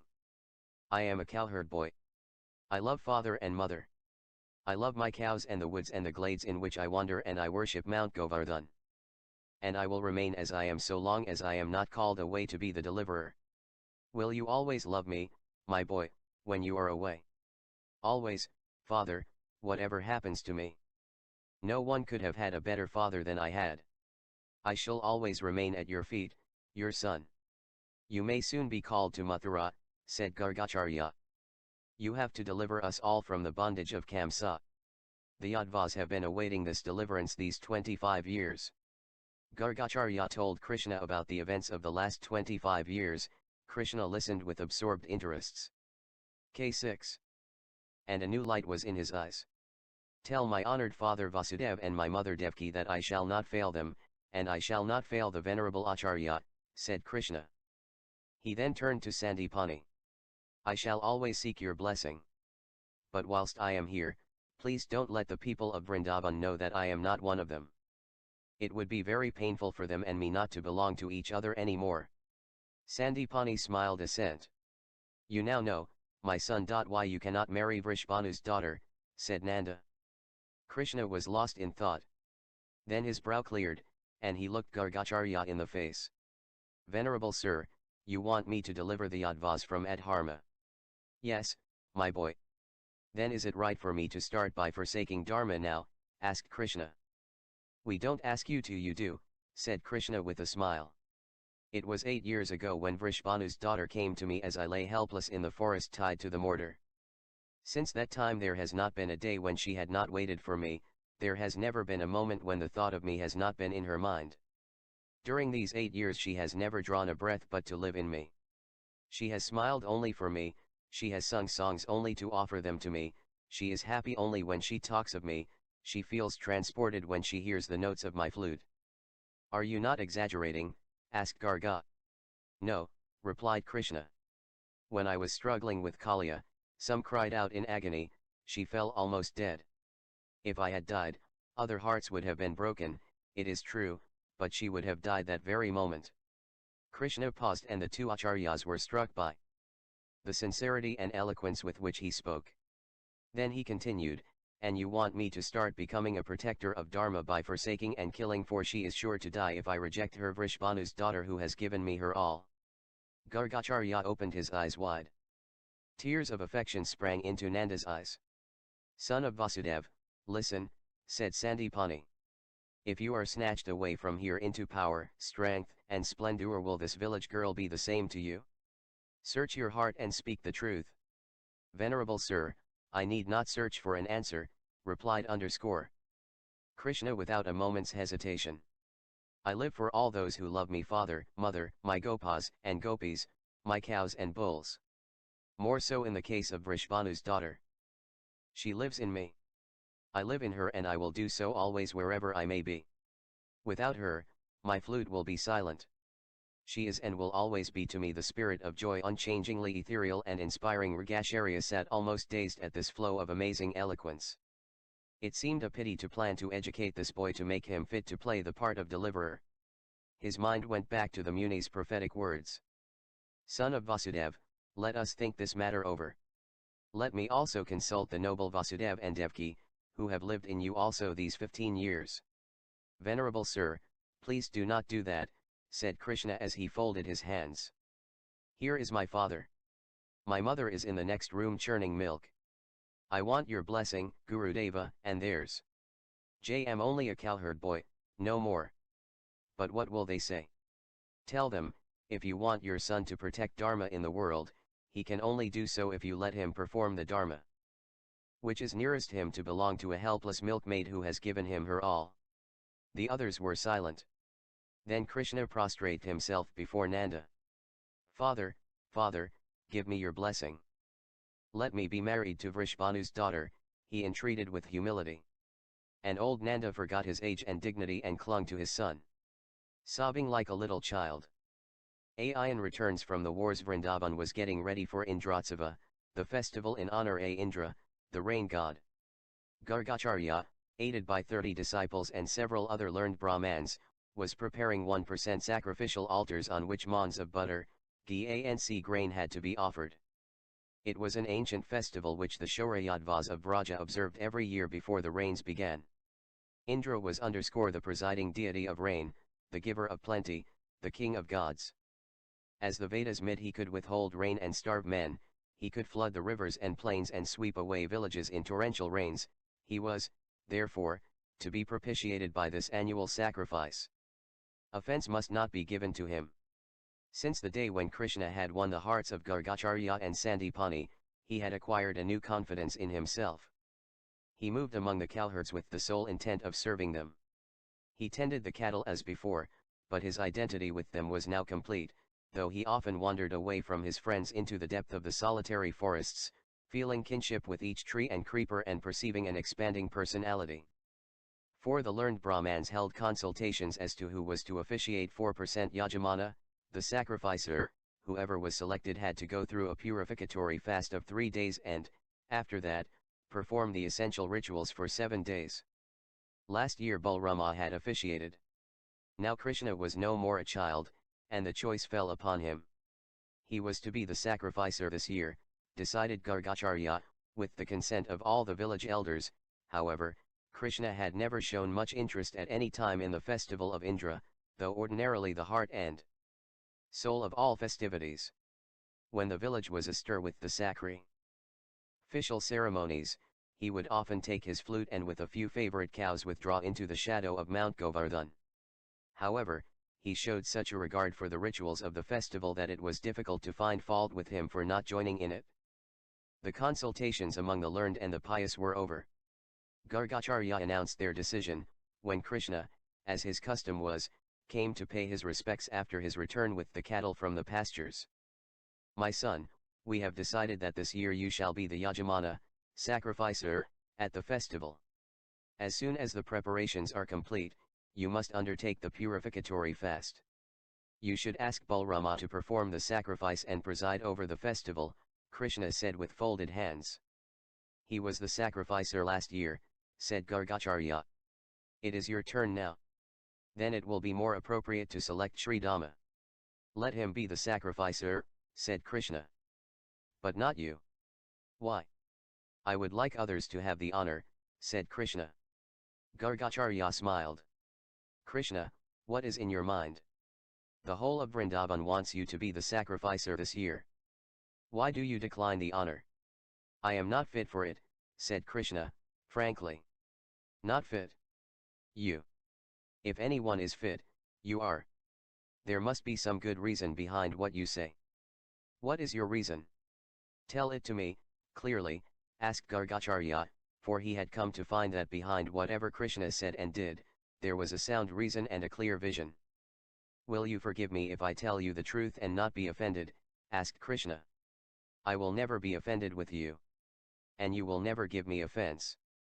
You know how I value what you know I don't like Indratsava," Krishna said. "Why? Why? What is wrong with it?" "It is enjoined by ancient custom," said Gargacharya. "Why do we lavish so much milk and honey and butter and grain and fuel? Because we are afraid of Indra, we fear he will be angry and destroy us but for the festival. And so he would. Even the great rishis made sacrificial offerings to him. The great Maharshi Chyavan did not make those offerings and yet he was victorious.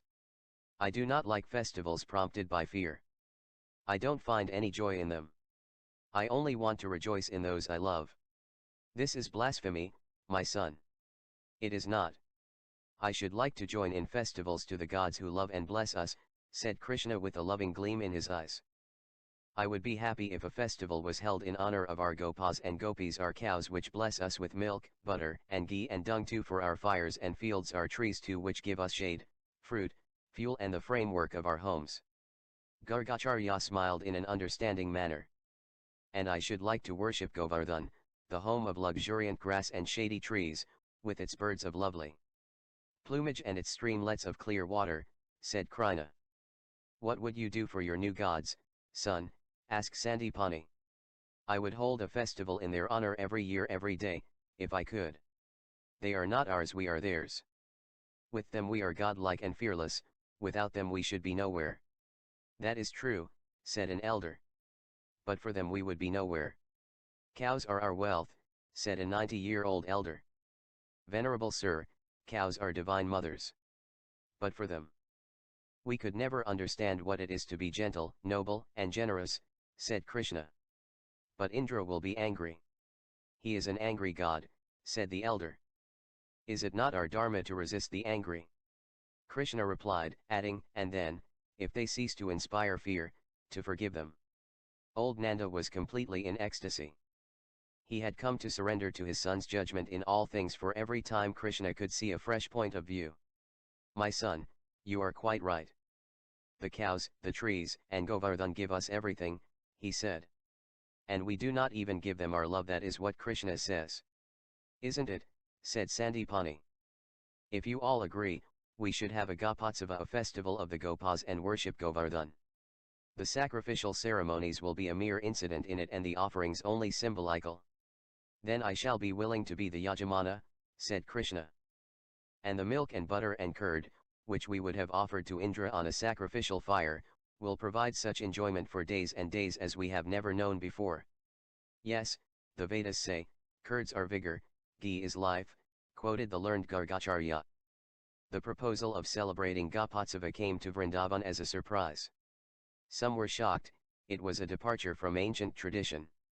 To others it was a welcome innovation. Instead of the 7 days of sacrificial ceremonies there had been before, there would now be 3 days of song and dance. High festivities, putting on clothes and meeting to rejoice together. And most people loved Krishna. If he was going to be the presiding genius, they were all for it. The younger boys and girls hailed the news with free and unmixed delight. As it happened, the next day Ayan returned to his parents after 10 years away. He was a brave lad, 20 years old. He had just returned from the Asvamedha, the horse sacrifice, to which he had gone as one of Kamsa's contingent of chosen warriors. The horse sacrifice had been performed by the Emperor Jarasandha, Kamsa's father-in-law, as the highest ritual by which he could declare his world emperorship. While at Rajagriha, Jarasandha had given his son-in-law, Kamsa, the distinguished privilege of leading his armies for world conquest in the wake of the roaming sacrificial horse. It was his task to give battle and overcome any ruler who barred the way and exact tribute in recognition of Jarasandha's imperial status. In his absence, Mathura was to be governed by the old minister Pralamba and Pradyota, Putana's husband, the chief of the palace guards. Every now and then, though only when the sacrificial horse, in his unrestricted wanderings, happened to roam through some region near Mathura, Kamsa would pay a visit to his capital for a few days' stay. Now the sacrificial horse had returned home to Rajagriha after all the ancient rituals had been performed with imperial pomp. Kamsa had come back to his capital with his dominions considerably enlarged and accompanied by such of his men as had had the good fortune to survive, all battle-scarred but flushed with victory. The brave Ayan was amongst them. The news which awaited him on his arrival, amazed Ayan. His bride had been taken away from him and promised to the son of Nanda the chief, who had some years ago migrated to Vrindavan. He felt this was a wanton insult to the fair name of his family and a blot on his brave career. True, he had not seen his wife to be, true, with his position in the court, he could find a better wife any day, but this personal affront had to be avenged. Ayan therefore returned to his village in a fury. This upstart Krishna, maybe the son of the chief, had to be poorly dealt with. Vrishbanu's daughter had to be repledged to him. He was after all an officer in Kamsa's army, a man who had proved his mettle on several battlefields. Moreover, when he arrived in Vrindavan, he heard that, at the instance of this Krishna, most of the villagers wanted to do away with the festival of Indra, the god of rain and storm and war, to whom he had offered worship every day he had been in the army. Ayan decided that the festival of Indra should be held, Krishna or no Krishna. The lifting of Govardhan Vrindavan was split into 2 groups.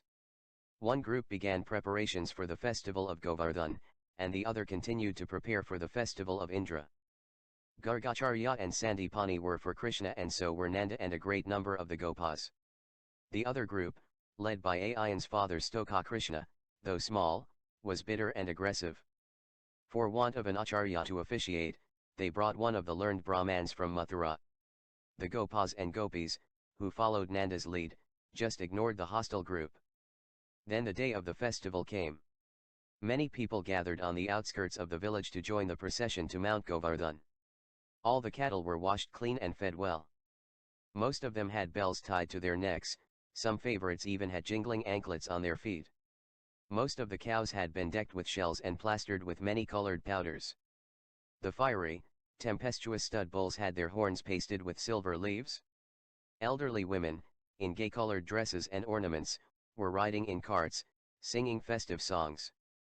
The bullocks drawing the carts had been covered with multicolored trappings. Some high-spirited boys raced on fiery bulls. Most of the men wore gay headdresses and scarves of many colors. Most of the boys and girls went on foot, racing, jumping and playing around. Radha was, among the girls, radiant in her new dress and the lovely ornaments which Mother Yashoda had presented her with on the day of her betrothal. Krishna and Balrama walked at the head of the gay procession. Balrama, taller than any of the others by half a cubit, carried a small plough on his broad shoulders.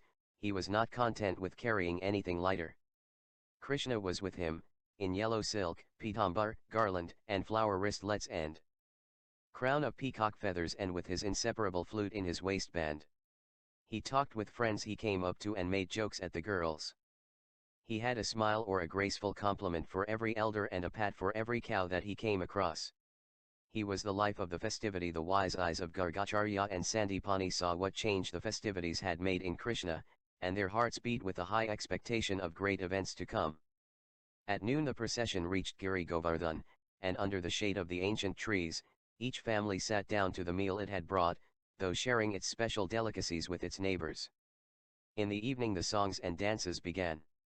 Mimics copied the neighing of horses, the roars of tigers, the bellowing of bulls and the bark of dogs. Morning came. The birds sang. The cows were milked. The cattle were cleansed, watered, and bedecked once again. Adults and children gathered round the milch cows to drink their potful of fresh milk. When all the people in that crowd had ornamented themselves with flowers and red powder, they climbed to the top of Govardhan. Everyone felt a new joy as Gargacharya and Sandipani prepared to worship the mount. For, hereafter, Govardhan would not only be the lord of hills, but a god. The arti, the offering of the flames, was ready, when Krishna saw Ayan and two of his friends whom he had brought from Mathura climbing up the hill by a path at the back. His keen eyes perceived their furtive looks and the way they were coming stealthily towards the group of girls in which Radha was standing. A quiet smile played on his handsome lips. His eyes were as loving as before. The crowd of men and women gathered there also saw Ayan and his friends and were angry or suspicious. Sridama, Ayan, and his friends have come to join the festival.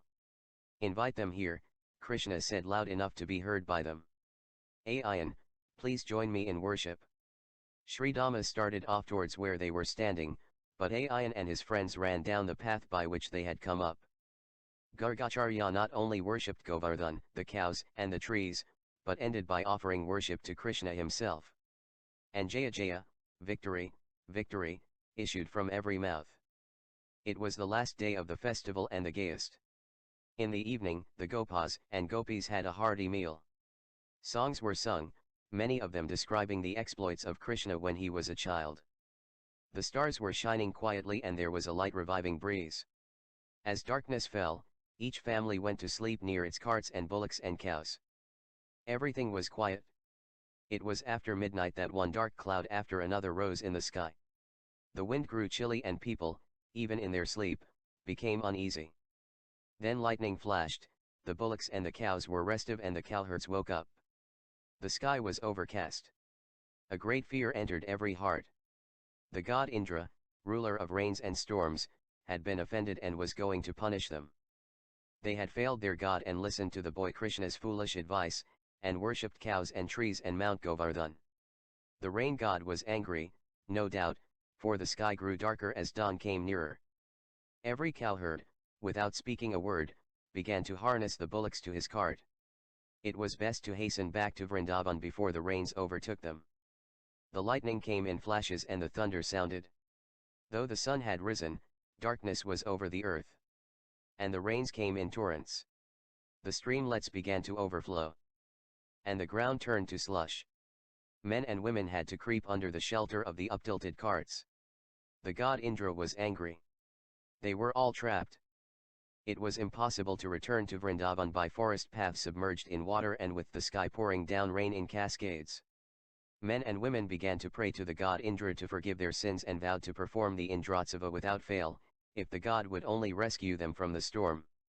As soon as the first cloud appeared on the horizon and the chill wind began to blow, Krishna was up. He measured the sky with an eagle's eye and called his friends together. The god Indra had to be fought. With the first faint glimmer of light, Krishna led his Ryans towards some hollows which the rain and wind had carved out in the belly of Mount Govardhan. On his earlier visits he had known them well, for they always gave echoes to the voice of men and the footsteps of cattle. Balrama, Indra is out to fight us. We will now have to fight him, said Krishna, as he tried to roll a boulder away to open up a big cave. They stepped into it and Balrama, aided by others, succeeded in removing other boulders. Shouts of victory came from the excited boys, the girls heard them and, forgetting all difficulties, ran towards the spot from which the shouts came. They had faith in Krishna, and if there were shouts of victory, they knew he must have worked a miracle. They were all filled with the sense of a mighty struggle. They were fighting against the god Indra and for their beloved Krishna. Boulders, stones, canker, concrete, and sand were quickly and joyfully removed from the hollows. Bring the children here, Krishna said with authority, and the grown-up girls ran back to their families to bring the children to the shelter. Nanda and several cowherds, anxious to know what was happening, came to the spot. And yet others came after them. Krishna made a gigantic effort to push away a rock which separated them from a huge cavern in the belly of the hill, and the hand of every adult and child added whatever strength it had to help him. Suddenly as the storm grew in strength there was a clap of thunder which shook the hill. Terrifying echoes reverberated in the hollow. Lightning flashed down somewhere. The thunderstorm broke over their heads. There was a sharp earthquake. Even Govardhan, they felt, was tottering. The rock, which Krishna was trying to remove, became detached from the hill and would have fallen on them had not Krishna, aided by Riamberla's hands, held it back. Again a mighty roar of thunder rolled overhead. A tremendous quake shook the earth, throwing everyone off his balance. And then a miracle happened.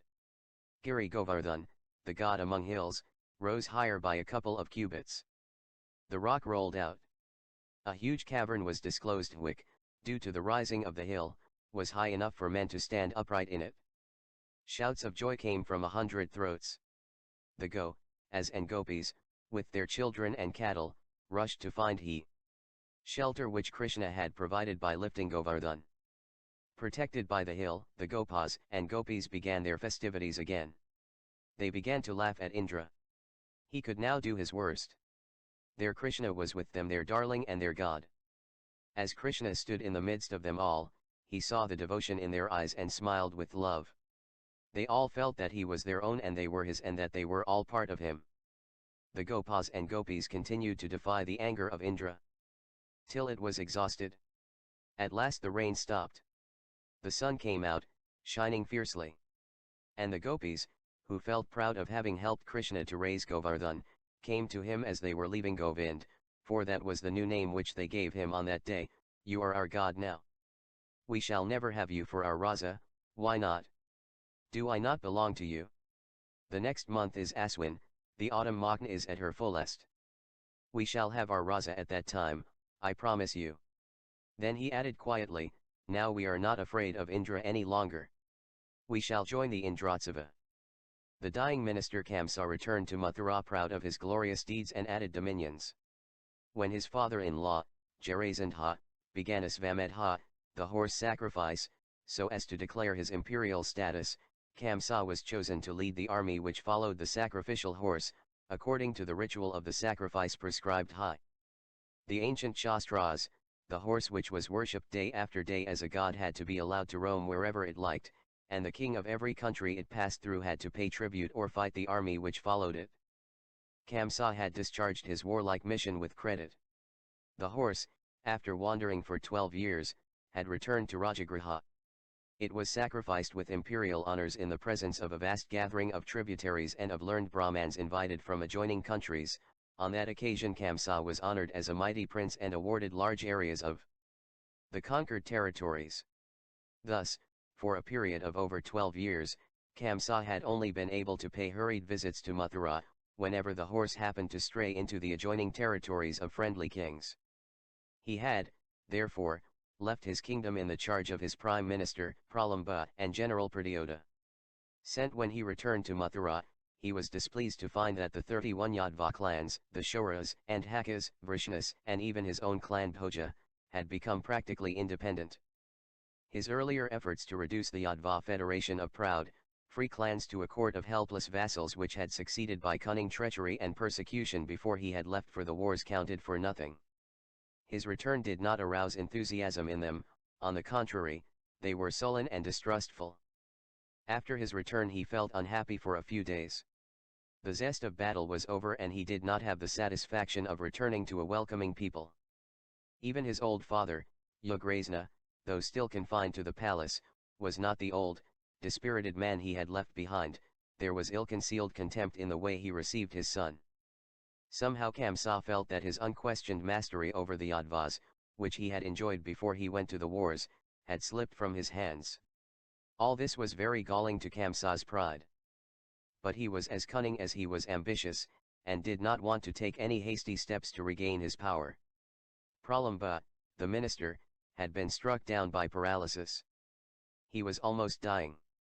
However, the prince obtained from Pradyota, his favorite general, all the information he needed about what had happened in his absence, how the minister had taken the line of least resistance, since the best of the mercenary forces which Kamsa had raised had gone with him. The chiefs of the Yadva clans had soon reverted to their old ways and become strong and independent. In spite of the way Kamsa had treated his father, they had continued to regard Ugrasena with the affection and respect due to a beloved king, and though the old man never interfered with the minister's administration, he came to acquire in the people's eyes, the same privileged position which he had enjoyed before Kamsa imprisoned him. Kamsa's cunning brain was now busy devising a plan to bring back the old state of affairs. He stationed the warriors who had returned with him to Mathura in different parts of the city. He also had it announced that his victorious return would be celebrated by Dhanuryajana, the bow sacrifice. It was going to be an exhibition of his might and also an occasion to levy tribute on the clans and reduce them to vassalage. One day Pradyota came to the king at night with strange news he had learned from one of his own men, Ayan, who had, as the prince knew, acquitted himself creditably in the wars. Kamsa, when he heard the news, turned pale and began to bite his mustache. His hands trembled. When Ayan had finished his account, the prince stood up in a fury and roughly ordered him and Pradyota out of the room. Then he walked up to the terrace room of his palace and paced it for a long time, his fists clenched and his eyes clouded with fear. During these years, bent on military glory, he had forgotten sage Narada's prophecy, or at any rate, disregarded it as not likely to come true since the eighth child of his cousin, Devki, was not a son but a daughter. But here was this boy, of the same age as Devki's eighth son would have been if she had had one, and he showed great promise and possessed a miraculous power.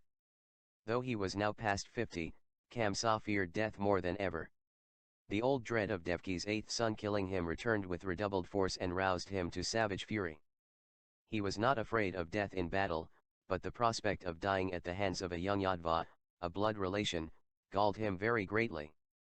He still had great ambitions to crush the defiant Yadva chiefs, to consolidate his newly acquired territories and to become a Chakravarti someday. Yes, he must solve this mystery, whatever it might cost, and, if this boy was Devki's son, he must destroy him. In the morning, haggard after a sleepless night, he went with Pradyota to the old minister's house where he lay dying. The old man, shrunk and partially paralyzed, was half unconscious when the prince told his people to leave the room and set Pradyota to stand guard at the entrance. The prince was so agitated with suppressed fury that he roughly shook the semi-unconscious man in bed to awake him. Pralamba opened his eyes and lifted his unparalyzed hand in token of respect for his master. Pralamba, can you hear me? Can you understand what I am saying? Pralamba let him know that he did by a flicker of his eyelash, and a low sound. Have you heard of Krishna, the son of the cowherd Nanda, of Vrindavan? And Rohini's son Balrama?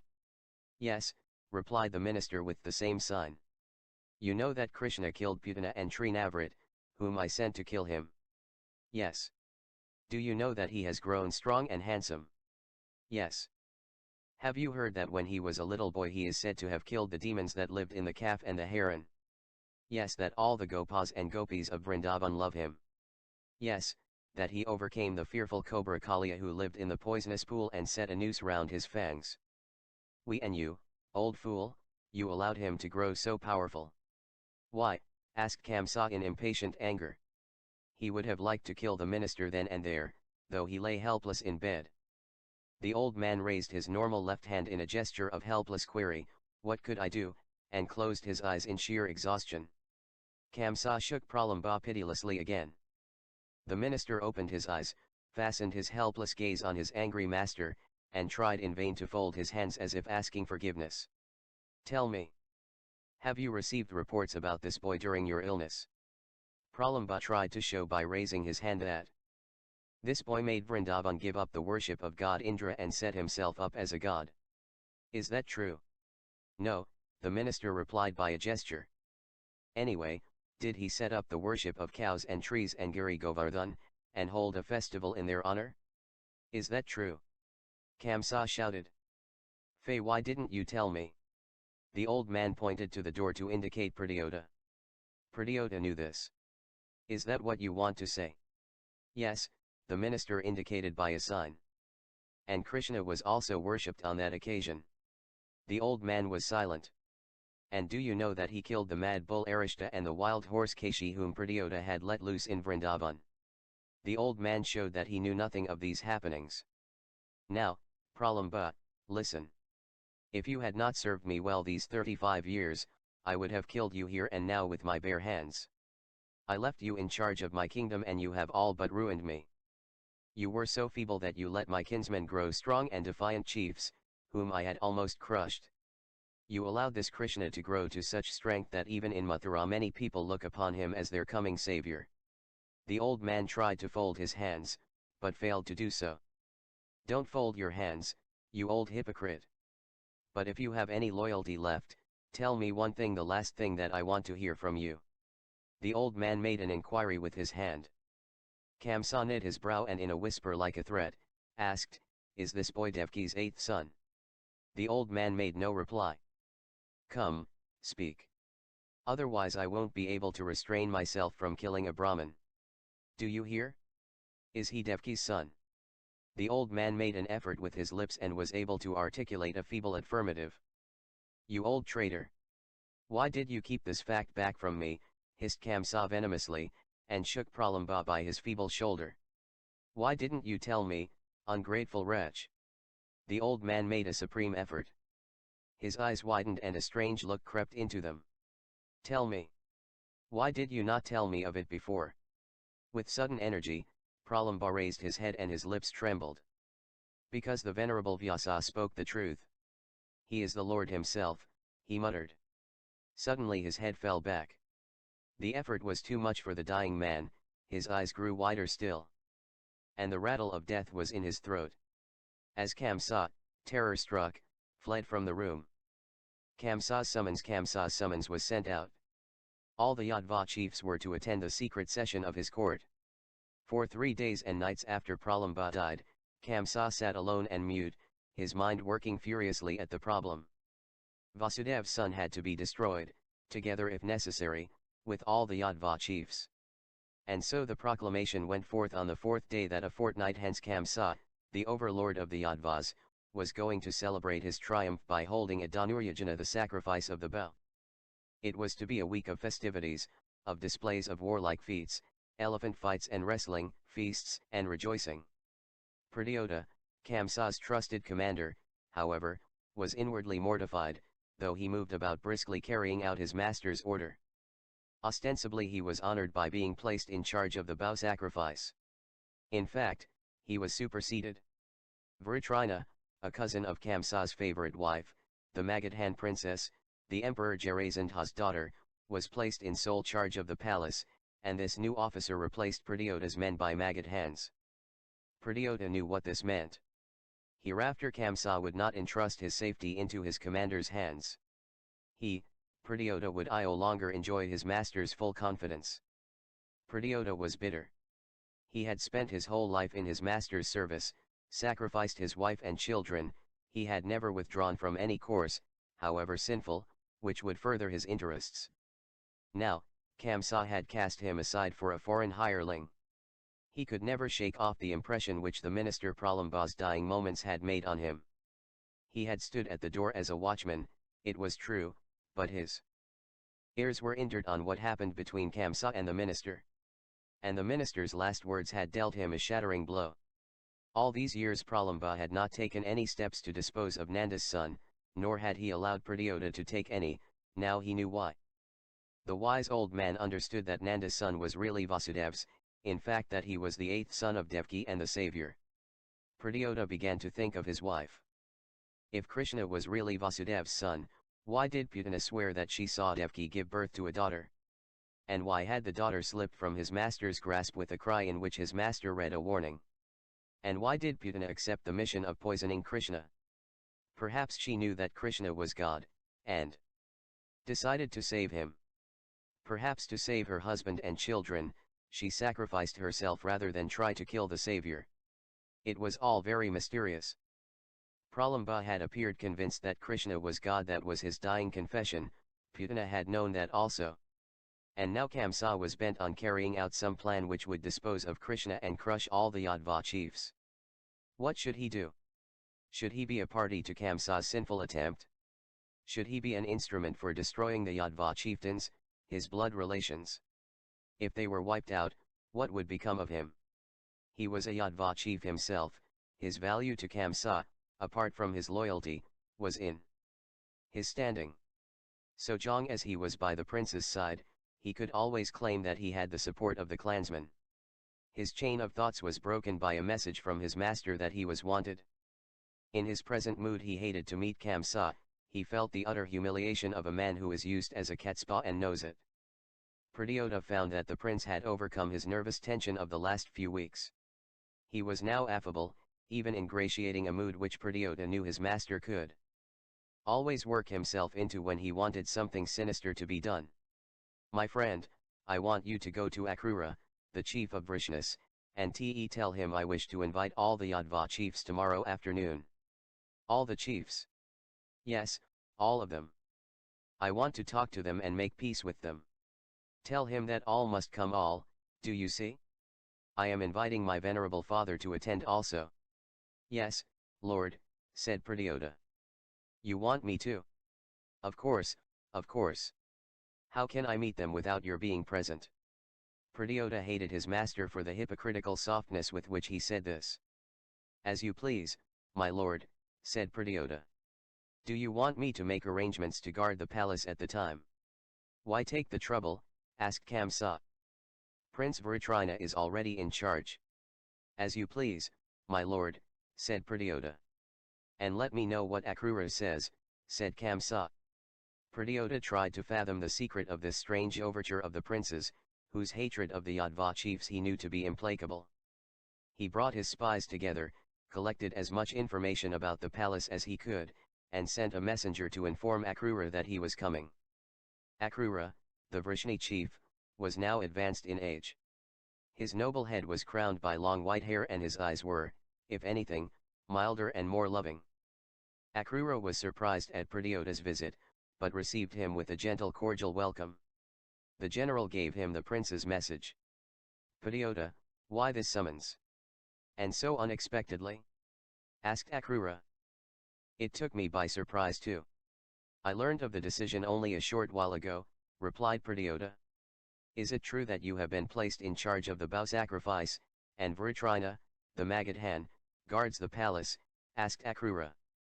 Pradyota nodded assent. He was unhappy at the idea of this noble, generous man becoming the victim of his cruel master and had no courage to deceive him. He is very angry with us, the Yadva chiefs, since his return. Is he not? Asked Akrura. He is very angry with you all, but today he appears to be in a very friendly mood, replied Pradyota. Why this sudden change? I do not know, said Pradyota hesitatingly. Akrura's honest eyes penetrated into his. He could see that this noble Yadva knew that he was telling a lie and felt ashamed himself. What do you think is the reason? You know the prince better than anyone, said Akrura. Does he really mean to be friendly to us? Or, is this a trick to have us all massacred at one time? The prince is not likely to be scrupulous about that. Pradyota looked nervously at this saintly relative of his, who was so universally respected. He found it difficult to look at Akrura and tell a lie in the light of what Pralamba had said. The prince is a strange man. He may have a plan, said Pradyota. You suspect that this is a plan to do something wicked, do you? Pradyota nodded.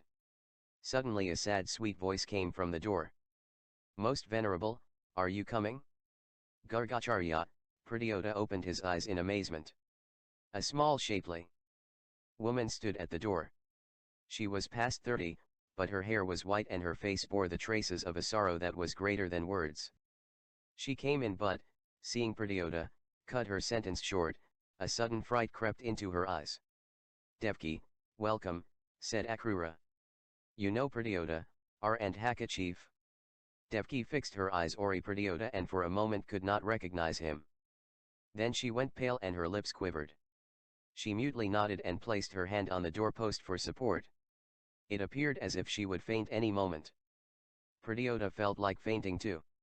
This was the princess, whom his master, as he stood by his side, had pulled out of her wedding chariot. It was her newborn sons, one after the other, whom the prince had killed, he again standing by his side. Now it was Devki's son again whom his master wanted to kill with his aid.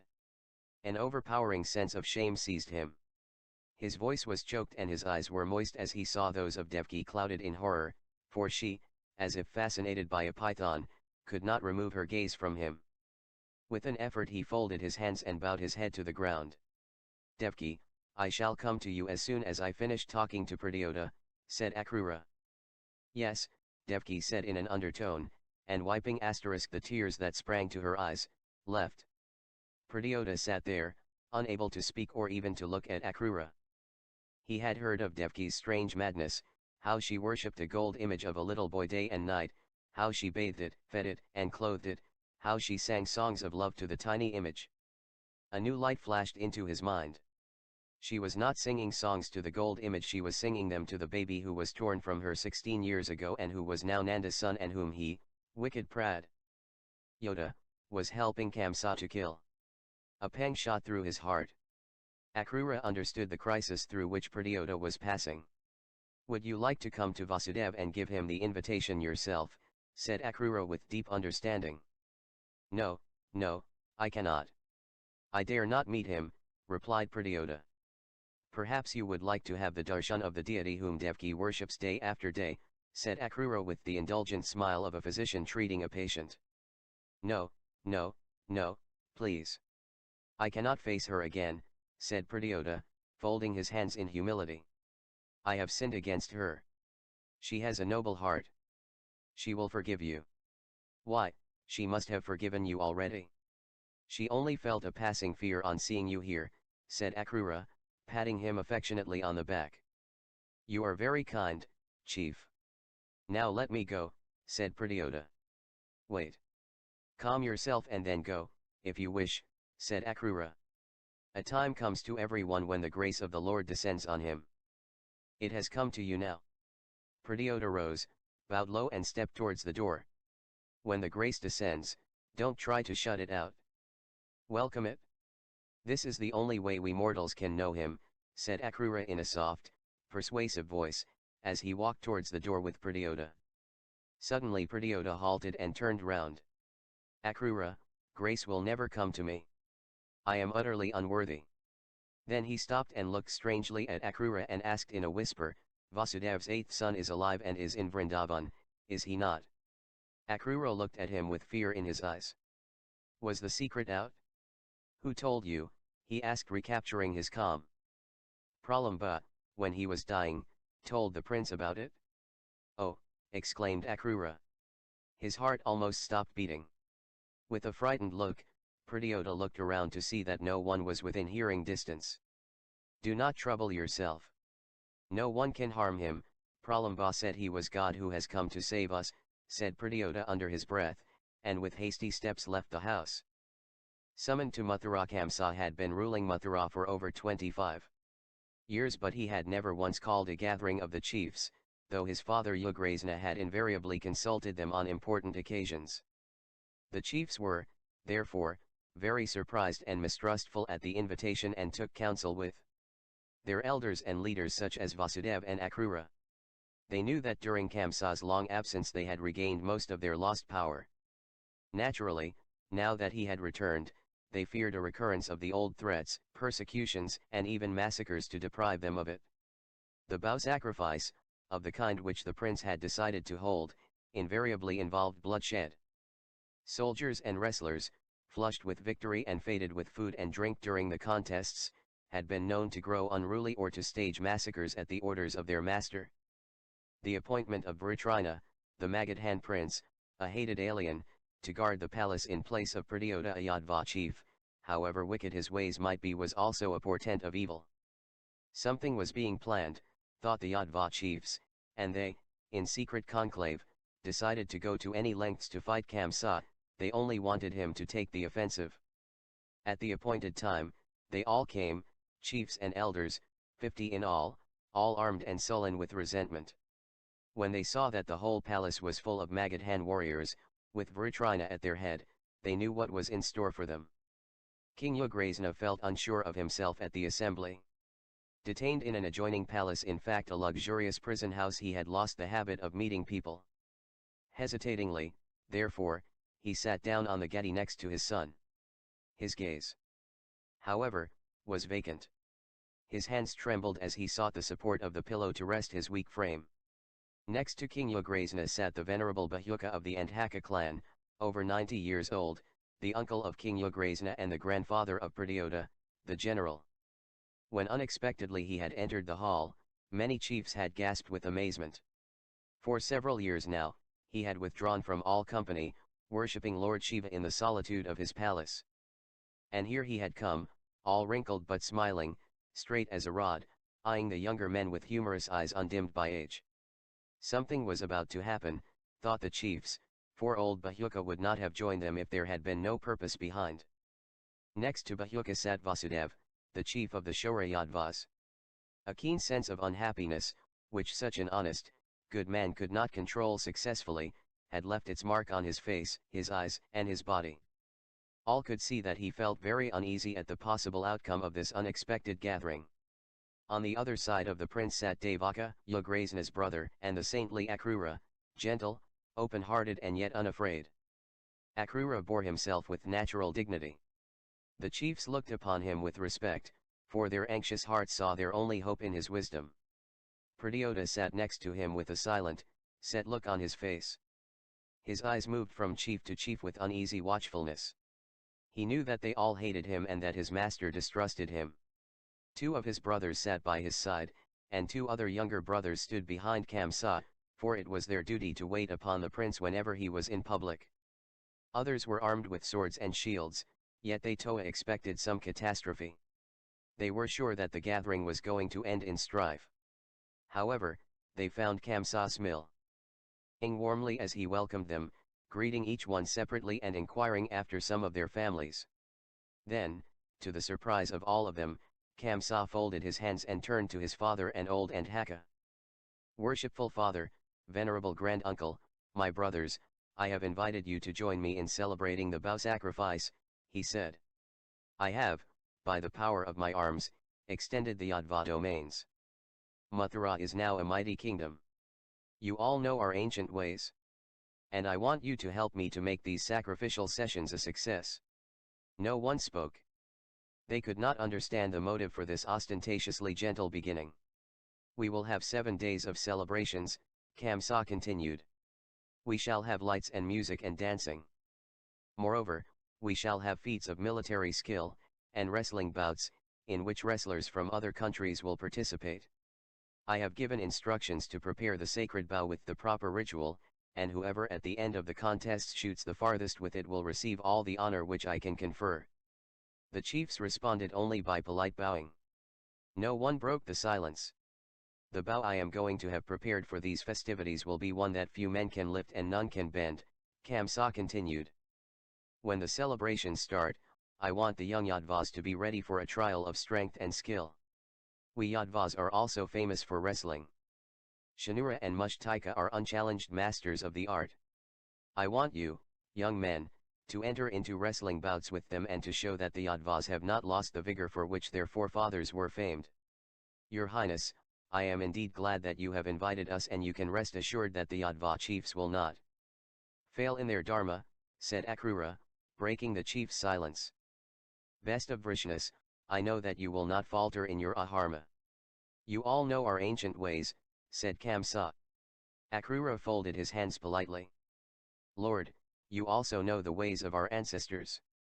And if I may speak what all of us feel, we want the asterisk noble, worshipful king himself to come out of the palace and preside over the festivities. Akrura turned to Yugrazna and asked, will you come, your majesty? Yugrazna looked at his son helplessly. He tried to foresee what calamity this strange request of Akrura's might bring upon him. Of course, my worshipful father will come too, Kamsa replied after a little hesitation. He is our lord and master, he added in a sarcastic tone which he could not suppress. The remark was received in stony silence by the assembly. Kamsa looked at the door, and the Magadhan prince, who was standing near it, left the room. Immediately, through the several doors of the hall, about 50 Magadhan warriors, armed with bows, arrows, swords, and shields, came in. Most of the Yadva chiefs looked at them angrily. The Magadhan prince returned to his place and stood behind Kamsa, next to Perdiota's two younger brothers. Why are these foreigners brought to our gathering? Asked Bahuka indignantly, and his eyes were stern. Kamsa laughed a little insolently. These are tle brave warriors who helped me to win my victories. They are here to help us in the sacrificial sessions and join in the celebrations. Please sit down, he told them, and turning to the chiefs, said, brothers, I want you to meet them. Vritrina is a very able man, a brave warrior. He has been with me for 12 years. He is one of us. What more does your highness want of us? Asked Akrura. Nothing much else, Akrura, said Kamsa. However, to K7. Be frank with you all, I want to tell you something about Prince Vasudev. About me? Asked Vasudev in amazement. Yes, about you, best of Shoras, said Kamsa with biting sarcasm. You had promised me that you would hand over to me every newborn son of Devkis, and thinking you to be a truthful man, I relied upon you and let Devki live. Then you committed a breach of faith. You had the 8th son of Devki stolen away. I know that son of yours is in Vrindavan, he is passed off as the son of Nanda, the cowherd chief. Is this the dharma of a Kshatriya? Asked Kamsa, looking sternly at Vasudev. There was a stir among the chiefs. Devki's 8th son alive. Was Narada's prophecy going to be fulfilled? Each one asked himself. Vasudev's brows were knit and he was going to reply in anger. But the venerable Andhaka raised his hand and stopped him. Vasudev, wait, said the old man sternly, and continued, son of Yugrazna, you, of all persons, invoking Kshatra Dharma. Kamsa was surprised. He had not expected the old man to come, much less to take a leading part in the assembly. He knew that when the venerable Bahuka spoke, it would be disrespectful for any younger man to interrupt him. Why not? The prince asked him. Why not, you ask? Listen, son of Yugrazna, said Andhaka. Was it righteous for the descendant of a noble Kshatriya family such as you to impress your father? Was it dharma for a Kshatriya to have imprisoned Devki and Vasudev on the day of their marriage? To kill 8 sons of one mother who was also his own cousin? Was it dharma to try to destroy the child when he was an infant? The old man's voice rang out clearly. I have few years to live. Even when young, I was not afraid even of the god of death. Let me tell you what I have been wanting to tell you all these years. No one has ever heard of such wicked deeds as you have done. You have disgraced the name of the Yadvas. Bahuka paused for breath and then continued, why are you so concerned about Vasudev's son wherever he is or whatever he is? Vasudev has suffered enough at your hands. I will not allow you to persecute him further. Kamsa for a moment lost his self-possession. His hand unconsciously went to the hilt of his sword and he flashed a glance at Pradyota and Vritrina standing behind him. Akrura saw the situation. He also exchanged a glance with Pradyota and spoke in his quiet gentle way. Prince, don't let your anger override your wisdom. Anger is madness. You want to know about Vasudev's eighth child, AVCS Devki's eighth child was a son. Do you want to know whether he is in Vrindavan? I will tell you, yes, he is. If anyone has deceived you, it is I. I arranged for the exchange of Devki's son for Nanda's daughter. You did it? And why? Asked Kamsa, exercising great self-control over his rising anger. To save you from the wickedness of killing all the sons of Devki, said Akrura with a smile. I wanted to rescue you from yourself. Then is it true that Nanda's son Krishna is Devaki's eighth child? Asked Kamsa. Yes, replied Akrura. For a moment, a shudder ran through Kamsa's frame. His destroyer had arisen after all.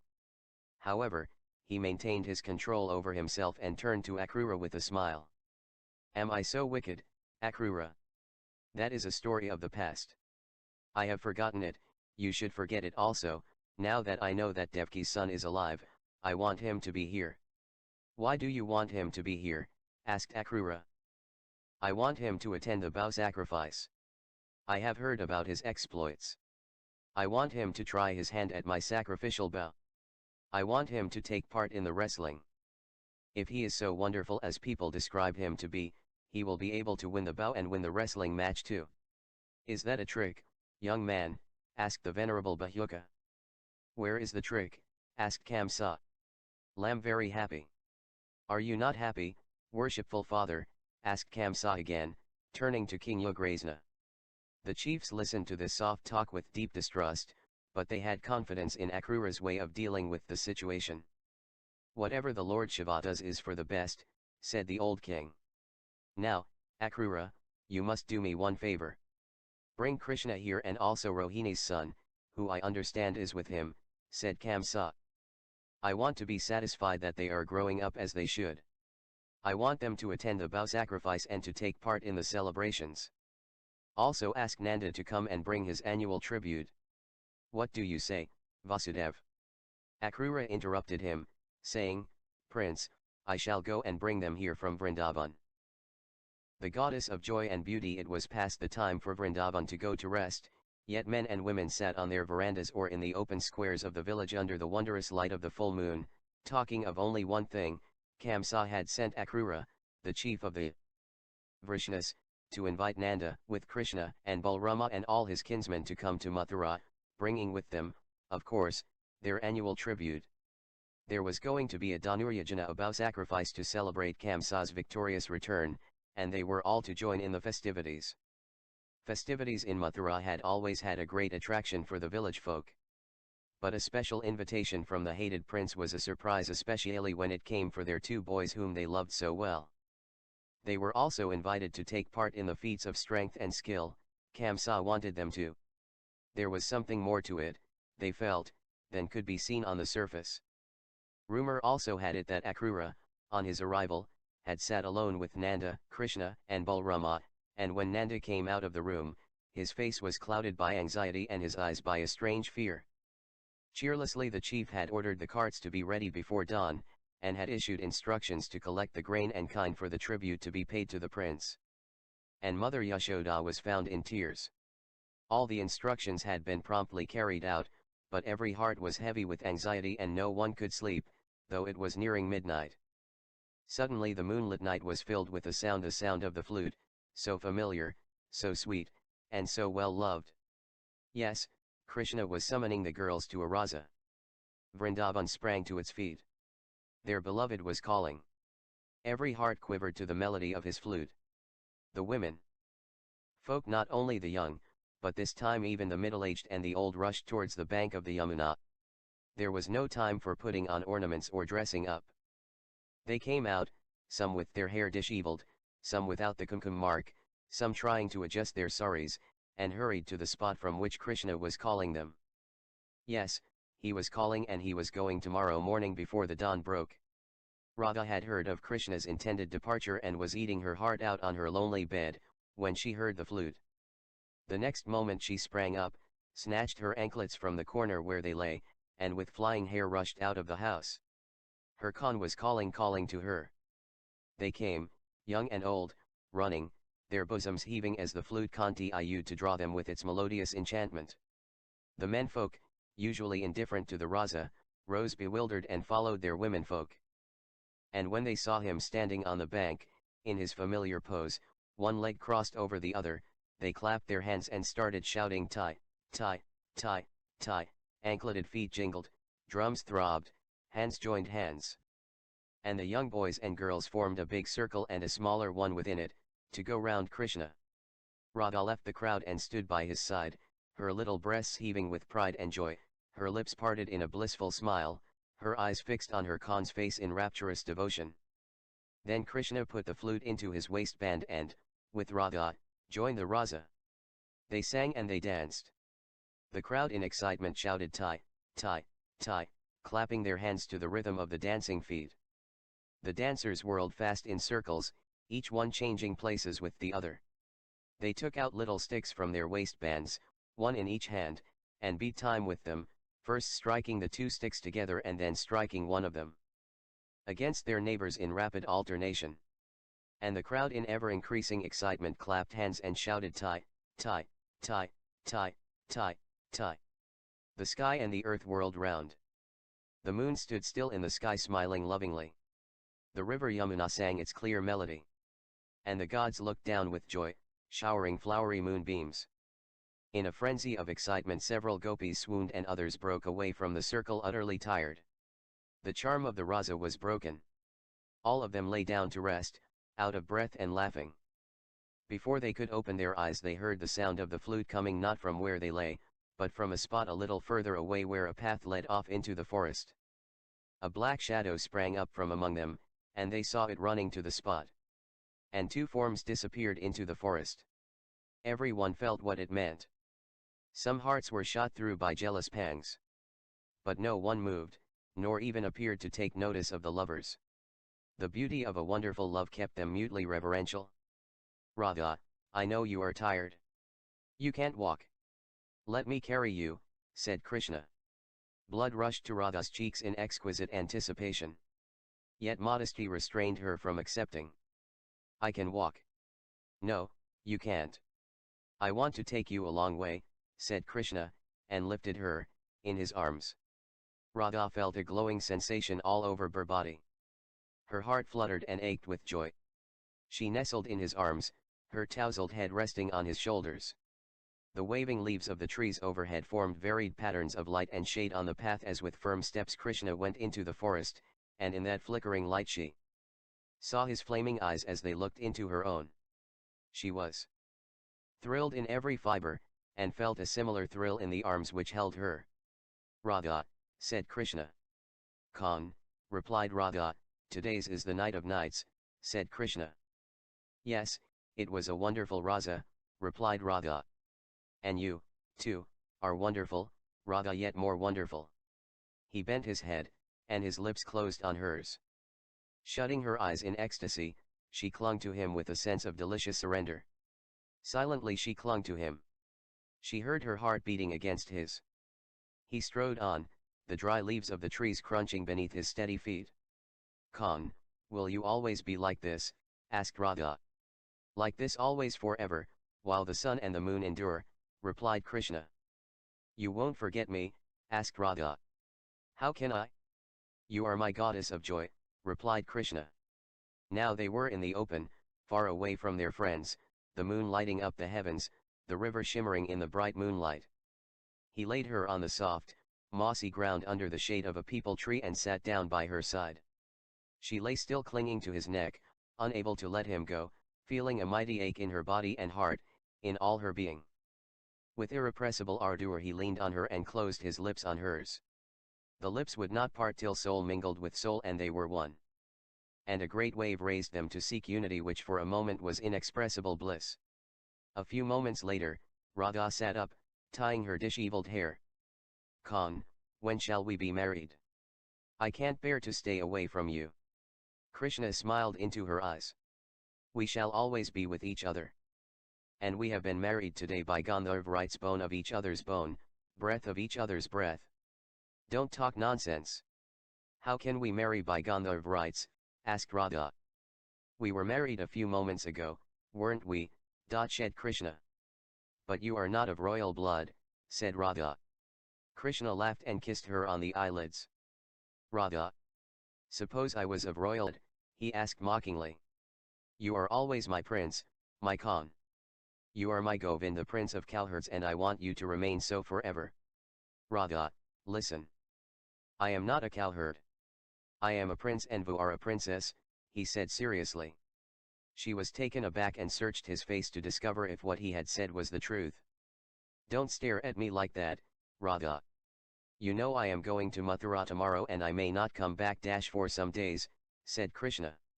No, no. You will come back to me, said Radha. Radha, I brought you here to tell you a secret which few know. However, the world will know it soon enough. Yadu's race has been in bondage for years and years.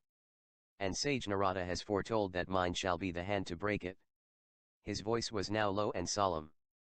Radha looked at him almost in fright, and clung to him. Khan, what do you say? Tell me what you mean. Listen. It was prophesied by sage Narada that Princess Devki's eighth son, born of Prince Vasudeva, would reduce Yadu's race and destroy the wicked Kamsa. Yes. I have heard something about it. I am that eighth son of Devki's, said Krishna. You ain't yon cae. She moved away, as if terrified. Yes. My father Vasudeva brought me to Gokul the day I was born and left me with my other father Nanda. Balrama is also the son of the best of Shoras by my mother Devki, he is not Rohini's son. Vasudeva our noble prince, muttered Radha, her eyes opening wide in surprise, you. Yes. I am his son, so is Balrama. It seems we were brought here so that we might escape Kamsa's wrath. Radha looked as if dazed, unable to grasp the full meaning of what she was being told. Now SOCSS*, said Krishna. Kamsa, asked Radha. Yes. He is holding a bow sacrifice and wants us to attend it? Possibly he means to have us killed, said Krishna quietly. He is evil. He will be certain to want to kill you, exclaimed Radha. I am sure he wants to do so. But I know no harm will come to me. Oh, what will you do if he tries to kill you? He cannot. They all say that I have come to save Dharma, and within me there is the faith that that is why I was born. And I shall defend Dharma and redeem Yadu's race from this wicked bondage. She opened her mouth, then closed it, clung to Krishna with a heartbreaking sob and asked in a whisper, is there nothing which can stop you from going? For a moment Krishna was silent. Then he said, nothing. Absolutely nothing. I have to go to Mathura, it is my dharma. One have often asked myself, why can't I destroy wickedness and tyranny and fear? But all this time I pushed the yearning aside. And I now know I have to do it. Then what about me, she sobbed, hiding her face, all covered with tears, on his breast. What shall I do, with you gone? No, no, Khan, don't go. Something is sure to happen to you. Kamsa is very bloodthirsty. Radha. Don't have any fears for me. Kamsa will be destroyed, and our people walk in freedom and in dharma. And you will never be alone. My duty done, I will return, or rather I will call you to Mathura. You shall continue to be the joy of my life, as you always have been. And he pressed her to his heart. Both lapsed into silence. Then Radha looked up and, as if speaking to herself, began, Khan. You will go to Mathura and will win, I know. I always thought you were a god. And they will make you a king. You will be mighty, I know. People will fall at your feet and worship you.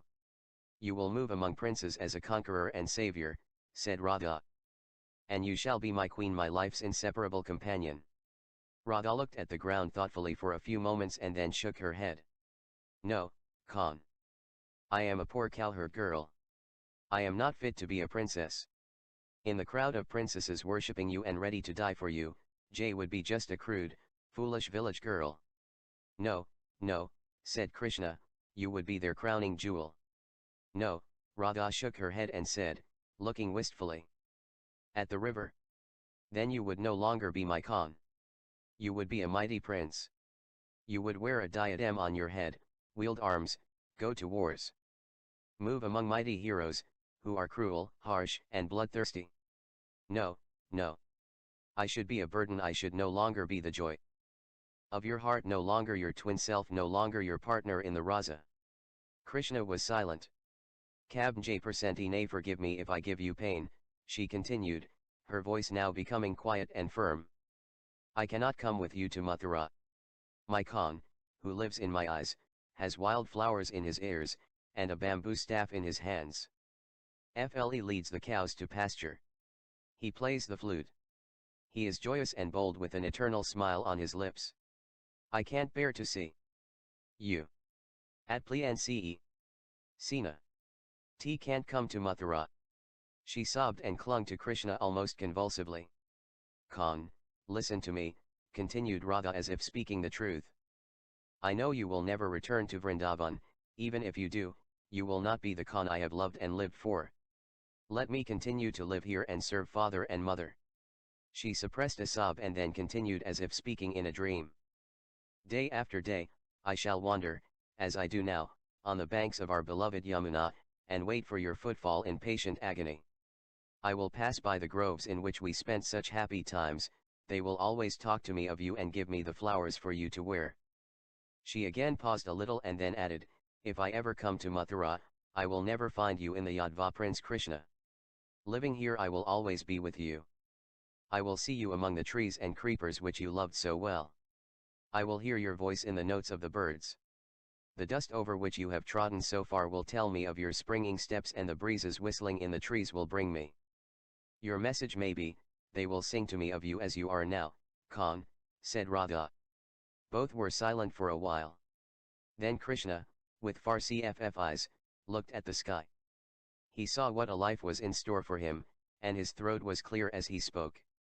Radha, you are tight. I very much wanted you to come to Mathura, but I can see that I would no longer be what I am now.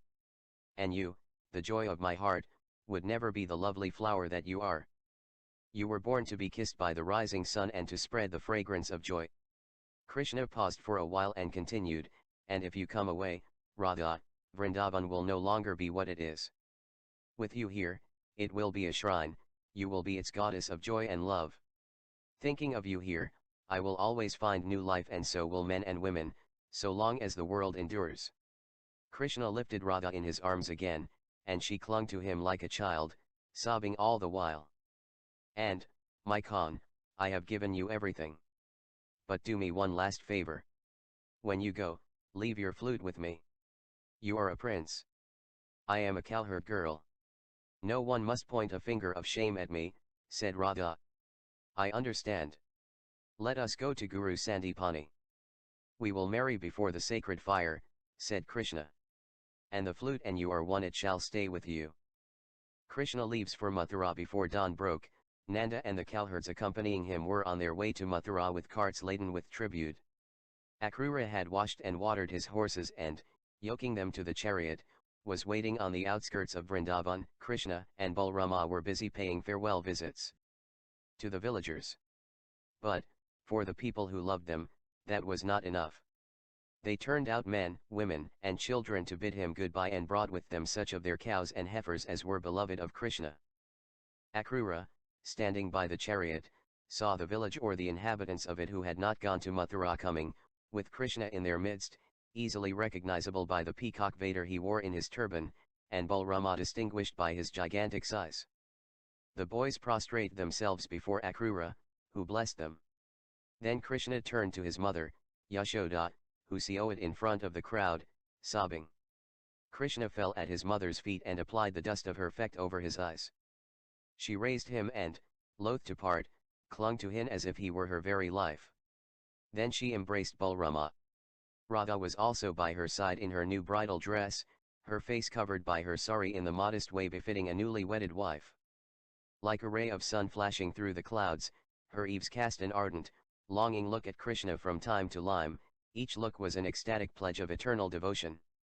Fuck time, Krishna replied with a swift glance and a faint smile which conveyed a farewell and which only the two of them understood.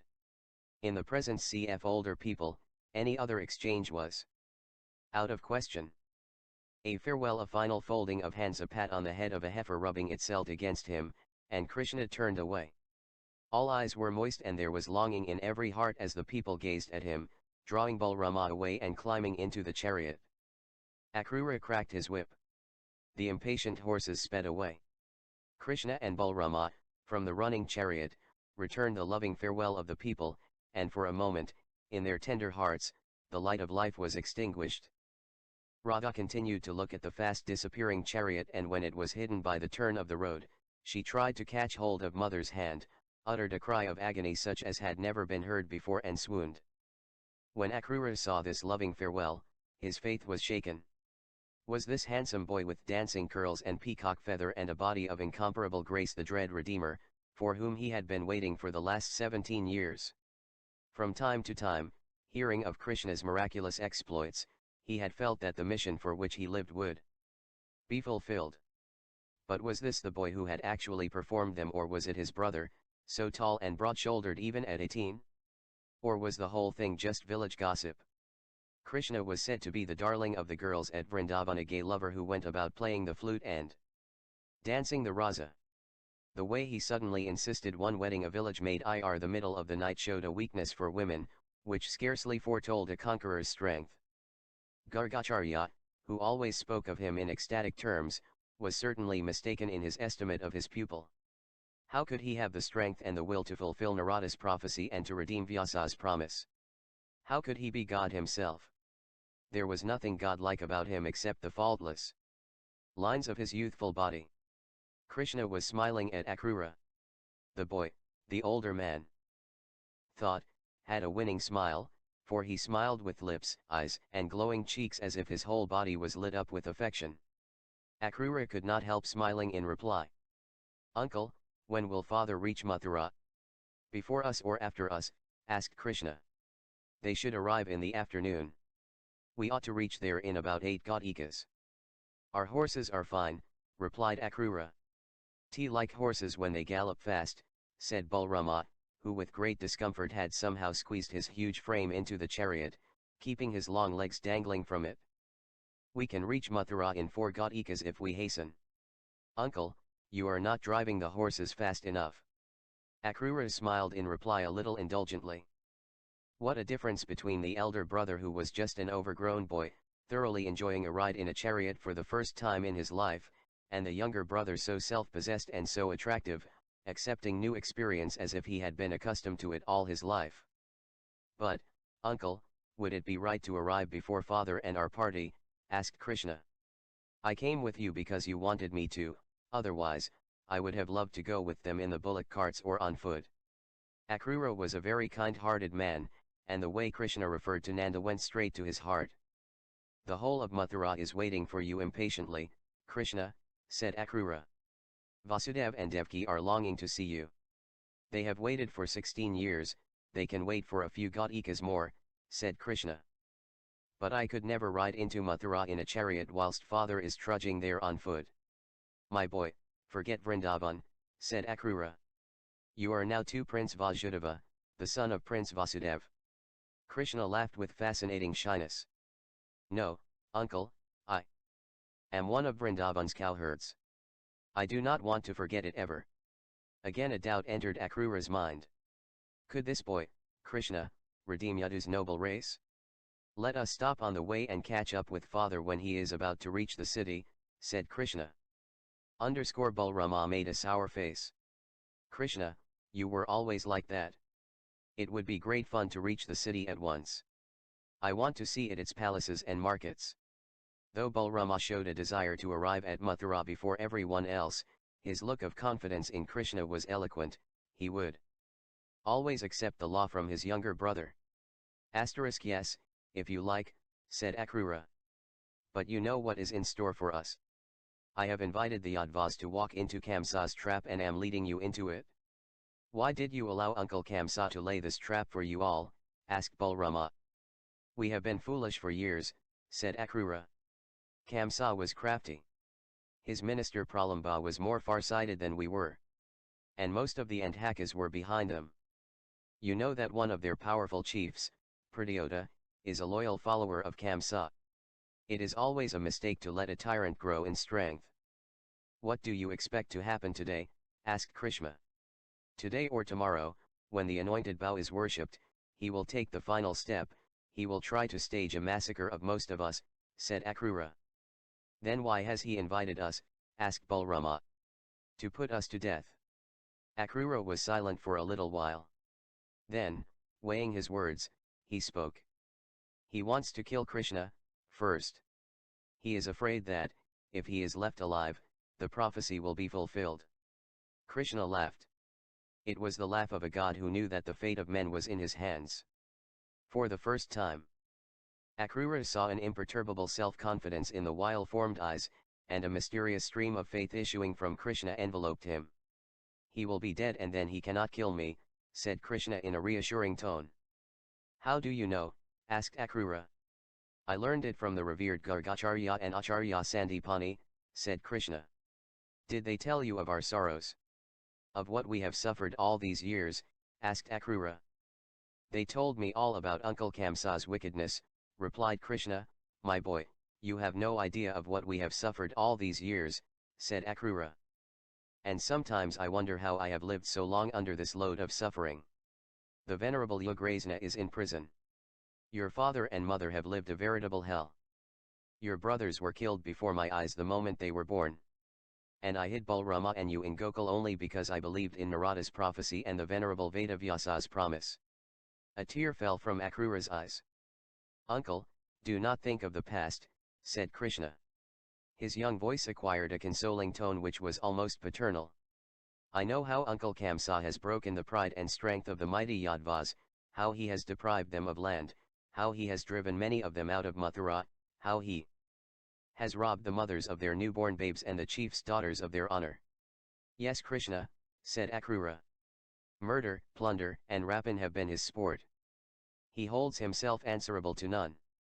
He has scoffed at the gods, silenced the voice of the Brahman from whom wisdom flows, departed from the ways of our venerable ancestors.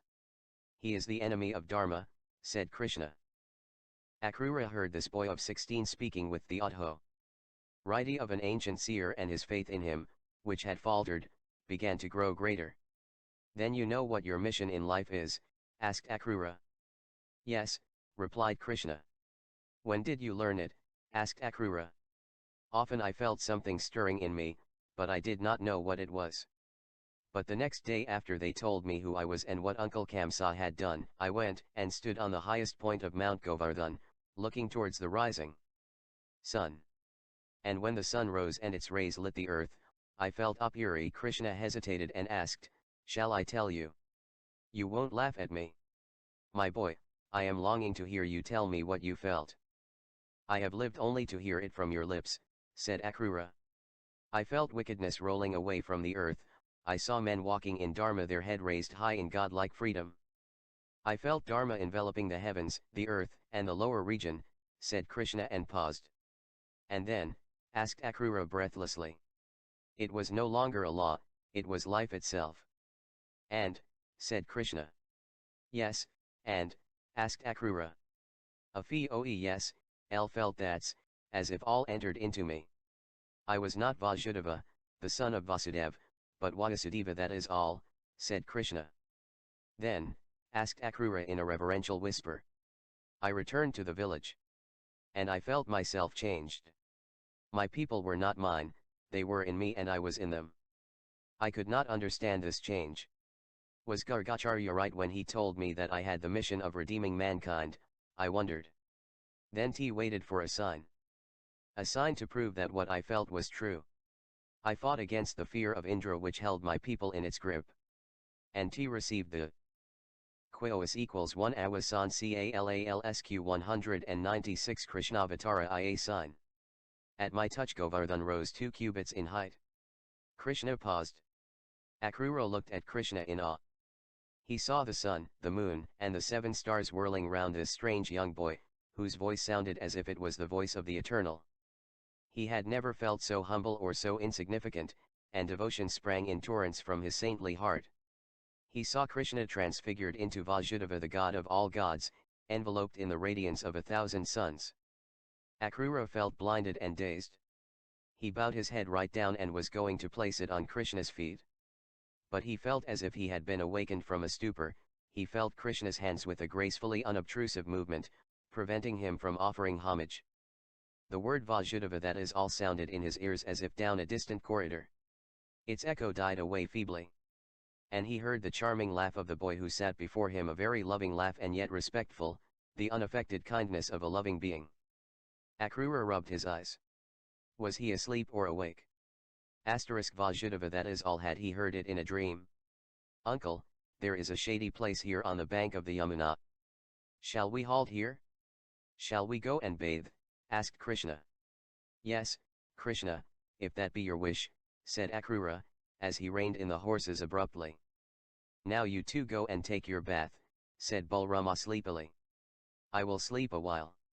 I must get ready to fight Uncle Kamsa and all his men. Brother, you will require all the strength you have before we have done with Kamsa, said Krishna. And as Akrura dived into the waters of the Yamuna, he had a vision of his young nephew transformed into Vasudeva. And Haka's warning, a creeping uneasiness had seized on Kamsa's heart. From one point of view he had never been stronger. He had a mightier kingdom than ever before, he was feared by the neighboring kings, his father-in-law was now an emperor ruling over a vast dominion. In Mathura, he had 3,000 Magad hand soldiers to obey his slightest wish. The Andhaka clan, except for a few dissatisfied chiefs, was loyal to him and led by Pradyota, who, in spite of his foolish behavior during Kamsa's absence, was still a trusted lieutenant. The Yadvas, though moody and restive, were divided and leaderless. The Brahmans, once so powerful, were silenced by his lavish generosity or stern disapproval. All that was left now was to crush the spirit of the defiant Yadvas by one swift blow.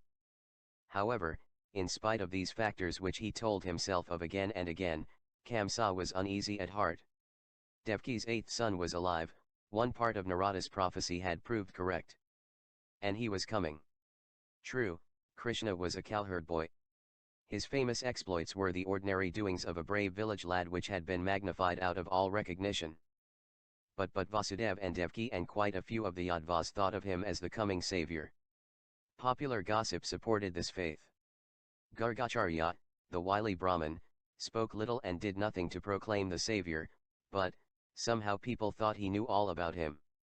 He, Kamsa, had tried to counter these rumors fast spreading among the people, that the son of cowherd Nanda was Devki's eighth son.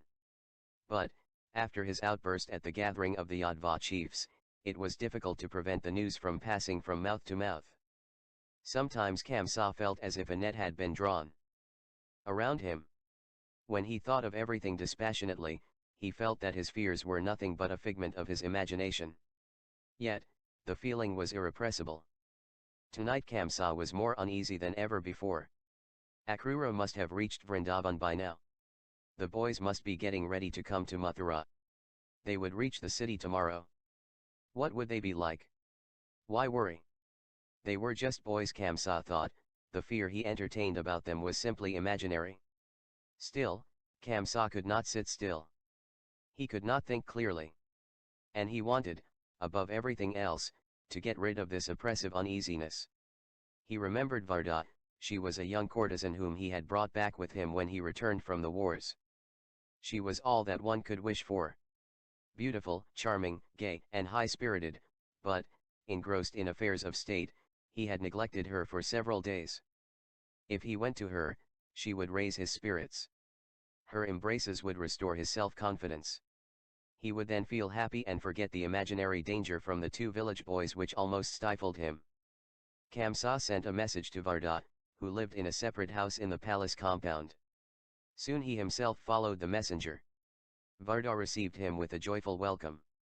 She had bewitching eyes which danced at every word she said. She laughed, it was a silvery laugh, as she placed refreshment before the prince and fanned him with her delicate hands. Kamsa felt relieved. The air here rippled with Varda's joyous, carefree laughter. Statecraft, intrigues and fears did not exist here. Then Varda sang a lilting song, danced a few steps and flung herself, like a garland of flowers, into the arms of Kamsa. She smiled into his troubled eyes as she lay on his knees with one arm around his neck. Varda, you are wonderful, said Kamsa.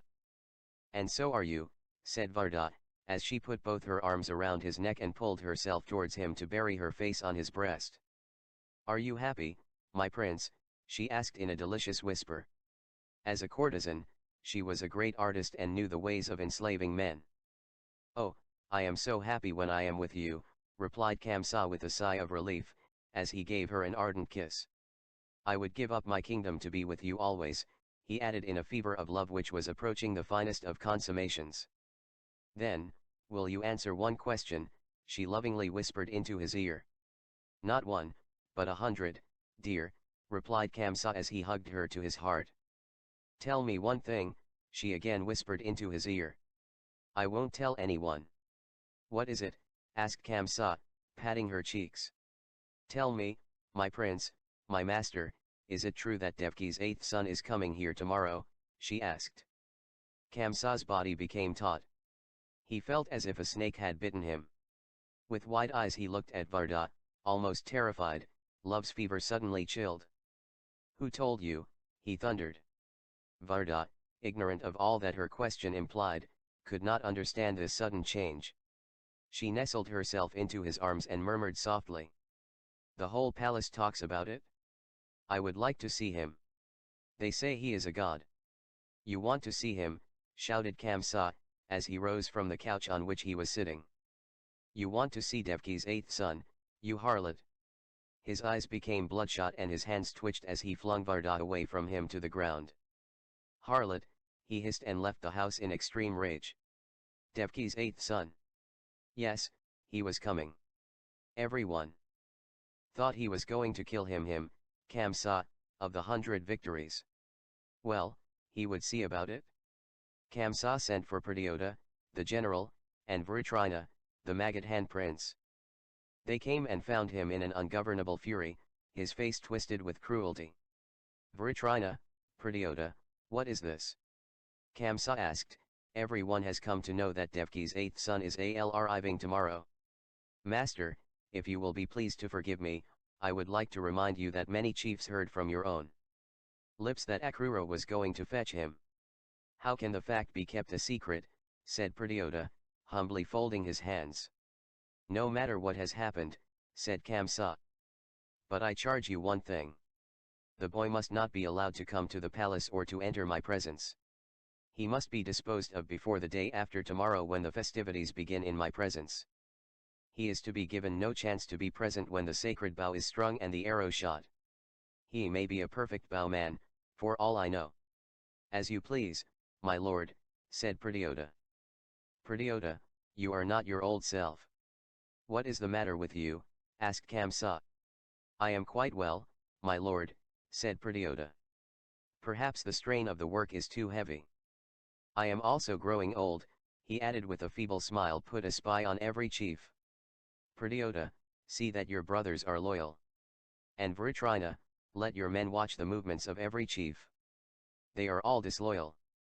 They would like to see me dead," Kamsa said in an excited tone. "But I am hale and hearty. I will survive them all," he added.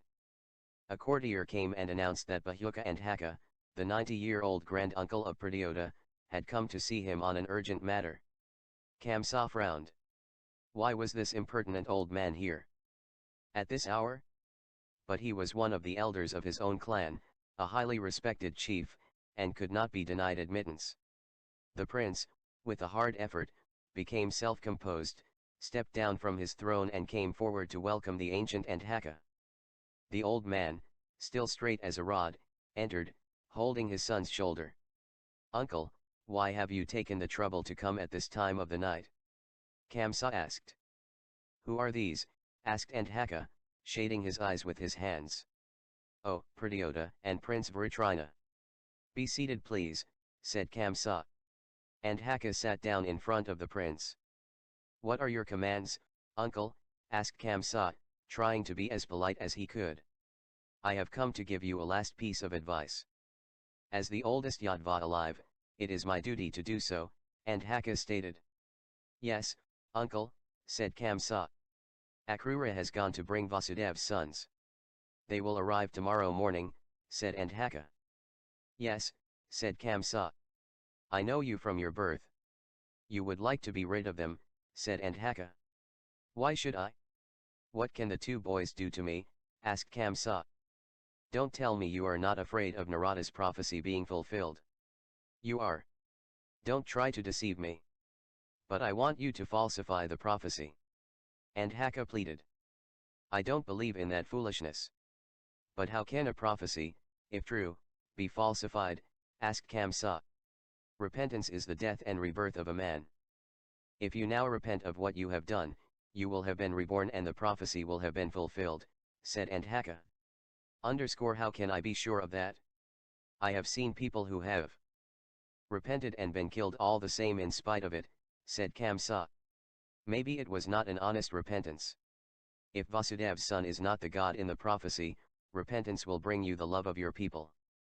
If he is God as some believe, his grace will make you happier and more powerful than before, said Andhaka. And how am I to repent, uncle? Asked Kamsa in a mocking tone.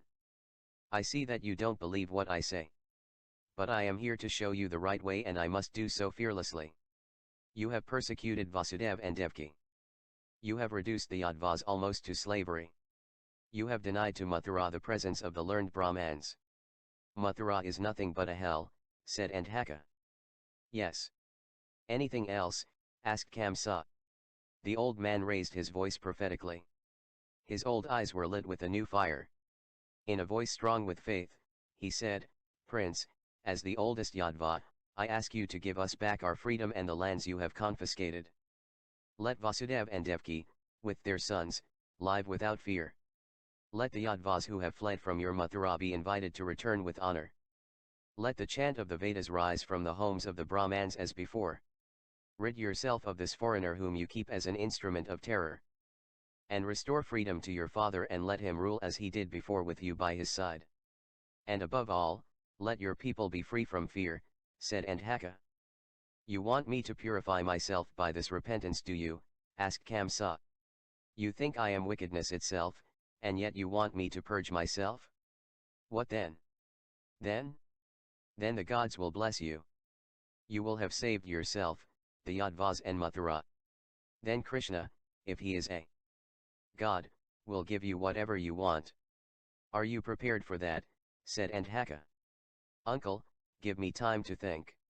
I can't give you a promise straight away, though I think your advice is sound. Let me think, replied Kamsa sarcastically. I know, my boy, that you think me an old fool, said Andhaka. As Kamsa laughed, cynically and mockingly, at the old man, he lifted his shaggy head proudly. His eyes suddenly burning like live coals, the ashes of age having disappeared for the moment. I know that it will be hard for you to take sound advice, said he. But I give you one last warning. The old man paused, his eyes blazing with wildfire. You have been the scourge of the Yadvas and you want to destroy their savior. Listen. Krishna will not die not so long as a single Yadva is alive. He is their last hope, and your last hope too, if you had the sense to know it. Don't try to frighten me, uncle, said Kamsa, I will do what I think best. Lord Shankar's wrath will descend upon you if you do not change your ways, said Andhaka. I am not afraid of God, said Kamsa. Woe to the man who is so arrogant as not to fear God, said Andhaka. And woe to the people who have been given such a ruler. Wait a moment, uncle, said Kamsa with a smile. Then he turned to Vrutrina and whispered something in his ear. The prince nodded and left the room. Uncle, you are right, said Kamsa with a sneer. I shall not harm Krishna. Pradyota, see to it. As you please, my lord, said Pradyota grimly. He well understood the significance of his master's smile.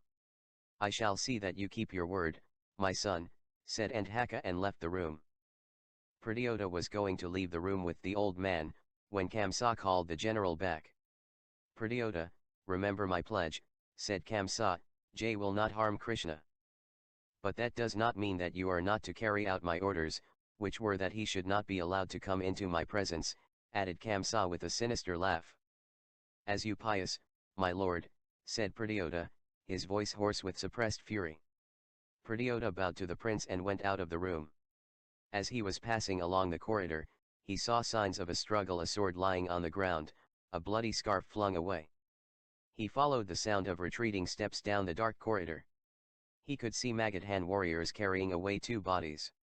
To prevent himself swooning with horror, Pradyota closed his eyes and leaned against a pillar. Then, recovering himself, he bit his lips till the blood came, and walked away. Trivakra, the thrice crooked Trivakra, was one of the attendants in Kamsa's palace. Her duties were to attend to the perfumes which were daily needed for the prince and all his consorts. She had a large staff with whose assistance she grew all sorts of herbs, supervised the preparation of scents and oils, and saw that all kinds of fragrant things were always ready for the royal family. With the aid of the herbs she grew, she had also found the secrets of some kinds of herbal drugs. Her mother had attended to the same duties when she was alive. Before she died she had extracted a promise from General Pradyota, who was then the final authority on all palace matters, that her deformed only daughter should succeed to her place. When Trivakra was but 12 years old, she fell seriously ill, even her life was despaired of. When she recovered, her joints became entangled and she was now a deformed, hunchbacked young woman. Before she fell ill, Trivakra had been married to Angarika, the son of Kamsa's chief royal Mahout, an officer who, like the royal charioteer, occupied a high position at court. But after her recovery, her husband, shocked at the strange caricature of a woman that she had become, would not accept her. Denied the opportunities in life open to a good-looking, intelligent young woman, she felt frustrated and angry with the world, with herself and with the gods. But she had a loving and genial nature, which soon asserted itself again. Trivakra was on the move all day, dragging her knock-kneed legs from one royal chamber to another, with a hearty joke on her lips and a silver box of scents in her hands. Everyone laughed often offensively at her shape, some made vulgar remarks to her face about her deformity, children often followed her with abuse and shouts of derision, but nothing affected Trivakra's geniality. At birth she had been named Malini, but after her illness, as everyone called her Trivakra thrice crooked, she quietly adopted that name for herself. She laughed at her own deformity.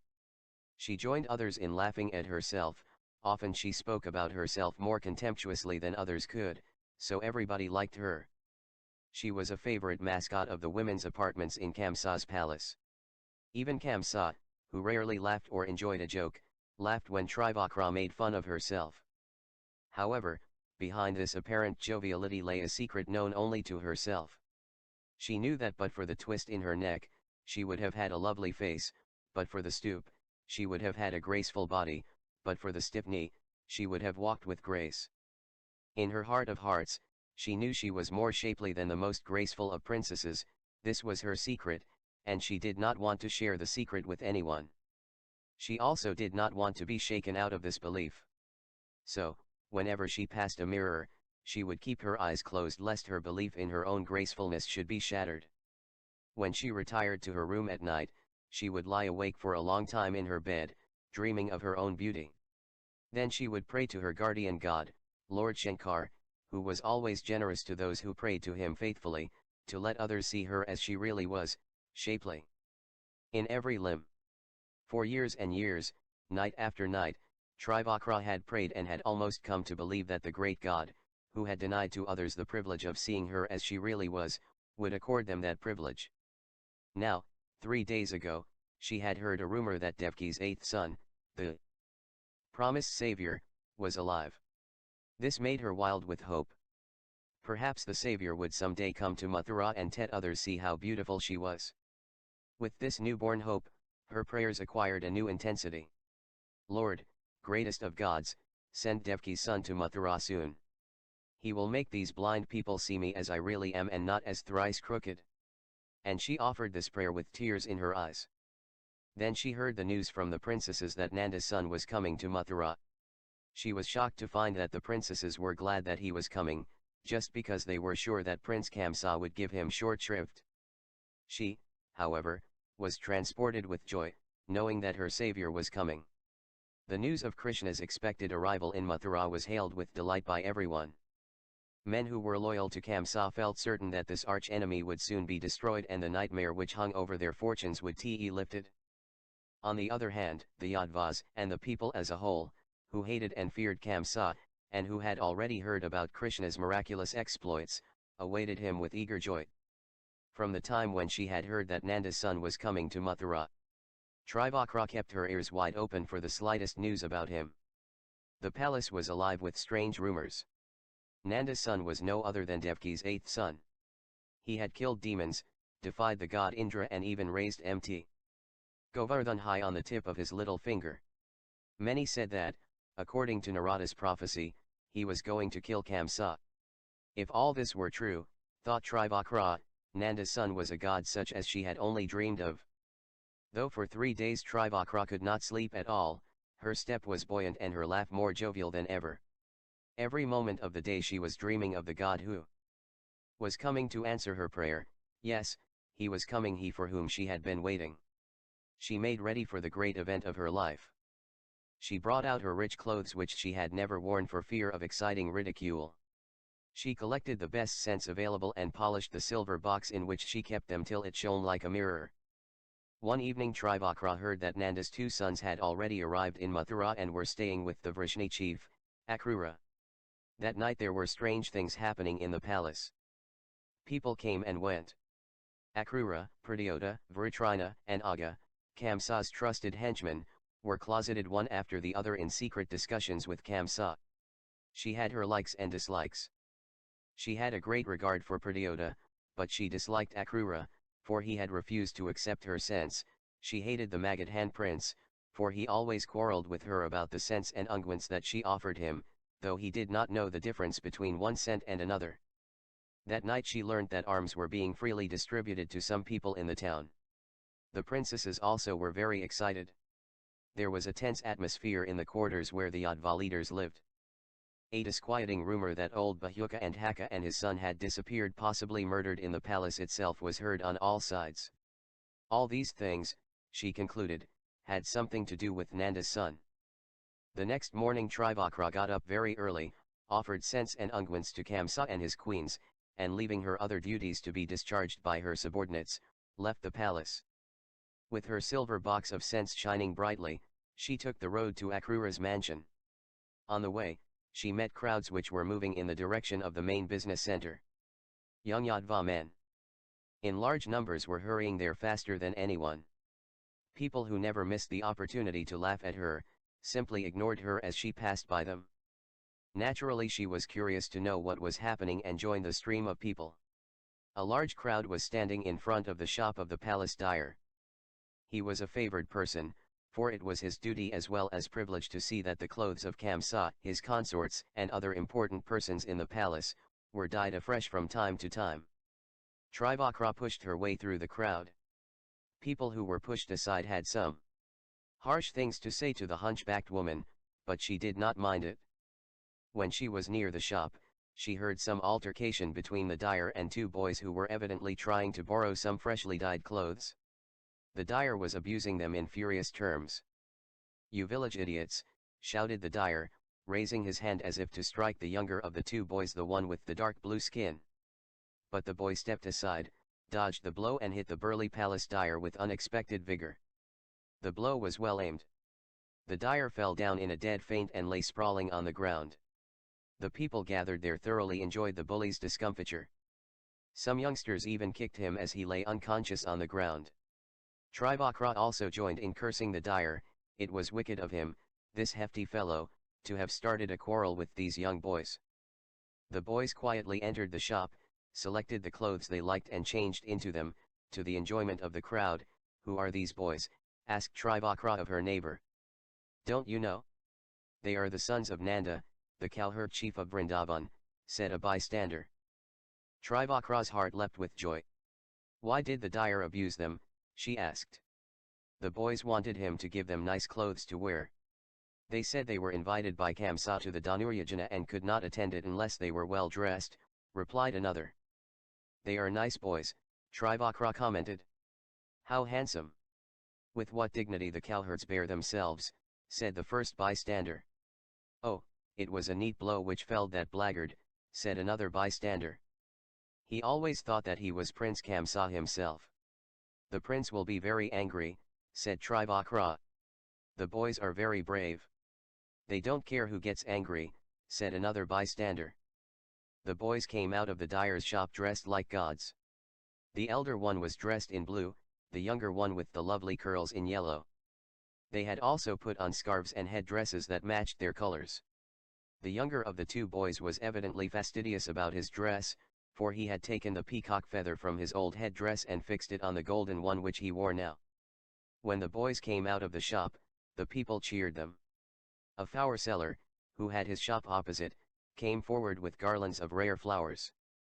The boys accepted them gracefully, the younger boy giving the flower seller an affectionate pat on the back. Trivakra was already fascinated by the younger boy. The way he looked at everyone standing there with a merry twinkle in his eyes was very friendly. His lips were half-parted in a smile which she felt was intended only for her. Pushing aside one or two bystanders, she stepped forward, her heart throbbing with intense excitement. Was her long-deferred hope going to be fulfilled? Nanda's son, Krishna, I have come to you, Lord. I have been waiting for you, oh, for so long, she said, and her voice was choked by overpowering emotion. People tittered as the hunchbacked woman, with an awkward effort, tried to prostrate herself before Krishna. Were you waiting for us? Asked Krishna. How nice. How did you know that we were coming? I knew you were coming, Lord, oh, night after night for years and years. And I have brought scents and unguents for you, she said. Who are you, sister? Asked Krishna. T.M. Trivakra. I am in charge of the scents and unguents at the palace. But the best of what I have are for you alone, Lord, she replied. Trivakra's heart bounded with joy as she saw the smile on those beautiful lips. Yes.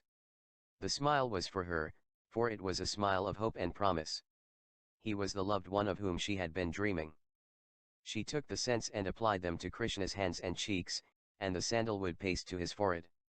Then she also anointed Balrama, who enjoyed the unfamiliar smell, sniffing it with childish pleasure. Then Trivakra, with an effort, fell at Krishna's feet, buried her head again in his feet and cried piteously, Lord, Lord, I am so ugly. That was all that she could murmur. Her pent-up hopes burst out into heartbreaking sobs. You are not ugly, said Krishna in the tone of a loving mother. He bent down and lifted Trivakra from the ground. Sister, who says that you are not beautiful? You are, he spoke with authority. Trivakra rose from the ground and tried to stand up in the way she was accustomed to. But she felt something strange coming over her, a sudden influx of energy. She tried to stand. She could do so. She drew her legs together and they were straight. She tried to raise herself to her full height and she stayed erect. Almost with a shock, she realized what had happened to her. She forgot how a well-born woman ought to behave herself and jumped for joy. The people gathered there stood looking at her, awestruck. Lord, Lord, you have made me shapely and straight, she muttered and flung herself at Krishna's feet, trailing her long hair over his feet in ineffable gratitude.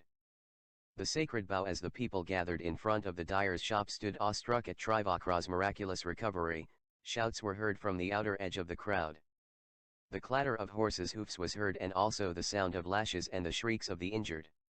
Evidently a horseman was making his way through the crowd, cracking his whip across the shoulders of whoever came in his way or pushing his horse through everyone.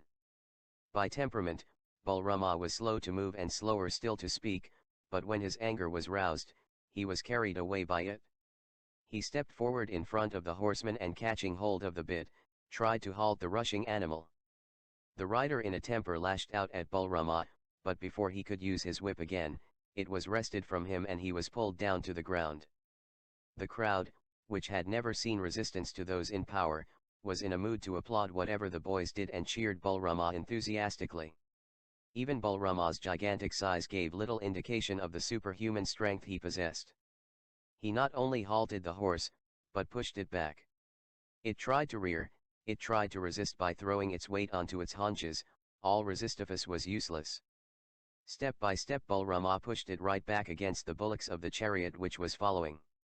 The bullocks, frightened by the backing horse and the shouts of the crowd, turned aside, almost overturning the chariot. The two ladies who were riding in the chariot, one, a fine young woman of about 25 and the other, a lovely girl of 16 shrieked in terror. The princely rider, though badly bruised, rose from the ground and shouted to two riders who were following the chariot, but they could not come up to him, for the chariot and the bullocks which were now standing across the road proved a formidable barricade. He turned to pursue Balrama, but Krishna caught hold of him by the neck. The prince turned to him angrily, "Fool, don't you know who I am? I am Rukmai, the prince of Vidarbha, and the guest of your master Prince Kamsa." "Now that you say it, I know who you are," replied Krishna coolly. "You had better go back to your womenfolk and stop molesting the people." "You scoundrel," shouted Rukmai and tried to unsheath his sword. But before he could do so, Krishna twisted his hand with expert skill and threw the prince off his balance. Then he pushed him up to the chariot, lifted him before he could offer resistance and threw him into it as if he was a sack of corn. Both the women seated in it began to shout at Krishna in high excitement. "Let go my brother, you wicked fellow," said the beautiful girl. Krishna smiled in his characteristic way which always won hearts. "Is this your brother? As a princess, you should try to teach him the manners of a prince," he said. "Oh, what have you done to my brother?" cried the girl. Krishna's eyes showed signs of mischief. "Don't worry, young lady. Your brother has lost nothing except his conceit. I am sure he will behave better hereafter even to you," he said with a laugh. There was no resisting Krishna and, in spite of her tears, the princess of Vidarbha could not help smiling in return. Krishna then walked up to the frightened bullocks which were trying to find an escape from the shouting crowd. He knew the ways of cattle as of men and, approaching them fearlessly, talked to them in a friendly voice. A few pats, some sent hearing words, and the bullocks became quiet. Then as he began to stroke their dewlaps in an affectionate manner, the bullocks forgot their fear and became friendly. After a little while, he led them back to the place where they had stood before and the chariot was ready to start on its way. Krishna gave a parting pat to the bullocks, which rubbed their noses against him as if they had found a long-lost friend. Then he threw the reins onto the lap of the driver. "Look after the bullocks well. They are very fine," he said, smiling mischievously at the girl. Soon the chariot departed followed by Rukmai, now highly chastened, on his horse. A very large crowd, which by then had gathered round the brothers, was lost in admiration, not unmixed with respect. A hunchbacked woman had been made straight, a horse had been pushed aside as if it was a mere toy, one of Kamsa's royal guests was pulled down from his horse and carried like a sack, frightened bullocks were tamed by a pat.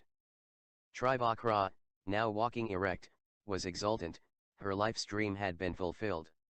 She was so full of joy and gratitude that she could not keep the secret any more and whispered it in the ears of a bystander. "He is Devki's 8th son.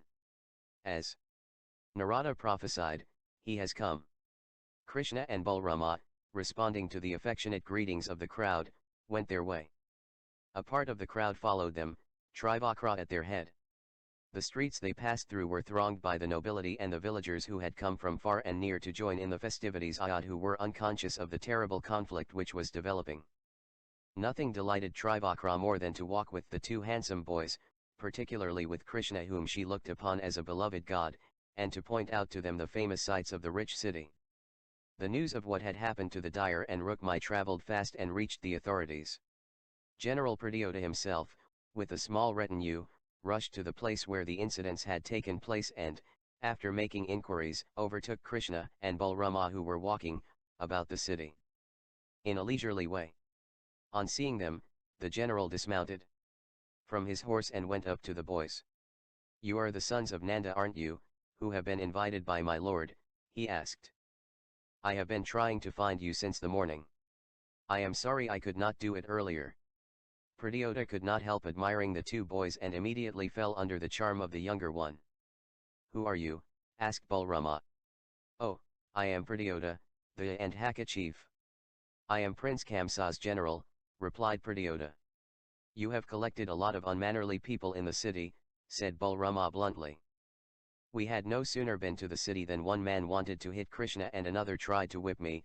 Balrama pointed to the mark which Rukmai's whip had left on him. "You people seem to be very hospitable," he added and laughed uproariously. Krishna folded his hands. "We are happy to meet you, best among Andhakas. We have heard much about you. The way he said it combined dignity with respect. You are a great warrior. Uncle Pradyota, the dyer was very rude to Nanda's sons, interrupted Trivakra. And the prince of Vidarbha lashed out at Balrama. Pradyota turned to the good-looking and shapely woman standing by his side and his eyes widened in surprise. Who are you, lady? He asked. Have you forgotten me so soon, uncle? Trivakra asked with a melodious laugh. I gave you scents and unguents only this morning. You are becoming forgetful, she added with the easy familiarity of one whose mother was a favorite attendant of the general's. Pradyota could not believe his eyes. Trivakra, what has happened to you? Where has your hump gone? You are now almost a beauty. Pradyota looked bewildered, he could not imagine for the life of him now the thrice crooked woman, who had applied scents and unguents to him this morning, could now have become so different a being. That is by the grace of my lord here, she said, folding her hands and bowing to Krishna. Pradyota looked at Krishna with a new understanding. This was Devki's eighth son whom he was under a commission to kill. Yet, if he had cured Trivakra's hump, he was a god and Narada's prophecy was being fulfilled. His mind went back to the scene in the dark corridor which he had witnessed the night before, and bitterness welled up in his heart at what he had seen and the commission he was charged with. I should like to show you our city, said Pradyota. Would you like to see some of the sights? He asked. Yes, everything, said Krishna. We would like to see the great bow, said Balrama. We have heard so much about it. Come with me. I will take you to the mandap where it is being worshipped, said Pradyota. They all proceeded to the mandap, Trivakra happily chattering about the sights which they passed on the way. When they were near it, Pradyota turned to the brothers. Has either of you drawn the long bow? He asked them. We have, but not of your kind. We select our own bamboo or wood, make our own bows out of them and shoot at wild animals. On the banks of the Yamuna, next to the inner fort in the middle of which the palace was situated, a large pandal had been constructed. Quite a few people, including several eminent notabilities, who had arrived during these 3 days, had been visiting it to see the anointed bow. In the middle of the mandap was a platform on which the great bow was lying. On 3 sides, Brahmans were sitting, worshipping it with the proper ritual. Several guests were walking round it, admiring its strength. Some who were likely to take part in the final ritual of shooting the arrow from the bow, were trying to feel what it was like, for according to the ritual prescribed for the Dhanuryajana, the man who could lift it and discharge an arrow furthest from it on the last day of the festival, would be proclaimed the hero of the festivities and rewarded as such. As they neared the place where the bow was lying, Pradyota whispered something into the ear of Trivakra, who immediately threw a meaningful glance at Krishna. Immediately Krishna felt that he had sensed what had been said. Whether any man could shoot an arrow from this bow or not the next day was a matter of no consequence. But it was the symbol of Kamsa's power which held his people in fear, and if that fear had to be rooted out, the magic of the symbol had to be broken. As he stood gazing at the bow, he felt a mysterious thrill passing through him. He heard Trivakra telling him, Lord, why don't you try to lift the bow now? It is a marvel prepared by Uncle Pradyota's experts. Was there any significance in what Trivakra was saying? Krishna asked himself. Whether there was or not, this symbol had to be destroyed, if he had a mission to fulfill. He made up his mind and turned to Pradyota. I am not an expert bowman.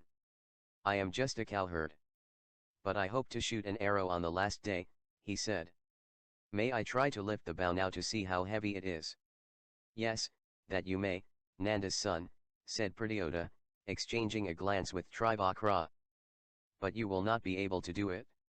Even expert bowmen cannot do it. A thought flashed across Pradyota's mind. Was he really the savior? Or would he fail his people?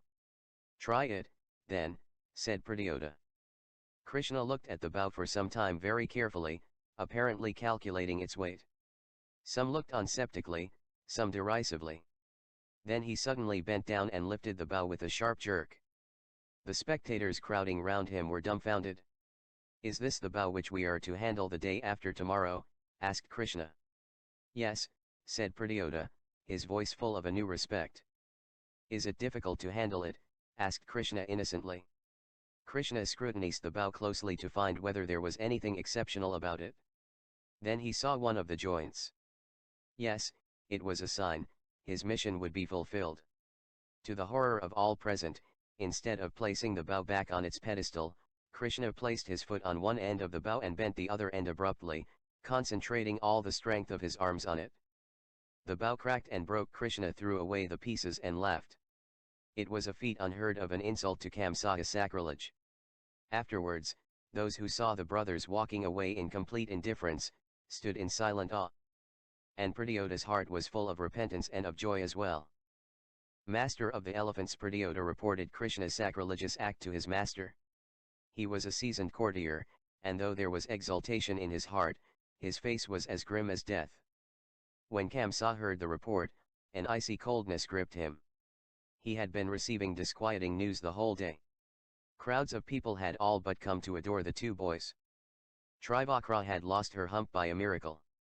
King Bhishmaka's son, Rukmai, his guest and friend, had been humiliated, insulted, and almost thrashed in a public thoroughfare.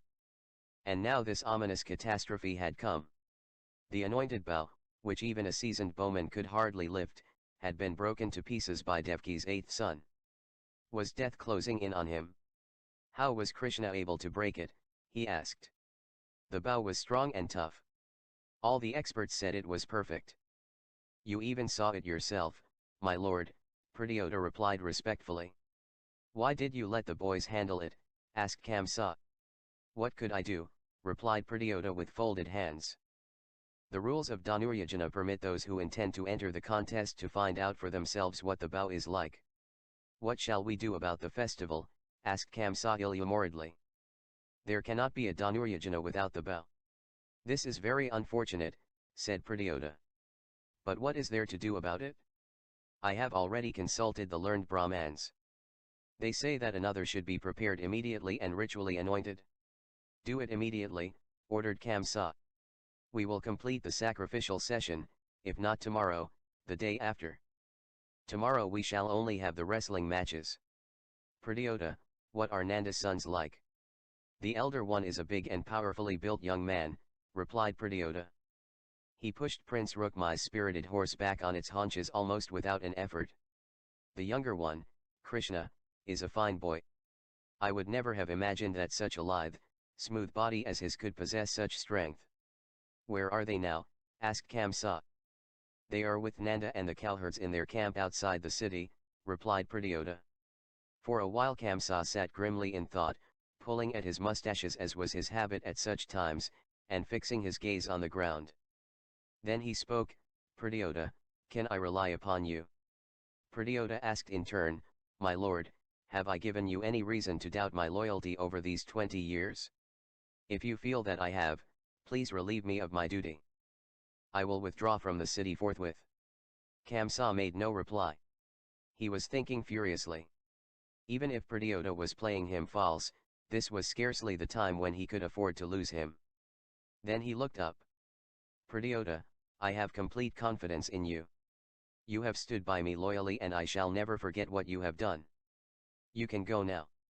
Then, after a few minutes, Kamsa added, but, don't fail to carry out my AE. Krishna must not be allowed to come into my presence. All the people are coming to the wrestling match.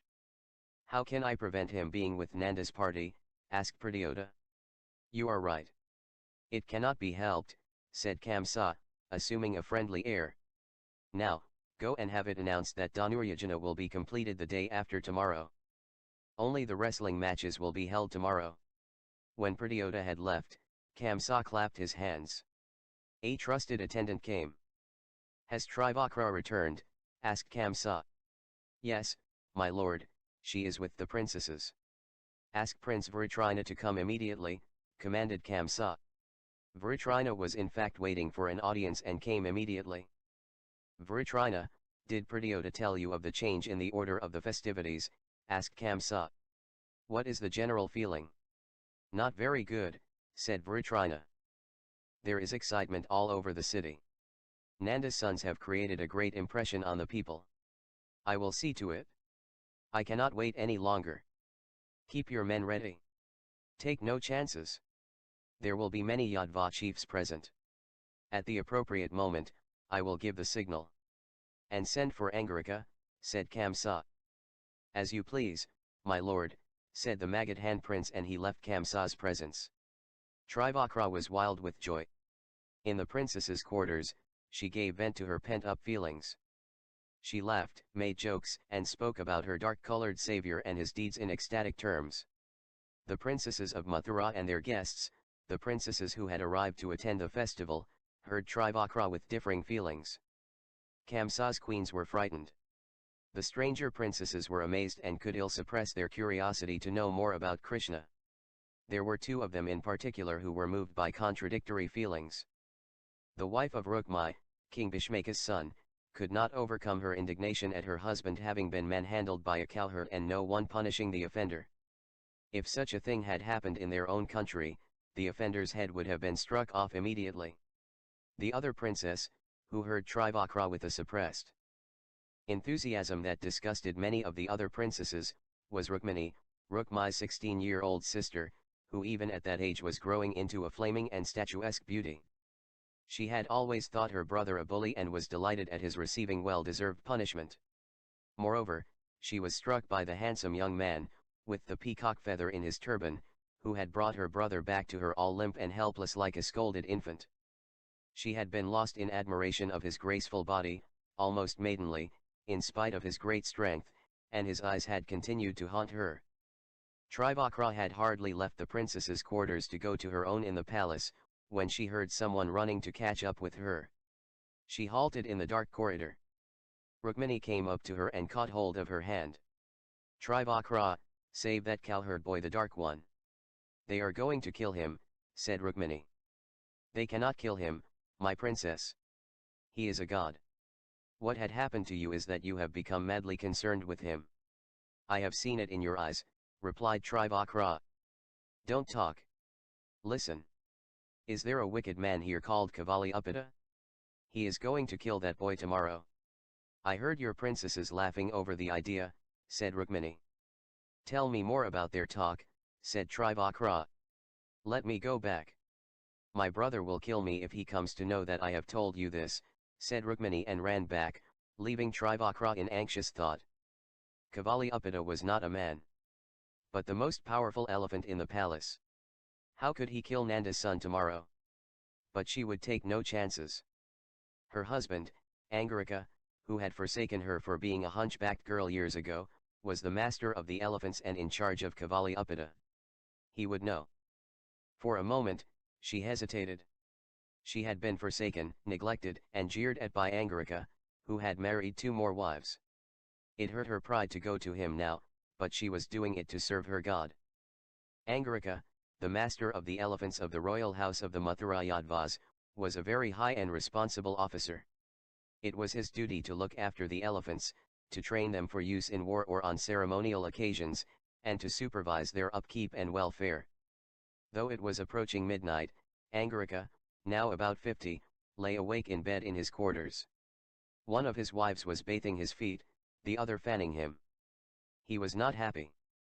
He had been commanded to do a thing which he hated doing, and these women were talking in glowing terms of someone the mention of whom made him hate himself. He wished he could kick these women until they were silent, but he never liked to have unhappy wives about him. There was a knock at the door. Angarica sat up almost in fear. What was this summons about now? He had had enough of his master already. The elder wife looked into her husband's face, and sensing that he gave her leave to do so, opened the door. Trivakra came in, straight and well-knit, graceful in every limb. Angarica opened his eyes wide in amazement as if a ghost had entered. Both his plump, well-cared-for wives shrieked in alarm. Who are you? Angarica asked, unable to believe his own eyes. Have you forgotten me, Aryaputra? Asked Trivakra with a mischievous laugh which rippled through the room. Sister, you have been cured, exclaimed the elder of the wives, shooting a jealous look at the tall, straight Trivakra, her own shape having lost all reasonable proportions or at count of the 7 little Angaricas which she had presented to her lord and master. My God made me what I am, said Trivakra happily. I came to tell you so, Aryaputra, though we have not spoken to each other for years and years. What has happened to you, Trivakra? Sit down and tell me all about it, said Angarica, suddenly forgetting that for over 20 years he had felt mortified and ridiculed because of the name by which his first wife long abandoned was known throughout the palace. Trivakra sat down with a winsome smile which fascinated Angarica, and asked for water. The younger of the wives went to fetch it. These people were talking about the miracle worked by Nanda's son. Tell me Ali about it, repeated Angarica. He could not help gazing intently at the charming woman. His misshapen wife had been transformed into. What is Nanda's son like? Asked the elder of the favorite wives. The younger wife brought some water, which Trivakra took. Nanda's son. He is not Nanda's son, Aryaputra. I will tell you something if you can keep a secret, said Trivakra and looked at these other wives of her husbands. Go into your apartments, said Angarica to his favorite wives. Dying though they were to satisfy their curiosity, they could not disobey their husband's command, and left the room casting angry glances at Trivakra. Tell me about Nanda's son, Trivakra. All these days I have been hearing about him. And now? You are almost an Apsara, said Angarica. He is not Nanda's son. He is Devki's eighth son. He has come to deliver us from your master, she said in a low whisper. Angarica heard her words, casting his eyes about anxiously to see if the walls had ears. Oh, God of gods, wailed Angarica in evident distress. Why are you so miserable, Aryaputra? A new day is dawning for us all. Are you not sick of this tyranny, this slavery to one wicked man? She asked. Don't say all that to me. Someone will hear, said Angarica. How many times have you been insulted? How many times subjected to the whims of the tyrant? The day which sage Narada foretold has come. He has come, said Trivakra. Has he really come? Asked Angarica. Look at me. Could anyone but a god make me so straight and graceful? And could a mortal break the sacrificial bow? You will see tomorrow how the cursed tyrant will go to the land of his forebears, said Trivakra with firm faith. Oh, woman, you don't know how unfortunate I am. I am most unhappy, said Angarica. What is the matter? Let me know. I can get Devki's son to do you any favor you like. He is very, very kind to me, said Trivakra with pride. No one can help me. I am finished. I shall be dead tomorrow, Angarica said in despair. What is it? Let me know. Let me at least do you some service. Is it something concerning Devki's son and Kavali Uppita? Asked Trivakra. Angarica opened his eyes wide. How do you know? He asked her. No one can kill Devki's son, said Trivakra. But I have been commanded to do so, said Angarica in a choking voice. It is a sin to obey a tyrant's command, said Trivakra. What shall I do? Asked Angarica. Pray to Devki's son and listen to me, said Trivakra. And the husband, who had forsaken Trivakra for 25 years, heard her with gratitude. After some talk, Trivakra went to her quarters and returned with an armful of herbs. The whole night Angarica and Trivakra were busy feeding Kavali Uppita, the most uncontrollable of the elephants in the royal stables. Kavali Uppita, the angry elephant, the Yadva leaders, young and old, were very much disturbed at the happenings of the last 2 days. The disappearance of the old Bahuka and Haka, held in the highest respect by the Yadva tribes, the rumor of orders of Kamsa that they were to be placed at the mercy of the Magadhan Prince, the arrival of Devki's sons in Mathura after a summons from Kamsa, Trivakra's miraculous recovery and the breaking of the sacred bow all were calculated to create a sense of catastrophe. They knew that they were marked men and that Devki's sons were doomed unless there was a miraculous intervention. And so they came, these leaders, in the dead of night to Vasudev's palace. There were low-voiced whispers and discussions, full of hesitation, doubts, and fears. Some suggested an exodus, some suggested a fight to the finish. Akrura's advice was sought, but he was a man of faith and had no plan. The prophecy was going to be fulfilled, for Devki's eighth son had come to save them, he said. One young Yadva leader spoke out respectfully, "Venerable sir, are you so sure of Narada's prophecy being fulfilled?" "Yes, I have met Devki's son. I know he is the savior," replied Akrura. Suppose he is not, asked a doubter. Then we must assume that the Lord has decided to destroy us for our cowardice. But I know that he will not, said Akrura with deep sincerity. I wish we had your faith. What more do you need for your faith to be restored? He has come. He has made Trivakra a healthy woman. He has humbled Rukmai. He has shattered the anointed bow, said Akrura. While Akrura was speaking, two persons entered the room. In the dim light of a single oil lamp wavering fitfully, the leaders could not at first recognize them. There was a hush and Gargasharia's voice was heard. The noble daughter of Prince Devaka wants to tell you, sirs, of her solemn decision. The assembly looked up in awe. Devki's tragic fate and her saintly character had given her the halo of divinity, and her presence in their midst moved the hearts of all the Yadva chiefs. Devki stood beneath the oil lamp, her pale, shrunken face lit up by a glow of martyrdom. Her large, sad eyes were fixed on the leaders. She made an effort to speak, but for a moment could not. Then she clasped her throat with a sense of helplessness and spoke in a low voice, "Venerable elders, please forgive my coming to speak to you." She stopped. Everyone strained his attention to catch her words. "I have decided," and her voice quivered with emotion. "If my boys are killed, I will enter the fire." The words had an overwhelming effect, as if a violent earthquake had made the earth gape at the feet of the Yadva chiefs. Akrura was the only person who had the presence of mind to speak in a self-composed voice. "Devaka's noble daughter, we will all die rather than that your sons should be harmed, I pledge my solemn word." Devki withdrew as quietly as she entered. The decision was taken. The assembly dispersed, grim and determined. No less grim and determined was Kamsa, as he paced up and down the terrace of his palace. He had been weak so far, he had not dealt firmly enough with the Yadvas. He should have massacred them before he went to the wars, or at least soon after he returned at the head of a victorious army. He should have then sent someone or other to dispose of Vasudev's sons in Vrindavan. All this was true.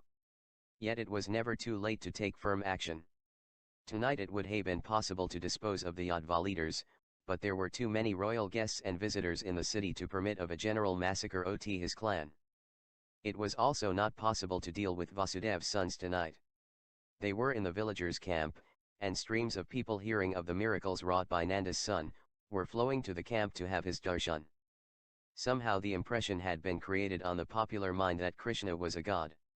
Any attempt to kill him, therefore, would perhaps lead to a general uprising and necessitate large-scale fighting in which the Magadhan warriors, his only completely reliable body of men, might be overwhelmed.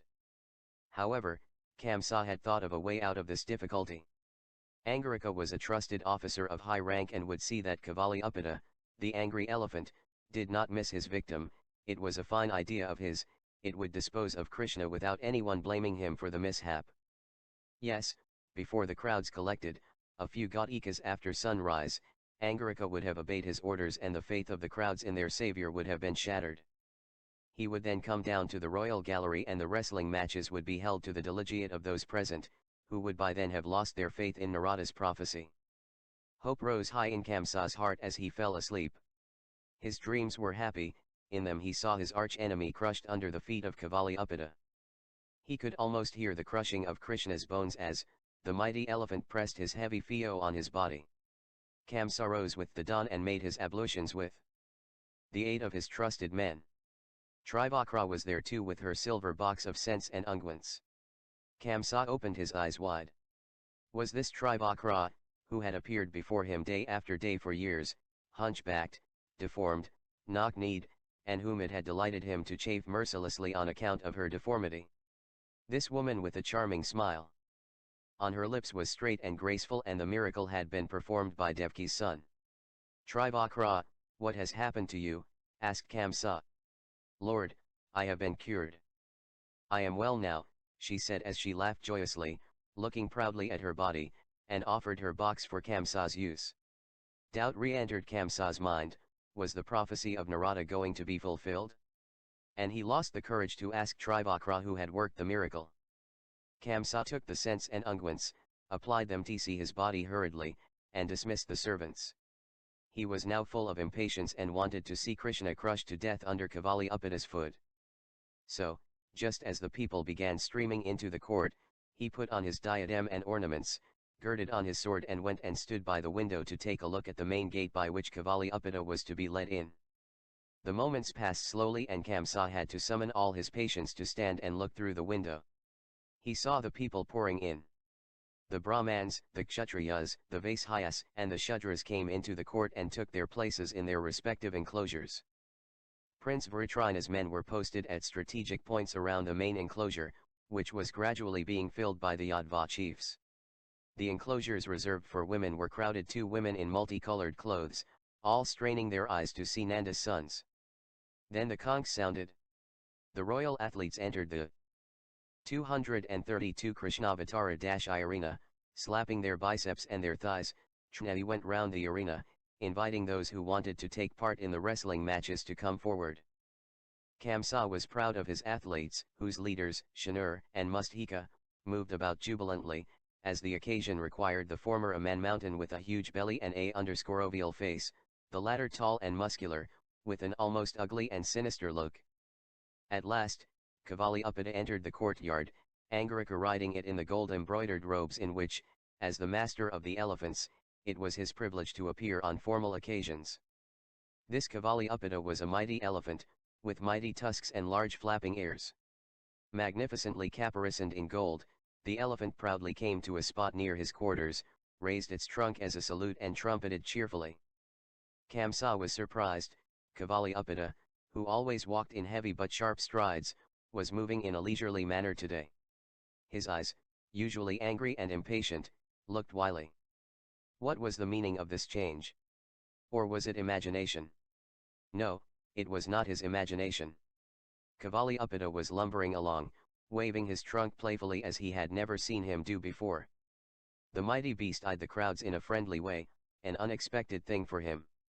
Kavali Uppita then ambled across the wide court as if he felt in a jolly mood, most people who knew his vicious habits looking on in surprise. Angarika halted him near the main entrance, and he began to throw his weight first onto one leg and then onto the other as if he was trying to dance. As Kamsa watched the incoming crowds, he saw a strange sight, a large crowd of people, villagers and townsmen armed and unarmed, following in the wake of 2 young men, whose feet men and women rushed forward to touch, wiping the dust from them and laying it on their own eyes. There was no mistaking these 2 young men. He had beard them described. One was dark blue in color, dressed in yellow clothes. The other was fair and stalwart, dressed in blue. The dark blue young man was handsome beyond words, almost maidenly in shape.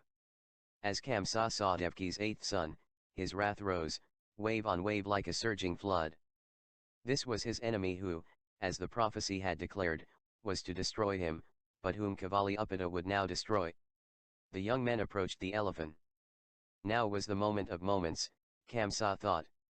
The elephant would rush at the boys, pick them up and break their bones under his feet. But Kamsa opened his eyes wide. Strange things were happening. As the young men came up to Kavali Uppita, he swayed his trunk to bar their way, but Krishna said something to him. And the elephant raised his trunk and trumpeted not angrily as he usually did but in a pleasant way. Krishna stepped to one side to pass him. The elephant playfully waved his trunk that way too. Krishna moved to the other side. That way also his path was barred by the swaying of the trunk. Some people in the crowd were alarmed. Men with lances came forward to protect Krishna and shouted to frighten the elephant. Krishna, with a laugh, waved the terrified people aside, fearlessly approached the elephant and spoke to him in a gentle, friendly voice. He knew how to enter into the hearts of animals as well as the hearts of men and women. Kavali Uppita looked at Krishna as if he was his long-lost friend, rolled his body in a funny way and performed some grotesque antics at which people laughed. Kamsa could not believe his eyes. The mighty elephant was behaving in an extraordinary way.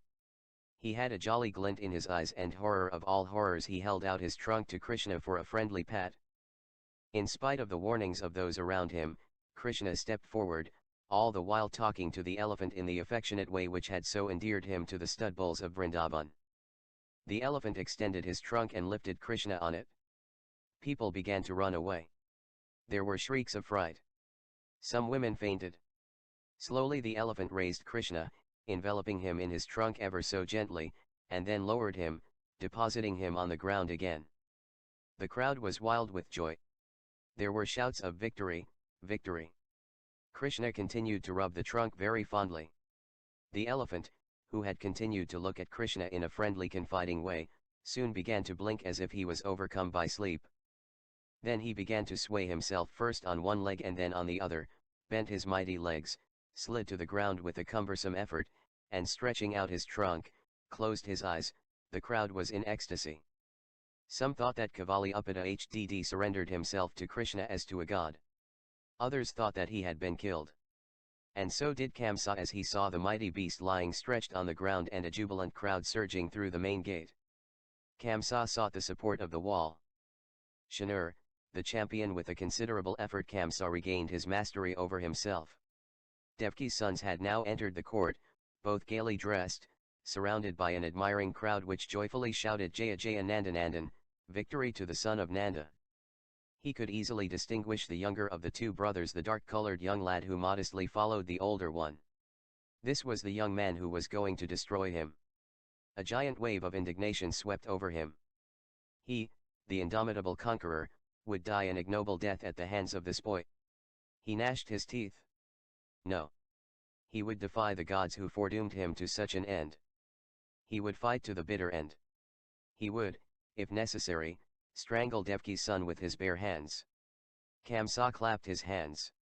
An attendant appeared in response and was ordered to call Aga, his confidential advisor. Aga was an insignificant-looking, old man, with an obsequious smile. His wrinkled face scarcely betrayed the ruthlessness with which he had woven endless intrigues to further his master's interest for years. Aga, Nanda's son has entered the courtyard. What has happened to Kavali-Uppita? Asked Kamsa. They say the elephant was killed by him, my lord. Some say that he tamed him by a touch. I have sent a man to make inquiries of Angarika, replied Aga. There is no time to think of Angarika now. The drums are already announcing the arrival of the champion wrestlers, and in a few moments I must go into the courtyard with my guests, said Kamsa. As you please, my lord, said Aga, waiting for orders. Before the athletes' parade begins, send word to Shanur that he must make an end of Nanda's son, said Kamsa. How can he? Asked Aga, the wrinkles on his face multiplying as he assumed an air of excessive humility. Shanur cannot challenge a boy to a bout. The Shastras forbid it, lord. Kamsa heard the approaching footsteps of the royal guests, who were to accompany him to the royal enclosure. He stamped his foot in angry impatience. I don't care how he does it. These are my commands, they have to be obeyed or. Kamsa glanced malignantly at the old man. As the royal guests came in sight, Kamsa controlled himself, dismissed Aga with a wave of his hand and turned to welcome the new arrivals. The large quadrangular court was surrounded by the palace buildings. On one side of the quadrangle, on a little higher ground, the royal enclosure had been constructed for Kamsa, his guests, the chiefs of the different clans and officers of high rank. On the other sides there were decorated enclosures reserved for different groups of people, the Brahmans, the different Yadva tribes, the guilds of craftsmen, the villagers, and the common people. In the middle of the court a circular arena had been made covered with a soft, sifted mixture of earth and sand and reserved for the wrestling tournament. All the enclosures were full of men. And from the windows, attics, and terraces fluttered the multicolored saris and scarves of the women of different ranks who had thronged to witness the event. The center of attraction was the villagers' enclosure, where Krishna and Balrama sat in front of the cowherds of Vrindavan, headed by Nanda. Small crowds stood near it, looking at the prodigies whose names were on everyone's lips. A blast of conchs announced the arrival of Kamsa and his guests in the royal enclosure. A sudden silence followed. There were none of the usual shouts of welcome. Kamsa looked around with a forced smile and took his seat. His guests took their seats to his right. On his left Vasudev and Akrura were surrounded by the Yadva chiefs. Pradyota was seated behind Kamsa, and next to him and just behind Vasudev sat Prince Vritrina, with some of his lieutenants who were in command of the Magadhan contingent. No one in the royal enclosure, except some royal guests who had not sensed the crisis so far, was in a festive mood. In the wrestling arena in front of the royal enclosure stood Shanur, Mustika, and Toshala, the three masters of wrestling, acknowledging the presence of their master with folded hands. On either side of them, a few steps behind, stood their 12 principal pupils, who now blew the conchs to announce that the events of the day were to commence. Behind the champions and their pupils, the selected wrestlers were ranged about 200 in number. All those in the arena were dressed in tight strung thongs, langota, their bodies for the moment draped in shawls. Mustika and Toshala had silver embroidered shawls on, by virtue of being royal champions. Shanur had covered himself with a gold embroidered shawl, because he enjoyed the high office of the master of Bahuyada combat by hand as wrestling was called. Those were the glorious days of Bahuyada, bodily contest, which was the ultimate arbiter in private feuds as well as in the battlefield. Bodily contest is nature's way of settling feuds between men, and men from the earliest times have made of it an art, if not a science. Weapons were to be used, for the ordinary man, the staff, the club, the scythe, and the spear; for the man of rank, the sword and the javelin; for the highborn warrior, the mace, the battle-axe, the discus and the bow. The battle-axe, the devastating weapon favored by Parshurama, the great master of the art of war, could be wielded only by the most powerful; the discus requiring deftness of hand and a sure eye was an uncertain weapon; the bow and arrow required long training to be used in war. Besides, all these weapons could easily fall or be wrested from the combatant's hands, leaving their feet and body as their only means of survival. Everyone, high and low, therefore, equipped himself for Bahuyada. Skillful wrestlers were honored in society. Royal courts maintained large schools of athletes, and no king, if he valued his life in battle, could survive if he was not an adept in bodily contest. And no festivity could be held without wrestling tournaments, which provided the greatest attraction for the public. Bodily contests, outside the battlefield, were regulated according to strict rules laid down by the Shastras. At such entertainments, the combatant who was held firmly on his back for a few moments was considered vanquished, and no combatant who admitted defeat could be challenged again. Above all, the rules prohibited a combatant from killing his antagonist. The drums sounded. Conchs were blown.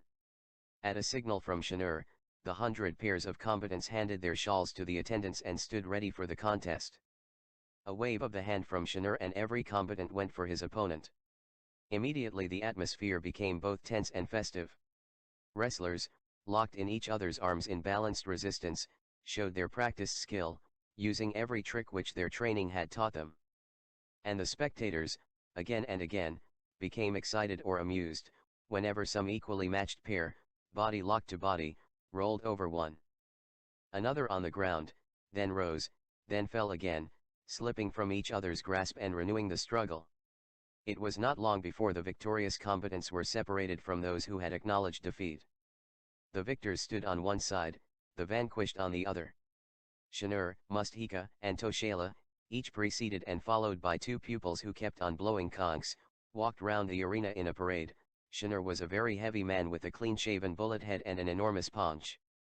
His powerful muscles were enveloped in huge masses of flesh.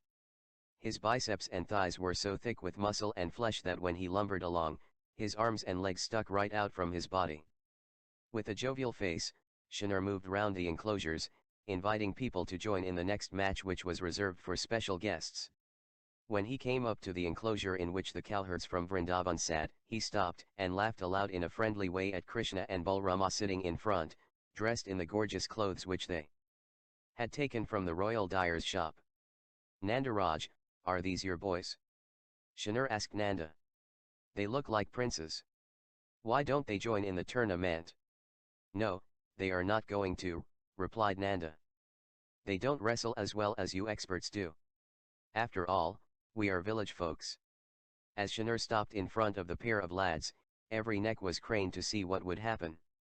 The common people, with their newborn admiration for Nanda's sons, wanted them to exhibit their skill. On the other hand, the Yadva chiefs, who were on their guard against treachery, sensed danger. On a terrace behind the villagers' enclosure stood the ladies of the families of the Yadva chiefs. Among them was Devki, who grew pale as soon as she saw Shanur talking to her sons. She went to the parapet and closed her eyes for a moment.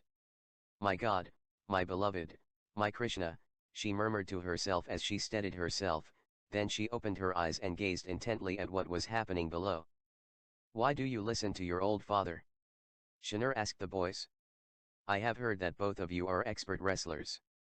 Peoples talk a lot about your wonderful exploits, mocked Shanur. Krishna and Balrama made no reply. Come into the arena and show your might, my boys, Shanur added and slapped his thigh loudly. One of his pupils blew a long blast on his conch. To hear the conch being blown and Shanur slapping his thigh made every Yadva's heart beat faster.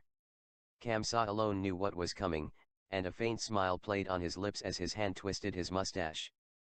Balrama could not bear the athlete's mocking attitude and looked at Nanda, expecting permission. But the old man appeared alarmed. Why are you looking at your father in fright?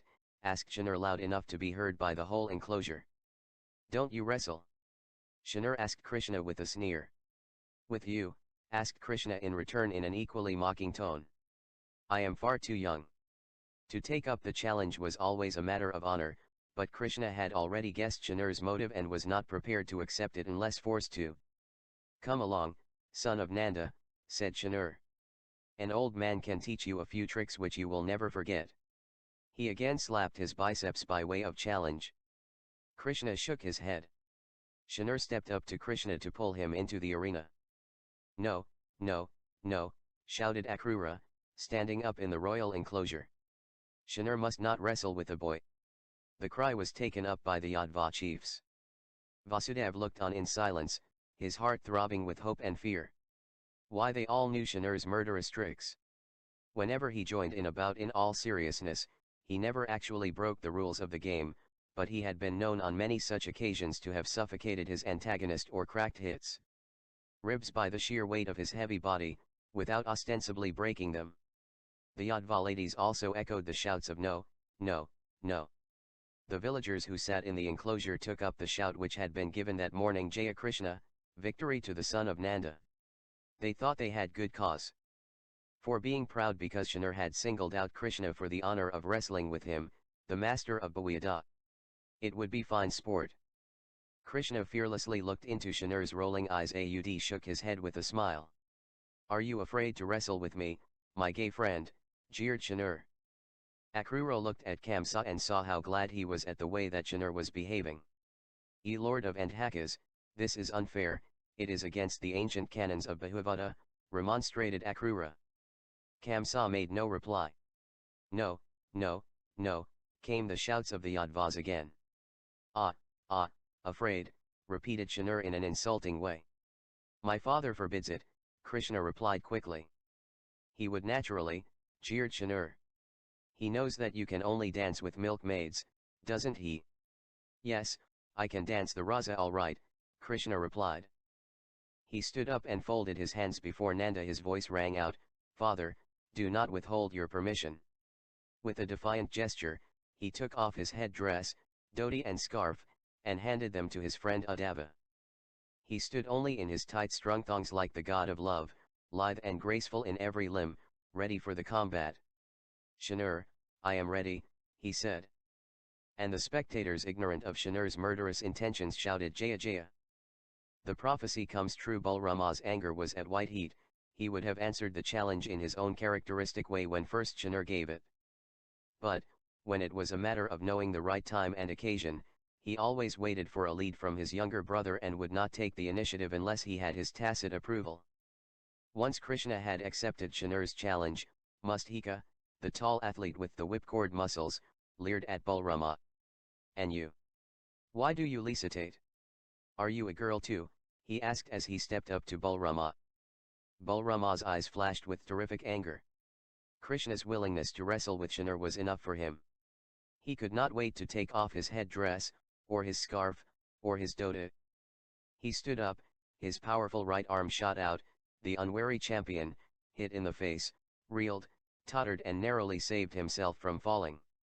In a moment Balrama stepped into the arena, and Mustika, recovering his balance, jumped upon him like a tiger. And the two giants were locked in a fierce embrace, rocking each other. Soon, body locked with body, they were rolling on the ground. The spectators watched the two athletes breathlessly. Many stood up in excitement. And whenever Musthika was worst, cries of "Sadhu, Sadhu, well done," came from thousands of throats.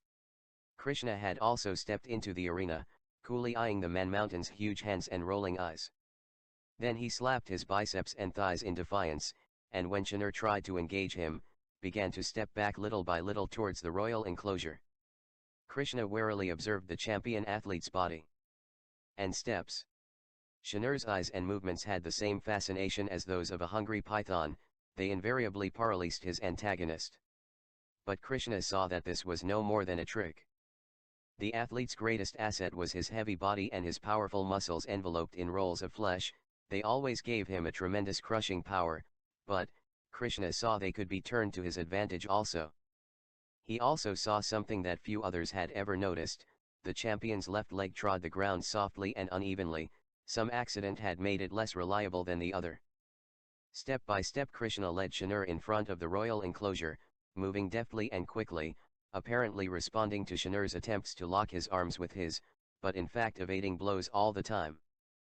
Now they were in front of Kamsa, but keeping pace with Krishna's swift movements for some distance had already had some effect on Shanur. He began to breathe a little harder. He was also annoyed that Krishna, whom he thought only a beginner in the art, should be so active in eluding his grasp. He set his lips hard, came near and swung his arms together to lock Krishna in them. With a swift dive, Krishna escaped the athlete's grasp, darted around him, and in passing, gave a hard kick at his left leg. Krishna was right, it was the weaker of the two legs, its foothold was shaky. Taken unawares, the champion lost his balance, and his heavy body tottered almost to the ground. Only with the help of his powerful arms could he save himself from falling. Loud laughter shook the vast crowd as the much-feared champion, with an evident effort, rose to his feet.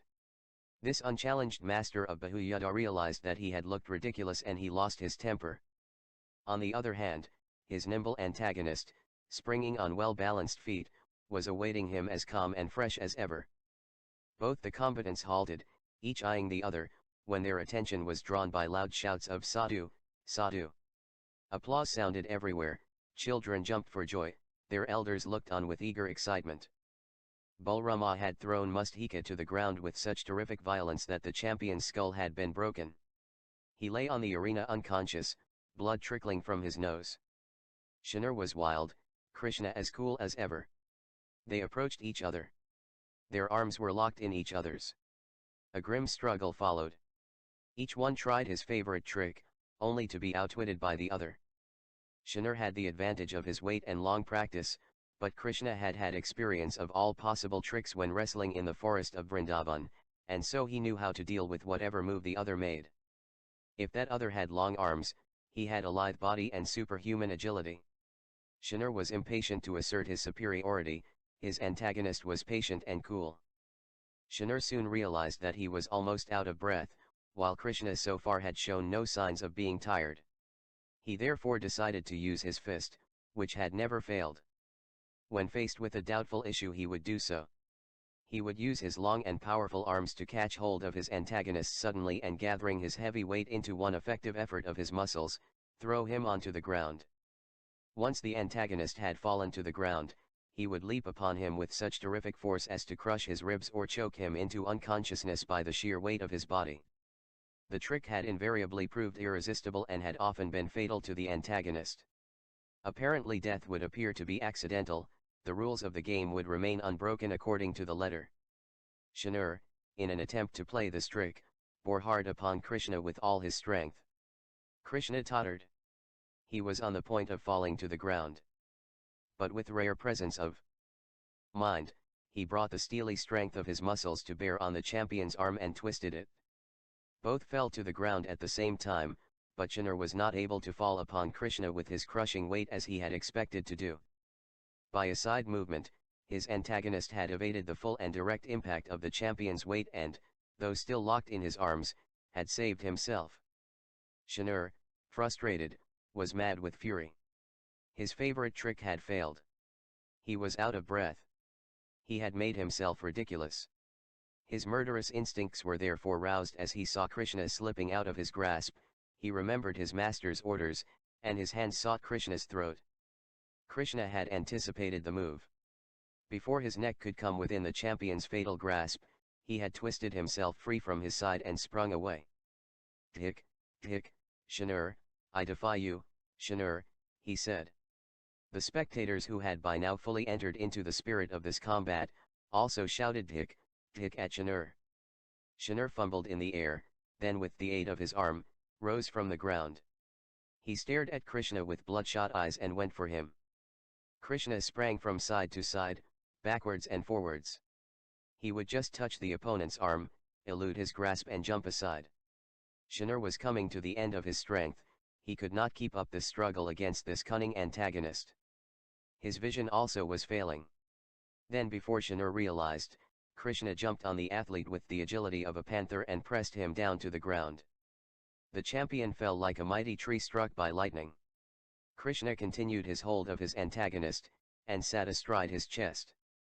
Unruffled by the thunderous applause which greeted his ears, Krishna looked at the champion's bloodshot eyes. "Shanur, admit defeat," Krishna said. "Save yourself." The only response was a sudden movement on his part to try to throw Krishna off. But Krishna held on to Hanudra's head and kept it firmly pressed to the ground. Though the champion's attempts to throw Krishna off him were useless, he kept on trying to wriggle free. But his strength was failing. The muscles of his neck were swollen because of his vain effort to raise his head. But he was helpless. Krishna continued to keep his head firmly pressed to the ground. Shanur made yet another frantic EFF. He tried to reach Krishna's throat. His fingers clawed at it. Krishna could see what the champion was at, and decided to show him no mercy. He suddenly stopped pressing the champion's head to the ground, smashed Shanur's nose with his fist and then hammered at his eyes, mouth, and ears. Shanur's nose was broken. His teeth were smashed. His eyes were all but blinded. Blood flowed copiously from his nose and mouth, and the champion fell back unconscious, his face a blood-stained lump. Thunderous shouts of "Sadhu, Sadhu" rent the air. In rapturous enthusiasm, the Yadvas rushed out of their respective enclosures and ran forward to hail Krishna. Things moved fast, as if in an instant. Krishna cast a glance at Kamsa. He saw that no sooner had Shanur become unconscious than the prince growled like a wild beast, rose from his seat, sword in hand, and rushed out of the royal enclosure only to be intercepted by Akrura. At that moment, he also saw an armed warrior, apparently a Magadhan, pointing a sword at his father, Vasudev, who had risen at the same time as Akrura. But, before the stranger's sword could pierce him, the Magadhan was struck down by General Pradyota. The royal guests had stood up, each in his place with his bare weapon in his hand, ready to defend his life if necessary. The next moment, Krishna heard a sudden uproar from the royal enclosure where the Yadva chiefs could be seen, grasping their weapons. The Magadhan chiefs had fallen upon them. Though all this happened almost simultaneously, Krishna understood its full significance. He rose from kneeling on the dying champion, and took a step forward to where Akrura had intercepted Kamsa. Akrura tried to stop Kamsa. "No, no," he shouted. Krishna also saw the grim murderous look with which Kamsa turned towards the saintly chief of the Vrishnas and gave him a blow hard enough to send him full length to the ground. Kamsa, having felled Akrura to the ground, turned to Krishna. As he did so, his diadem fell from his head, his long hair was within easy grasp. Krishna jumped behind him, caught hold of his hair and pulled him to the ground. Kanasa was dazed. His sword fell from his hands. He knew that he was being dragged to the ground by his enemy. In a momentary flash, the memory of the prophecy and of his efforts to escape from it came back to him. He saw his archenemy triumphant as a god, and the fear of God whom he had always repudiated entered his heart. In the meantime, Balrama had sensed the danger which threatened Vasudev, and, snatching a mace from a Magadhan warrior, rushed to the help of the Yadvas who were fighting to protect his father. Utter confusion prevailed. Unarmed people were fleeing. Women were shrieking. Arms clashed, the Yadvas and the Magadhans closed on one another. Krishna saw that there was only one way to stop this mad carnage. The moment had come. He picked up Kamsa's sword which lay near his feet. It flashed and descended, and Kamsa's head, severed from its body, rolled to the ground. He picked up from the ground the gold-bordered conch, which had once hung on Kamsa's shoulders, and blew a sharp, shrill, imperious blast on it. The tumult was stilled.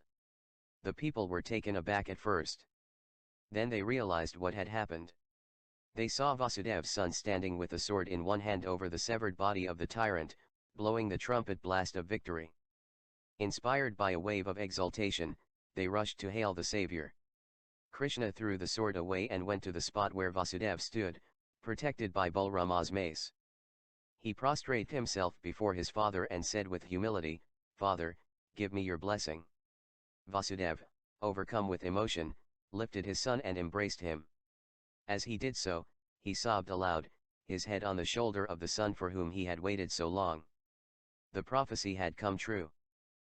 Notes Chapter 5. An ancient ritual recognized by the Smritis, according to which under certain strict conditions an elder brother can beget a child on the childless widow of a younger brother. Gautama, 17:4-8, Manu, 9. 57, Kautilya, I-17, Narada, 82.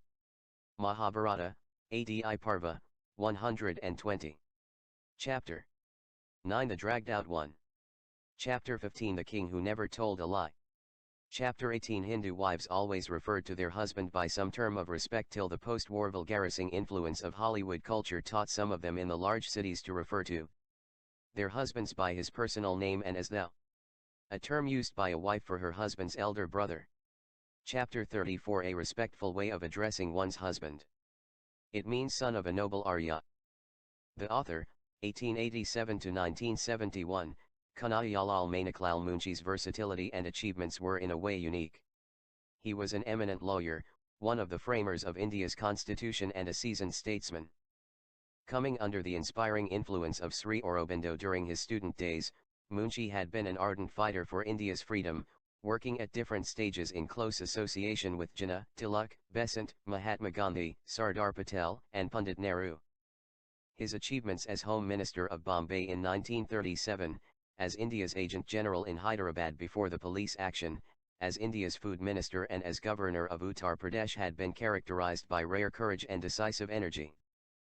Acknowledged as the foremost writer in modern Gujarati literature, he has to his credit a vast and varied literature including novels, dramas, memoirs, and history in Gujarati, as also several historical and other works in English, notably Gujarat and its literature, Imperial Gurjaras, Creative Art of Life, To Badrinath, The End of an Era, Krishnavtar Bhagavad Gita and Modern Life, Saga of Indian Sculpture, Bhagwan Parshurama Tapasvini and Prithvi Vallabh.